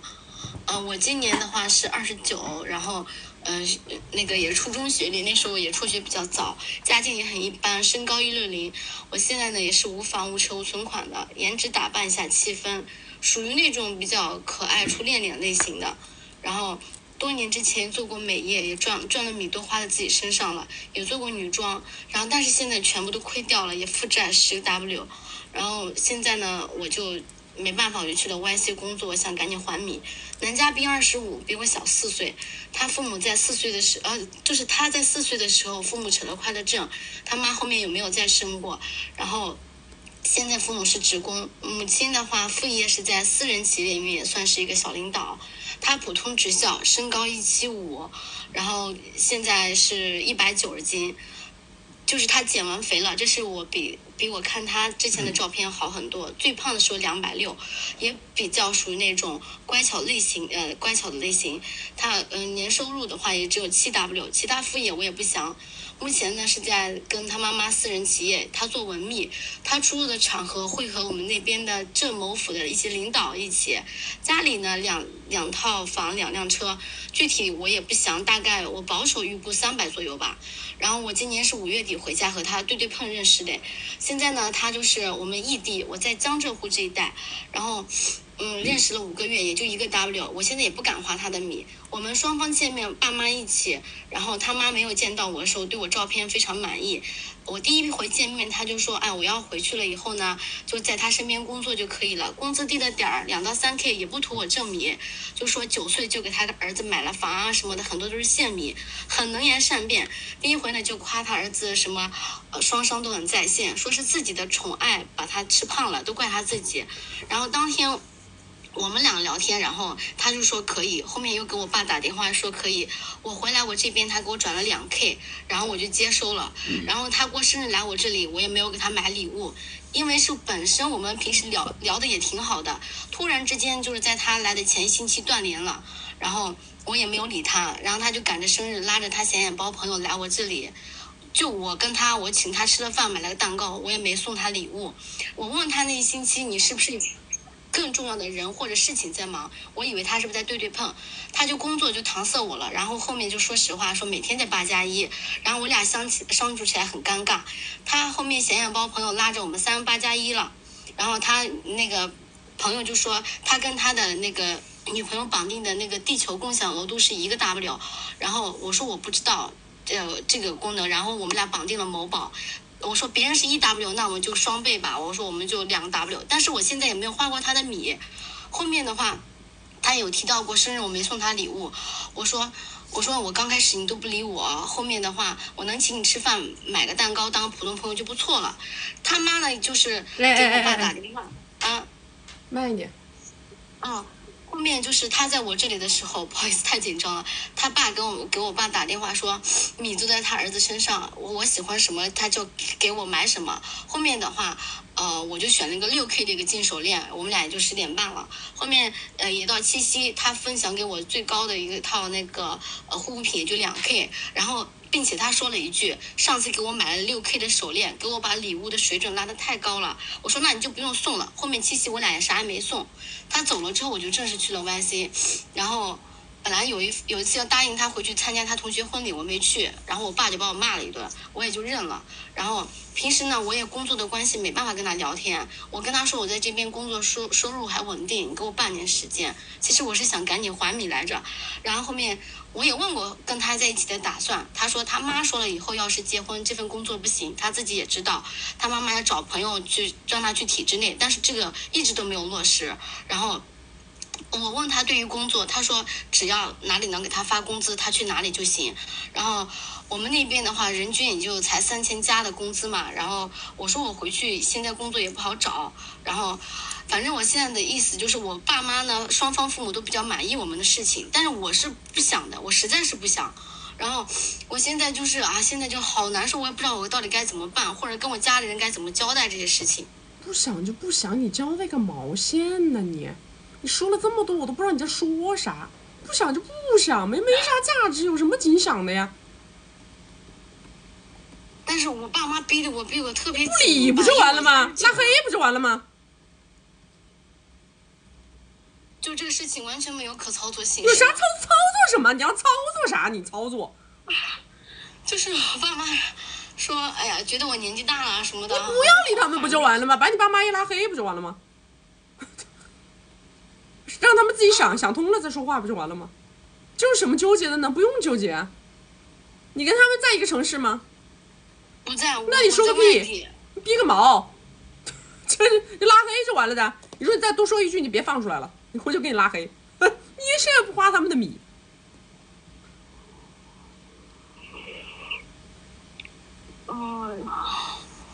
不用沟通，好吧？不用沟通，有啥好沟通的？不想就不想，哎呀，干嘛搞按头消费的一些事儿？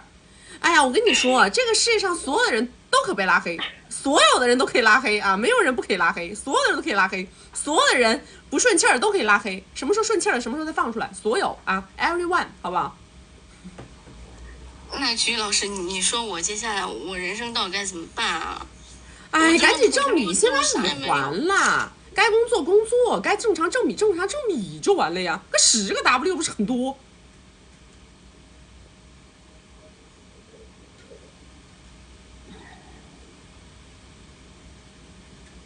先还米。那我以前，那你说我如果从这边如果跳出来的话，我以后到底该走哪？就是比如说工作啊什么的。小姐啊，你多大？29。你把那个这个什么把债还了，随便找什么工作都能养活你。你又不是说什么非要花很多米的这种人，只要别乱创业，不要负债，不要贷，去搞一些不吻合自己的能力的事儿，日子怎么过不都是过吗？我就是因为之前贷了什么的，弄了美容院，然后又弄了什么，没有能力，明白吗？你没有这个能力去驾驭这个商业。所以这就是原因，这就是核心。不要想着自己一上来就能当老板，打个工都比你那样创业挣得多。哪有那么难呐？这个日子哪有那么难过呀？你随随便便在外面找个工作，大几千总能有吧？几千万把，你在1线城市随便哪里几千万把总是有的呀。很难吗？不比你自己去搞这个什么搞个大窟窿要强啊。以前也赚了，现在全没了。没了就没了呗，没了本来就是因为你花运气赚来的米，用认知买单，懂吗？没有能力的事就别干，超过认知范围的事就别干，不要自己觉得自己能力很强，没有，好不好？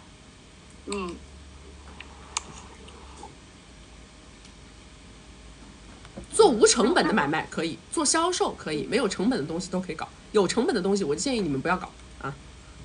好的，那我以后的话，如果对于婚恋这方面你有什么建议吗？找正常的门当户对的都可以，你不要说自己看着恶心不想那个就行了，正常一点就行了。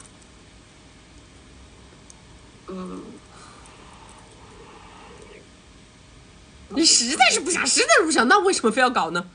你找个正常人不行？主要是，哎呀，爸妈就是他们条件好，不重要。我反正是建议大家不要给自己按头消费，实在咽不下去，咱就不要硬咽，好吧？哎，咽下去还得往外吐，何必呢？咽不下去的东西，你给它咽下去，是不是得往外吐？你犯恶心啊？那犯恶心这事儿就不用搞，好吧？好的，行，就这样，拜拜。哎呀，怎么爸妈就不能拉黑了？你拉个几天呗，你怕个屁呀、对吧？先拉黑，拉完了以后5天再放出来，然后他肯定会骂你的。你说你再骂我再拉黑，哎，就这样，懂不懂？再骂还骂我还拉黑，我妈这在直播前面听着要气死，但是我没拉黑过我妈，因为我妈知道我啥脾气。本来就任何人就是这样的，反正别人嘛，你要是老板什么的不能拉黑，你甲方你不能拉黑，给你做生意的人你不能拉黑，你这爸妈怕什么呢？爸妈拉黑了怕什么呢？是不对？他又不会跟你断绝来往，你再拉回来不就完了吗？对不对？想拉就拉呗，想拉黑就拉黑，想拉出来就拉出来就完了，是不是？我不是跟你们说了呢，爸妈嘛无所谓的，反正就是用来背锅的，对吧？只要是跟男的聊什么东西聊不明白了，你就说我妈说的，对吧？爸妈首先拿出来背锅嘛，对不对？平常爸妈非要逼你搞这搞那，先拉黑，拉完了再说，反正他们又不会不理你，这还不好？还有什么人可以你随便拉完了还可以随便拉回来的？都不是很多，这你爸妈是最好的，对吧？想拉就拉，想拉出来再拉出来，不要给自己增加无谓的内耗，明白吗？不要给自己增加无谓内耗，只要你现在不花他的米了，那你要花他的米那不行，那是你财主那不行，对吧？这是金主爸爸那不能拉，你只要不花他的米了，想拉就拉，过2天再拉出来就完了，好吧？来，他没有关注的宝宝，左上点关注啊！没有加粉丝牌的加个粉丝牌，加了粉丝牌会收到我们直播提醒。我们每周直播3场，周2、周6早上10点到下午2点，周4晚上6点到晚上10点。然后要学习我们的金贵的关系，进金贵的社群。我们的社群的价值是很好的啊，大家在里面有很多志同道合的小姐妹，然后可以给大家出谋划策呀，然后去传局啊、传圈子呀，彼此之间去联系人脉呀，去解决困惑呀。然后每天也会有我们的管理员在里边不停的去给大家整理我们的直播金句总结啊，没有时间看直播的宝宝也可以在里面直接看文字版本。好不好？然后呢，还有想找我们1v1的以及想要去了解我们这个杭州的哼哈呀、10点半呐、什么这个生日会呀，好吧，都一样的啊。左上角头像点开到我们首页粉丝群，找不到粉丝群的话，直接私我们下播以后马上来回复你们啊。好啦，今天就这样啦，我要下播啦，爱你们，拜拜，拜拜。